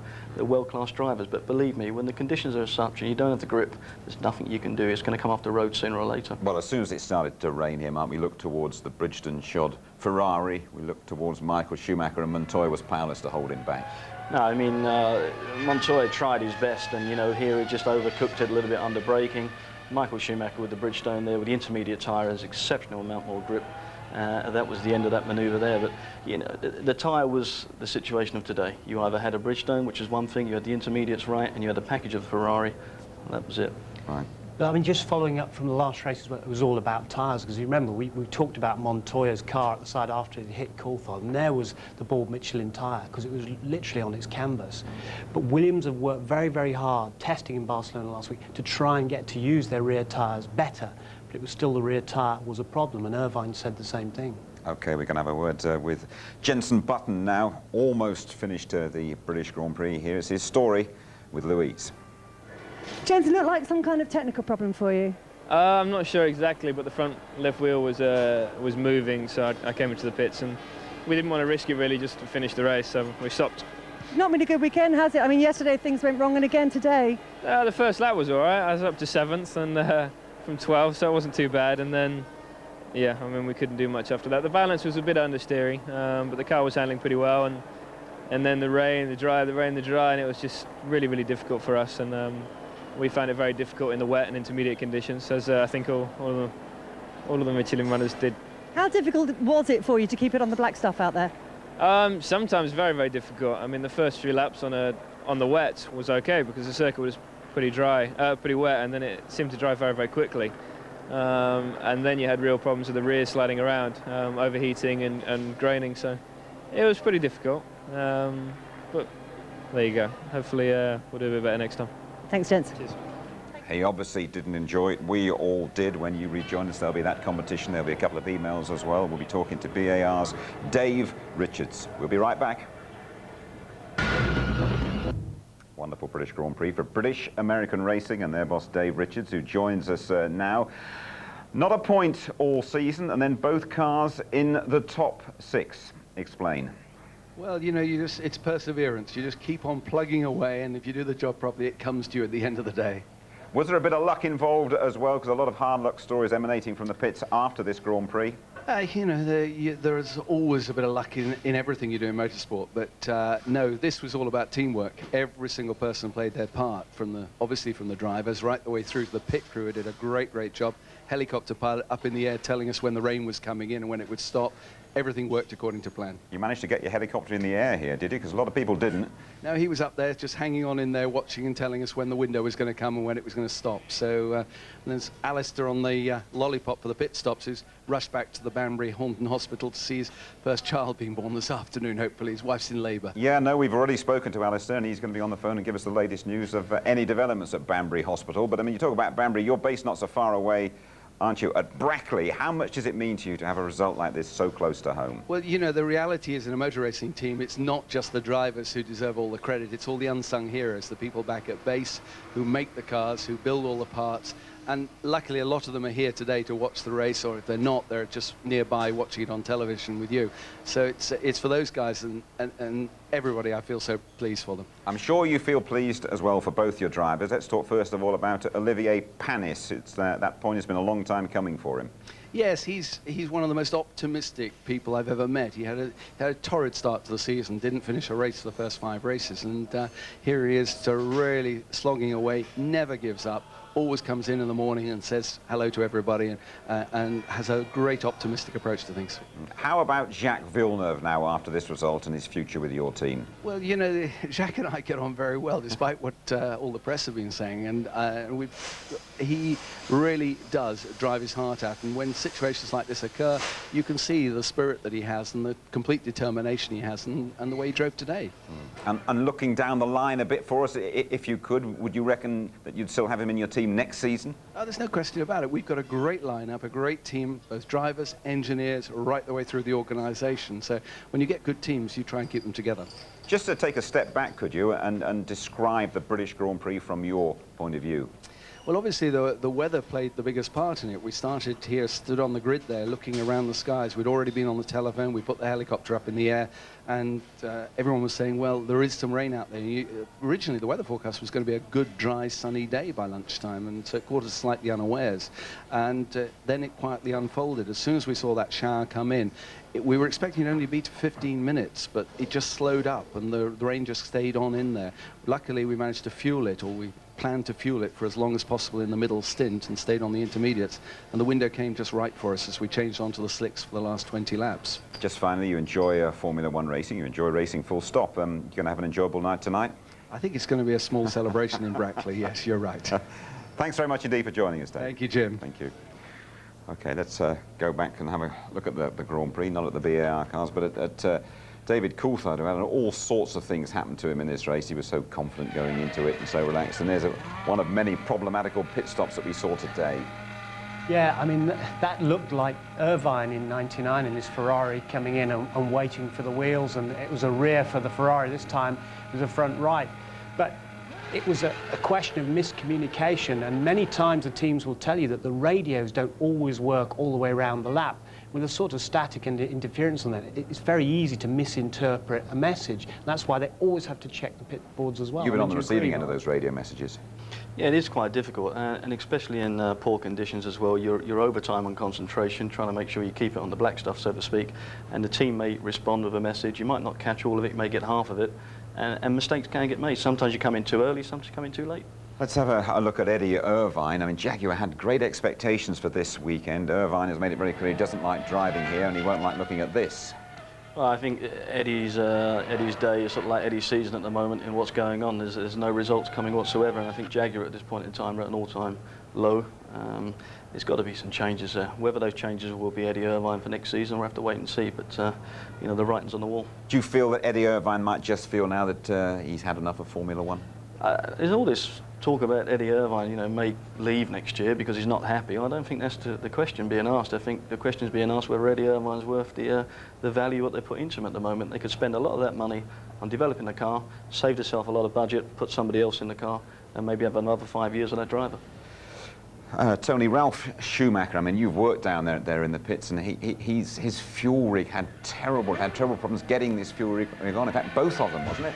Yeah, and it was a recurring problem for another team. This was a recurring problem for Williams BMW. It happened in Canada, and they had to take the reserve out. That caused him points, then a loss of points because he dropped to 7th place in Canada. He dropped way down the order today. And they said with his Intertech fuel rigs, which everybody has to have, it's standard equipment, then we're going to investigate it. We cannot afford to have this happen again. It's happened again. My only theory, I don't know whether you feel this happens, Mark, but because it's an aircraft style male female, and it's, you know, it just relies on two surfaces going so close together. With the rain and the dirt and everyone spinning, I don't know, in those cases there could have been a bit of it takes just a little bit like that, and you can't get the contact on the surfaces, and then you can't link up the hose properly. It's a very heavy piece of equipment. And a similar sort of thing happened to David Coulthard as well, as if he need anything else to happen to him. And this is it as well. And of course, it's always frantic down there in this pits, especially with a race like this where it's wet, dry, damp, and they're in and out of the pits, as David was 4 times, as we've said. Very, very difficult for everybody under a lot of pressure. And for the blokes to actually get their spare hose over so quickly is a mark of a well-drilled team.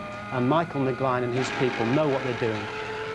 It's been a horrible British Grand Prix, really, for McLaren, for Coulthard and for Kimi Raikkonen. Ron Dennis is the McLaren team boss. Let's see what he's got to say about it. Here he is with Ted Kravitz. Ron, it was on a similar kind of day back in '93 in Donington, where McLaren scored maybe one of their best victories. A very different day and a bit worse luck. Indeed. To be honest, it wasn't made any better by the fact that the television channel was open to our pit system. So we had television commentators in the background right through most of the Grand Prix. It really made life very difficult. And that created a miscommunication. Kimi stopped without any instruction. David did the same thing. But we were struggling with communications all the way through, primarily coming out of the digital feed into our system. So a frustrating day. Not the only reason, but certainly one of the most significant. Well, that's really a matter for the frequency management people, isn't it? Well, you know, once we had actually been able to make contact with FOM, they discovered the fault and unplugged what was ever connected, but it was extremely disruptive to our race. Not the only reason, but certainly didn't help at all. Just goes to show, you get all sorts coming into your ears when you're driving. I know the feeling, by the way. Yeah, it can be like that up here sometimes. But, you know, I mean, Ron Dennis clearly frustrated, and you would be. I mean, the amount of commercial value sitting on a race is huge. But there's many, many people sharing the airwaves over the course of a Grand Prix. Those guys have normally got a scrambled channel, so there's been a big mess up somewhere. Let's have a look at one of the great battles, the all-South American battle. You can both have a look at this. Rubens Barrichello and Montoya, Tony. Yeah, I mean, this was a battle to savour, to be very honest. And I was surprised, actually, by Rubens Barrichello's reaction afterwards, because Copse is so quick when you go in there, and the G-force on the go. We can see it out the corner of the studio, and the car just darts and changes direction so quickly. And there were fractions in that, as you saw, as they cut across each other. That was just marvellous. It's been one of the best races I've seen for a long time. It's certainly one of the best British Grand Prix. I think we should have sprinklers all around the track. Going back to that radio, by the way, one of the drivers yesterday had an order for a cab from Northampton, so that was a bit more interference than Ron had, I reckon. OK, to Jacques Villeneuve now. First points of the season for him and for BAR. Here he is with Louise. Quickly. Congratulations, Zach. First points for the team. How much of a relief is that?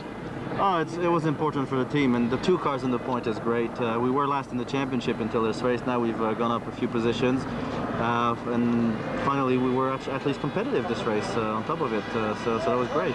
What's this result going to do for the team and the morale? Everybody needed it in the team. It's not going to make our car quicker, but it will make everybody happier, and usually happy people work better. You've been looking strong all weekend. Were you quite confident that you could come away with some points today?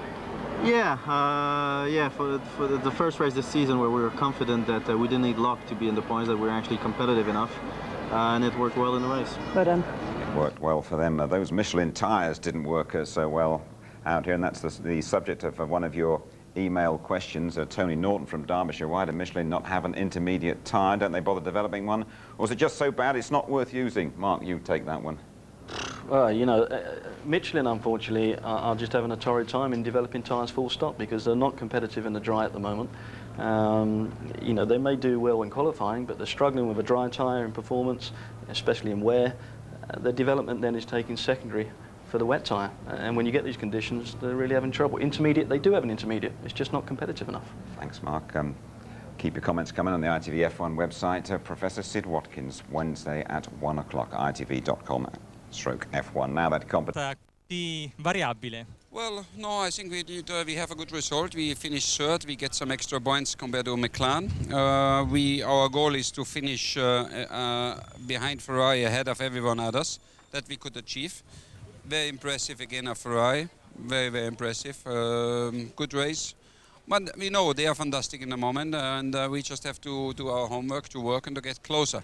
Allora Gerhard dice che è relativamente contento perché più di questo non si poteva raggiungere. Alla vigilia ha detto arrivare al traguardo, un posto sul podio è quello che noi possiamo raggiungere, finire davanti alle McLaren, questo è il loro obiettivo quest'anno, e poi queste Ferrari sono fantastiche, sono incredibili, impossibili da battere. Allora la Williams, BMW deve ancora fare i suoi compiti a casa e migliorare, ma c'è stato anche un po' di confusione oggi al box, confusione inutile. Not with us. I mean, with Juan, we did a fantastic strategy. It worked out very well. It was on a 2-stop in the end, and we saved 1 stop compared to most of the others.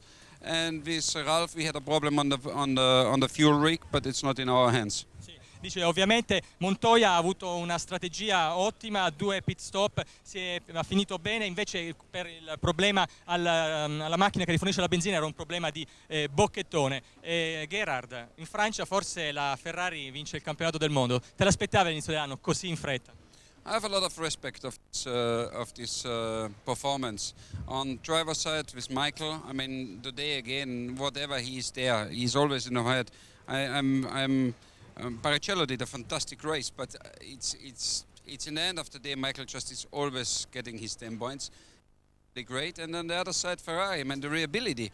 I mean, statistically, they should stop now, but they never do. So well done, nothing to say. Thank you. Allora, Gerhard Cetto ovviamente ha un grandissimo... Team made the right call for the day, all day long, and it really helped. Yeah, when we saw the problem with Ralph with the refueling, does it make you nervous when you hear your teammate has a problem with the refueling system? A little bit, but it actually paid off into my hands really well, because we were thinking about to stop, and as soon as that happened, it started drying out again. And I said, no, stay out. So it helped us. Thank you. Another difficult... Ross, knockout victory by the rain, would you agree? Yeah, it was pretty spectacular race. It was a job to know quite what was going on some of the race, but I think we had the best tyres today, both in the dry and the wet, and but it was very tricky. I mean, drivers had their hands full today, and but our forecaster kept saying, no, this is only a quick shower, it's not going to go anything. So we had our forecast saying this is only a little shower, and we were looking up and it didn't look like a little shower to us. But it started with a problem at the pre-start with Rubens. Yeah, we don't know what happened. We took the steering wheel off, put it back on again, everything was fine. So we need to have a look at the data and see what happened. But yeah, that was a bit disappointing, but he drove very, very well. Both drivers drove very well, and obviously the circumstances and the way he was driving enabled him to make his way through the field. Yeah, Rubens was from 21st, because one was missing, 21st to the second in 60 laps. So how did you like the overtaking? Well, people who criticise Formula 1 should have watched a race like today, because it was fantastic. It wasn't just Rubens, there was lots of great drives out there today, so yeah, it was very, very exciting. So last question, now you have to answer it. When will Michael be world champion? Oh, I don't know. I haven't looked at the points. We need to.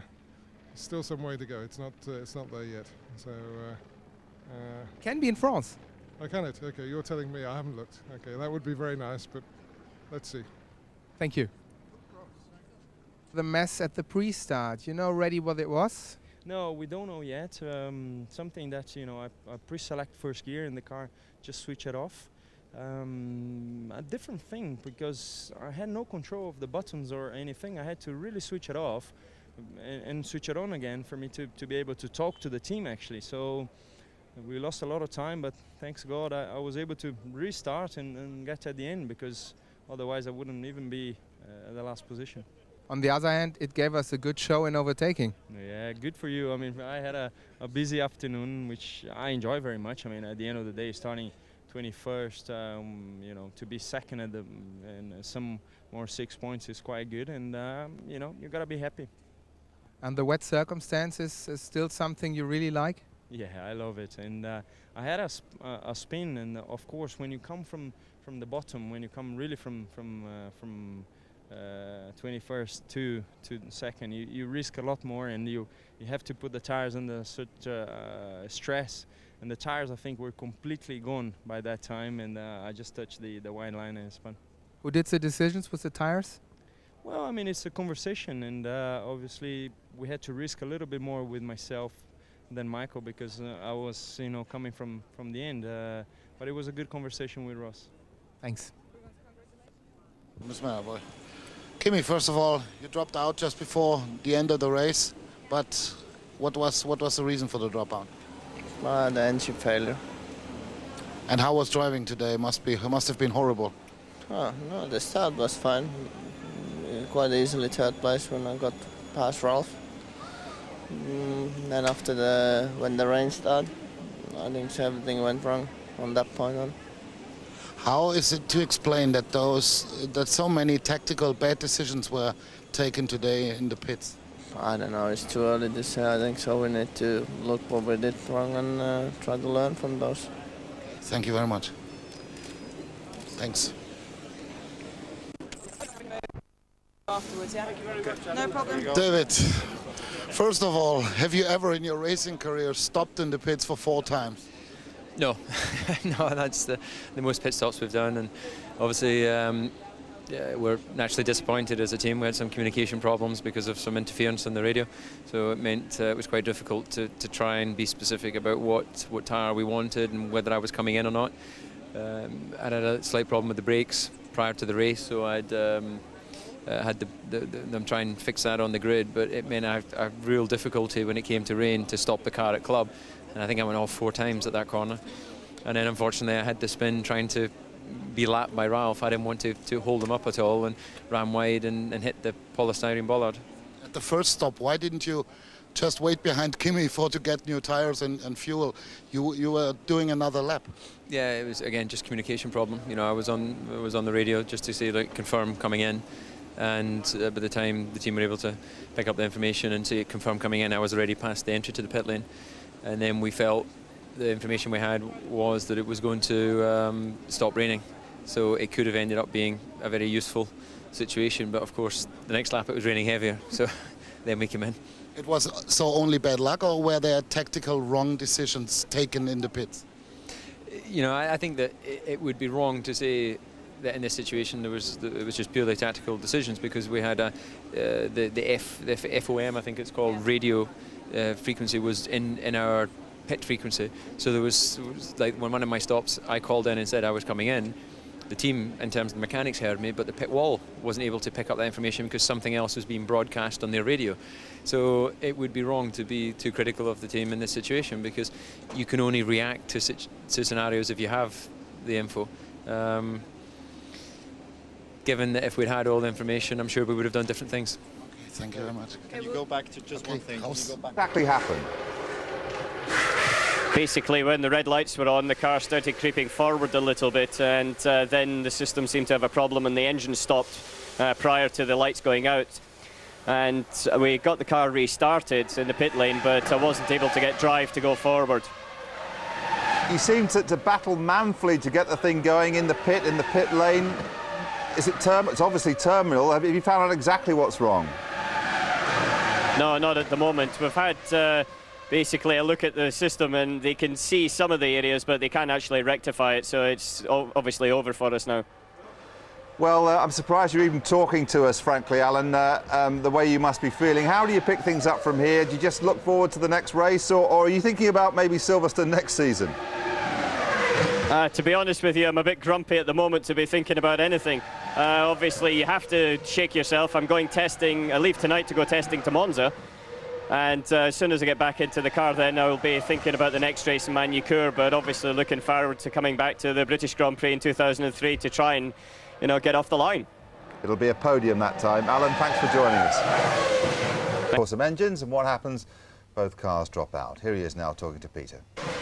Tom, I don't know how to begin really, because obviously it's been a horrendous weekend for you in terms of how it began. Both the guys were looking fantastic in the race there, and then both of them suddenly out with, what, engine failure? Yeah, the cars were, we thought if it rained the cars would be very quick with a lot of downforce. The car's very efficient, but unfortunately we've lost engines on both of them. So. Was there much indication on the telemetry that anything was going wrong? I got 30 seconds notice on Heinz's car. Probably something in the valve train and went down in the engine, and that's it. It's been a tough weekend, but how do you see the future now? Well, there you go. It's motor racing, isn't it? You know, it's a pity. The engines have been very reliable all year. It's ironic that we have to have the trouble here with the cars, but anyway, there we are. The next race? Manucourt. And who will be the owner of the team? How will the team look? I have no idea. We'll see what happens. Well, very best of luck anyway. Okay, take care. All it needed was a shrug of the shoulders, but he seems just resigned to whatever comes next, be it rain, shine, the future being orange, whatever way you want to put it. The future's very grey at the moment. By sale or return, I think maybe he should have had worked into the contract with Cosworth after that money. But no, he owed them the money for stuff that had already been done earlier in the year, and it had to be paid, and that was right. But what cruel, cruel luck, the fact, though, that it was the engines that gave way here. Attrition so far at Silverstone, somebody to suffer, either through the weather or mechanical problems, we don't know yet. We'll find out now. It's Jarno Trulli who's talking to Peter. Jarno, looking brilliant in the wet there. What happened? Well, just after the stop, I had a problem with the electronics, so the traction control didn't work anymore, was holding me up on the straight, so I had no more speed. And also the gears started to go mad, so it was downshiftting.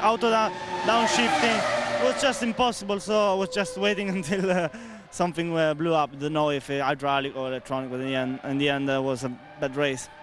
Well, you're one of the few Michelin runners looking very competitive in that weather condition. We're looking well.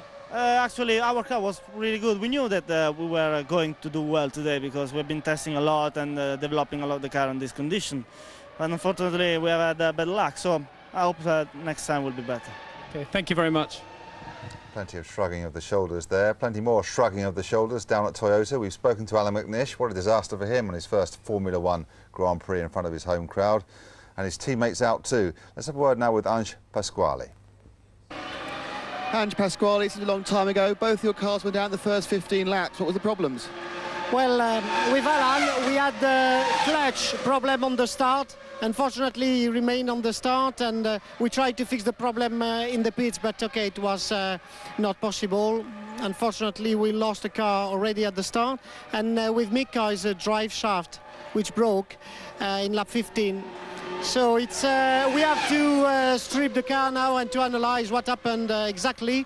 After good qualifying, it's a bad weekend for us, and we have to work next week in Monza during our test session and cure the problem before Magny-Cours. Thank you very much.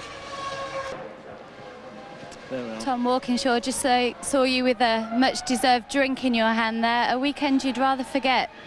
Yeah, it's been a bit tough, you know, and but the guys have done a really good job. You know, the teams had been really behind everything, and the drivers have done a super job. Heinz has done a fantastic job all weekend, and both of them are going well in the race. Unfortunately, Heinz's engine dropped a valve, and there looks to be you know, an engine problem on Enrique's, maybe the clutch or something else. We don't know what it is yet. Ironic, one of the problems was an engine problem. Where do you go after this weekend? Home. Tom, thank you very much. All right. Paul Stoddart, another one enjoying some much-needed refreshment. Not a good weekend for the Minardi team. No, I'd much rather be on the pit wall watching the cars come home, but we've had good reliability all year. This weekend, you know, we were unlucky. As it turns out, this is the perfect kind of race for us, where it's wet, dry, dry, wet. We'd just really love to be out there, but it wasn't meant to be, so, you know, it happens. Well, we saw Mark pull over onto the gravel. Was it a mechanical failure or driver error? We don't know until we get the car back. It went into anti-stall as they're designed to do, but didn't come out, so possibly a clutch problem, but we just don't know until we get the car back. But, you know, Mark had, I think, the second highest reliability record this year until today, and, you know, it'll take him back a little bit, but not too much. We'll bounce back. Paul Badlett, thank you.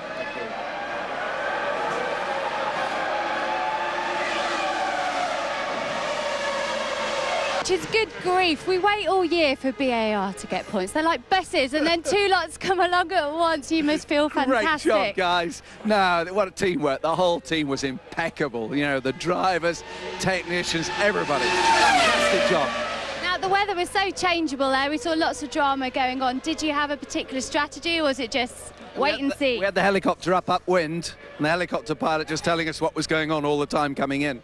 Now, this is going to do fantastic things for morale for the team. It will do. No, it's great morale all the time, but this helps enormously. Enjoy it. Thank you.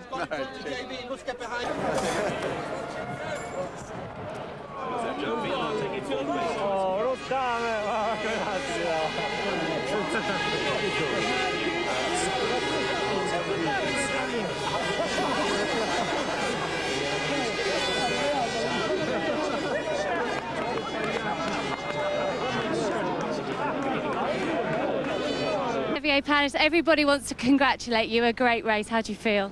Well, I feel good, to be honest. I mean, for the team 4 and 5, I mean, is really fantastic. This is a very good step forward for the team. I'm really happy because the 2 car is got good reliability for the race, and we have a good decision. Pit stop fantastic. Everybody doing well. The Bridgestone intermediate tires is really good, and I mean, Honda worked really hard. It's good for them also to feel something very good. BAR moving forward.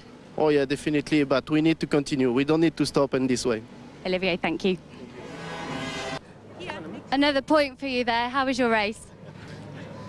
Yeah, obviously I'm happy to score a point again. On the other side, I think our car didn't perform as good as it did in the warm-up. Actually, I hoped, or I thought that we would be quicker than the BAR, and now they scored, I don't know, 4 or 5 points, and they did a strong race. Now, Peter Sauber just had a very long chat with you there. What was he saying?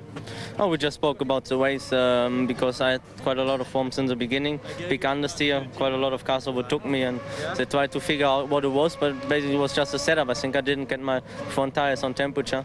That's why I was weak on braking and had some understeer. And then later on, car was better. In intermediate conditions, it depends a lot on how well the car suits the circuit at which point of the race. Sometimes the other car is quicker, sometimes you are quicker. And in the end, it was not bad, but still, I was not able really to attack the BARs. A point nonetheless. Thanks a lot, Nick. Nick, were you?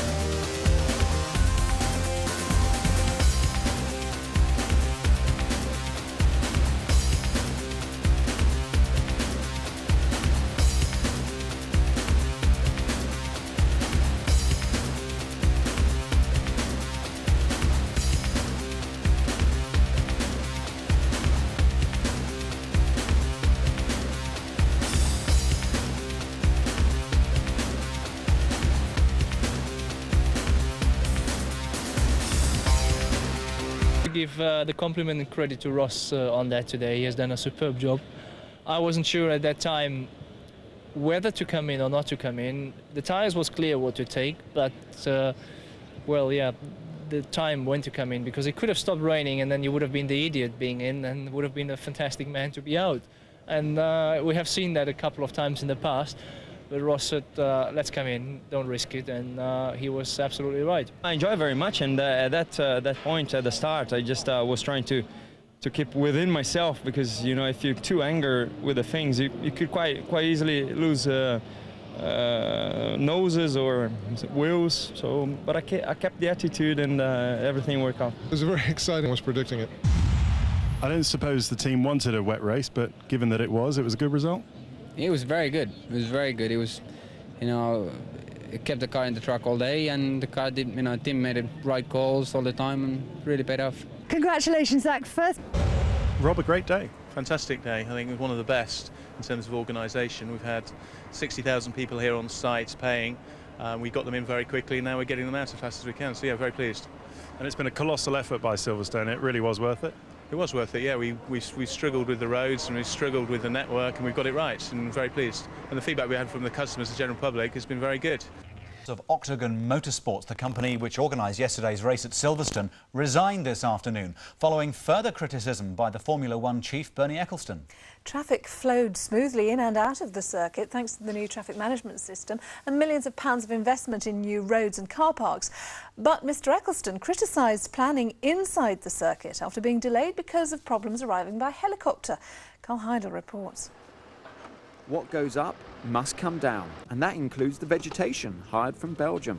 Gone too are the 60,000 Grand Prix fans and the F1 drivers. Their crews now packing everything away, ready for the next race in France. But will Silverstone host Formula One next year? The police, the fans and organisers of the event, Octagon, say yes. They think they've sorted out all the problems getting people into the circuit. This year there were hardly any jams. The traffic went very well, no problems at all. Yeah, very good in the village. Normally a lot of mayhem, but very good on this occasion. It was very, very quiet. In fact, we didn't really know there was any traffic on the roads.